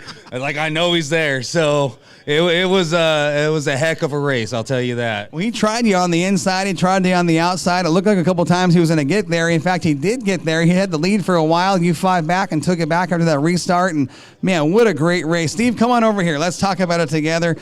That's a heck of a way to return. Last time you were here, you had a great race. You were in the top 2 or 3 at the Hornet 100. Had a great showing. You guys tonight, that had to be fun for both of you. No, I got knocked out like lap 76 or something like that. But at any rate, hey, no, today, and the worst part about it, my GoPro didn't turn on. This was the bitchinest race ever. I mean, we had some good side-by-side action happen in there, and I'm going to have to look back at that. You're on YouTube now? Speed Union and YouTube. Okay, Speed Union and YouTube. So I'm looking forward to watching that from the big cameras. Did something change in the closing laps on the 22? Because you were right there with him, and all of a sudden it just kind of looked like... I was leading for, I don't know, I had quite a few laps under my belt there where it's like I think I was stretching it out too. And then we went under caution. Then the next thing I know, he pulled up alongside me. I'm like, where the hell did he come from? And then somewhere along the way, we were dancing real nice. And then I got a little bit out of shape, got in the infield. And then from that point forward, I think I panicked. And I just started overdriving. Well, not many drivers will ever admit to that, but man, what a great job. The Hornet show tonight was, I mean, these fans loved it. You guys had them on their feet. We were all jumping up and down, and that was a great show. We're looking forward to having you back here at Willamette Speedway in the KRKT Crooked Country Hornets. Your points leader, Jesse Shanklin, another win. What's that, 3 or 4 for you this year? This is number 4 now. Number 4 in the season. A round of applause for tonight's Cricket Country Hornet winner, Jesse Shanklin. Steve Ventler, one heck of a show. We're going to move down the line and talk with Joey Tanner, who borrowed a car. What Joey Tanner did tonight, you don't see very often. Joey, come on over here. Let's talk about it. You had to borrow a car. First of all, let's talk about what happened. We heard you lost a power steering pump belt. Yeah, the belt, it's a fuel pump power steering pump, and it's connected to the back of the motor, so it broke off. We fixed it. We pulled the tranny out for the second time. Actually, we broke a tranny in qualifying. So we've been working really hard on it all day. But we restarted, and Darren saw there was some stuff in the Oberg. So it just, it really isn't worth it to run it and blow it up any more than it might be hurt right now. But I was gracious enough to have Rob, offer me the car. That's pretty cool, man, of Rob to give up his seat for the night to let me win race. I really wanted to win for him. I feel like I got screwed there, but if that's how it's gonna be, and other people are gonna win, I guess that's how you're gonna get it. So. How did the conversation go between you and Rob to get in this seat? He just offered if we needed it. We're running for national points. That's another reason why I'm pissed. We lost some points, but he wanted to keep us up, and this is a great car. It was a little tricky for me to get into it. Me and him driving styles are different. It was just missing a little bit, but man, so thankful for Rob. That's cool. I drove for Darren Koffel and Rob May on the same night. Who can say that in their life, Absolutely nobody here at Willamette Speedway can say that but you. But what you did tonight to jump in a car you have never been in and go out against that field of Latemodels and do what you did, I'll tell you what, those last closing laps, watching you come from the back to where you were at, this thing, you laid down the fastest lap of the race with 2 to go. It was unbelievable watching this car, but looks like you got a little more comfortable there towards the end of the race. The car was going forward. You really started getting in and getting the car rotated and coming out well. That was a fun race to watch. Yeah, it took me a long time to figure out the brakes on this car. They're in a different spot. Don't really know where I was going with them. I was just all over the place, but I was just trying to make wherever I could work to get to Kai. Congrats to them. I mean, they won a race and they were fast. They weren't slow, so earned that one. Once again, I just got to thank, obviously Rob for letting us use the car, Darren and his family for everything they do for me. All of our sponsors on the 46 car. Sorry that we weren't able to finish tonight for us, but yeah, just a big thank you to Rob. I think we can make his car a little bit better in the slick, so that's a good thing. I guess we can maybe go forward with that. So yeah, we'll just take it and bring out the new car next week and get it after it.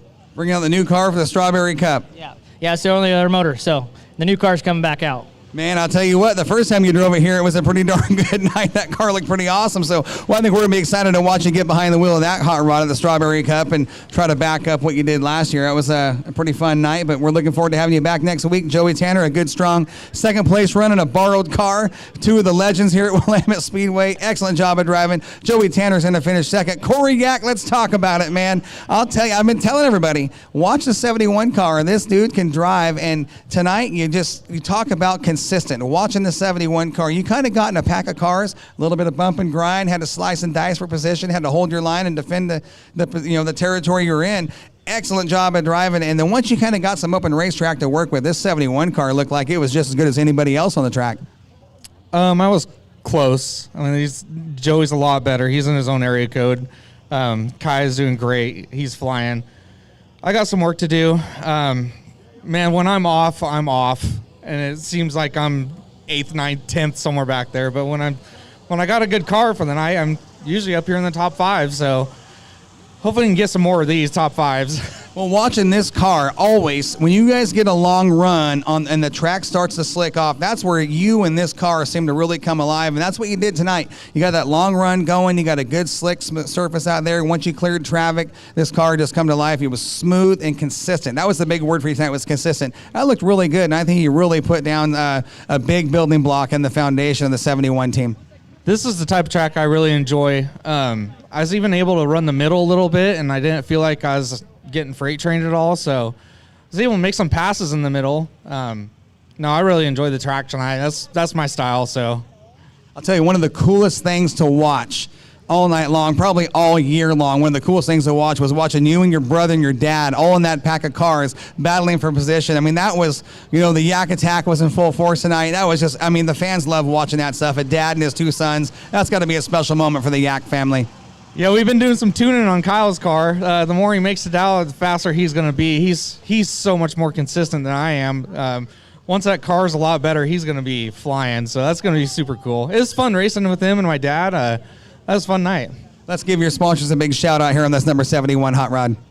Yeah, I think my wife for bringing the kids out, whether she wants to or not. Mom, Dad,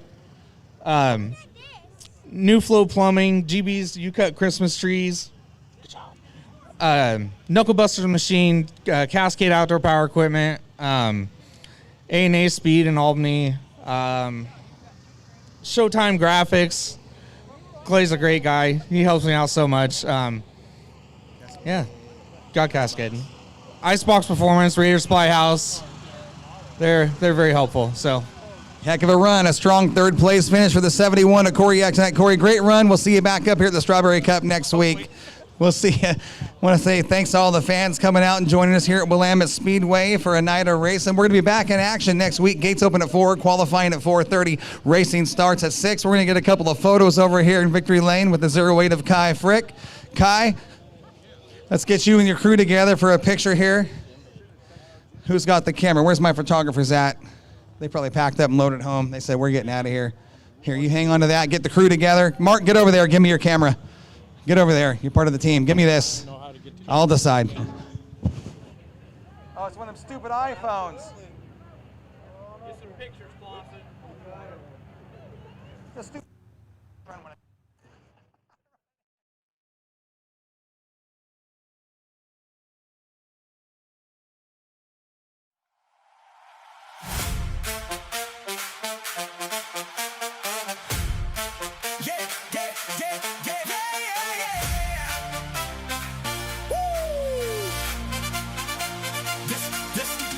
This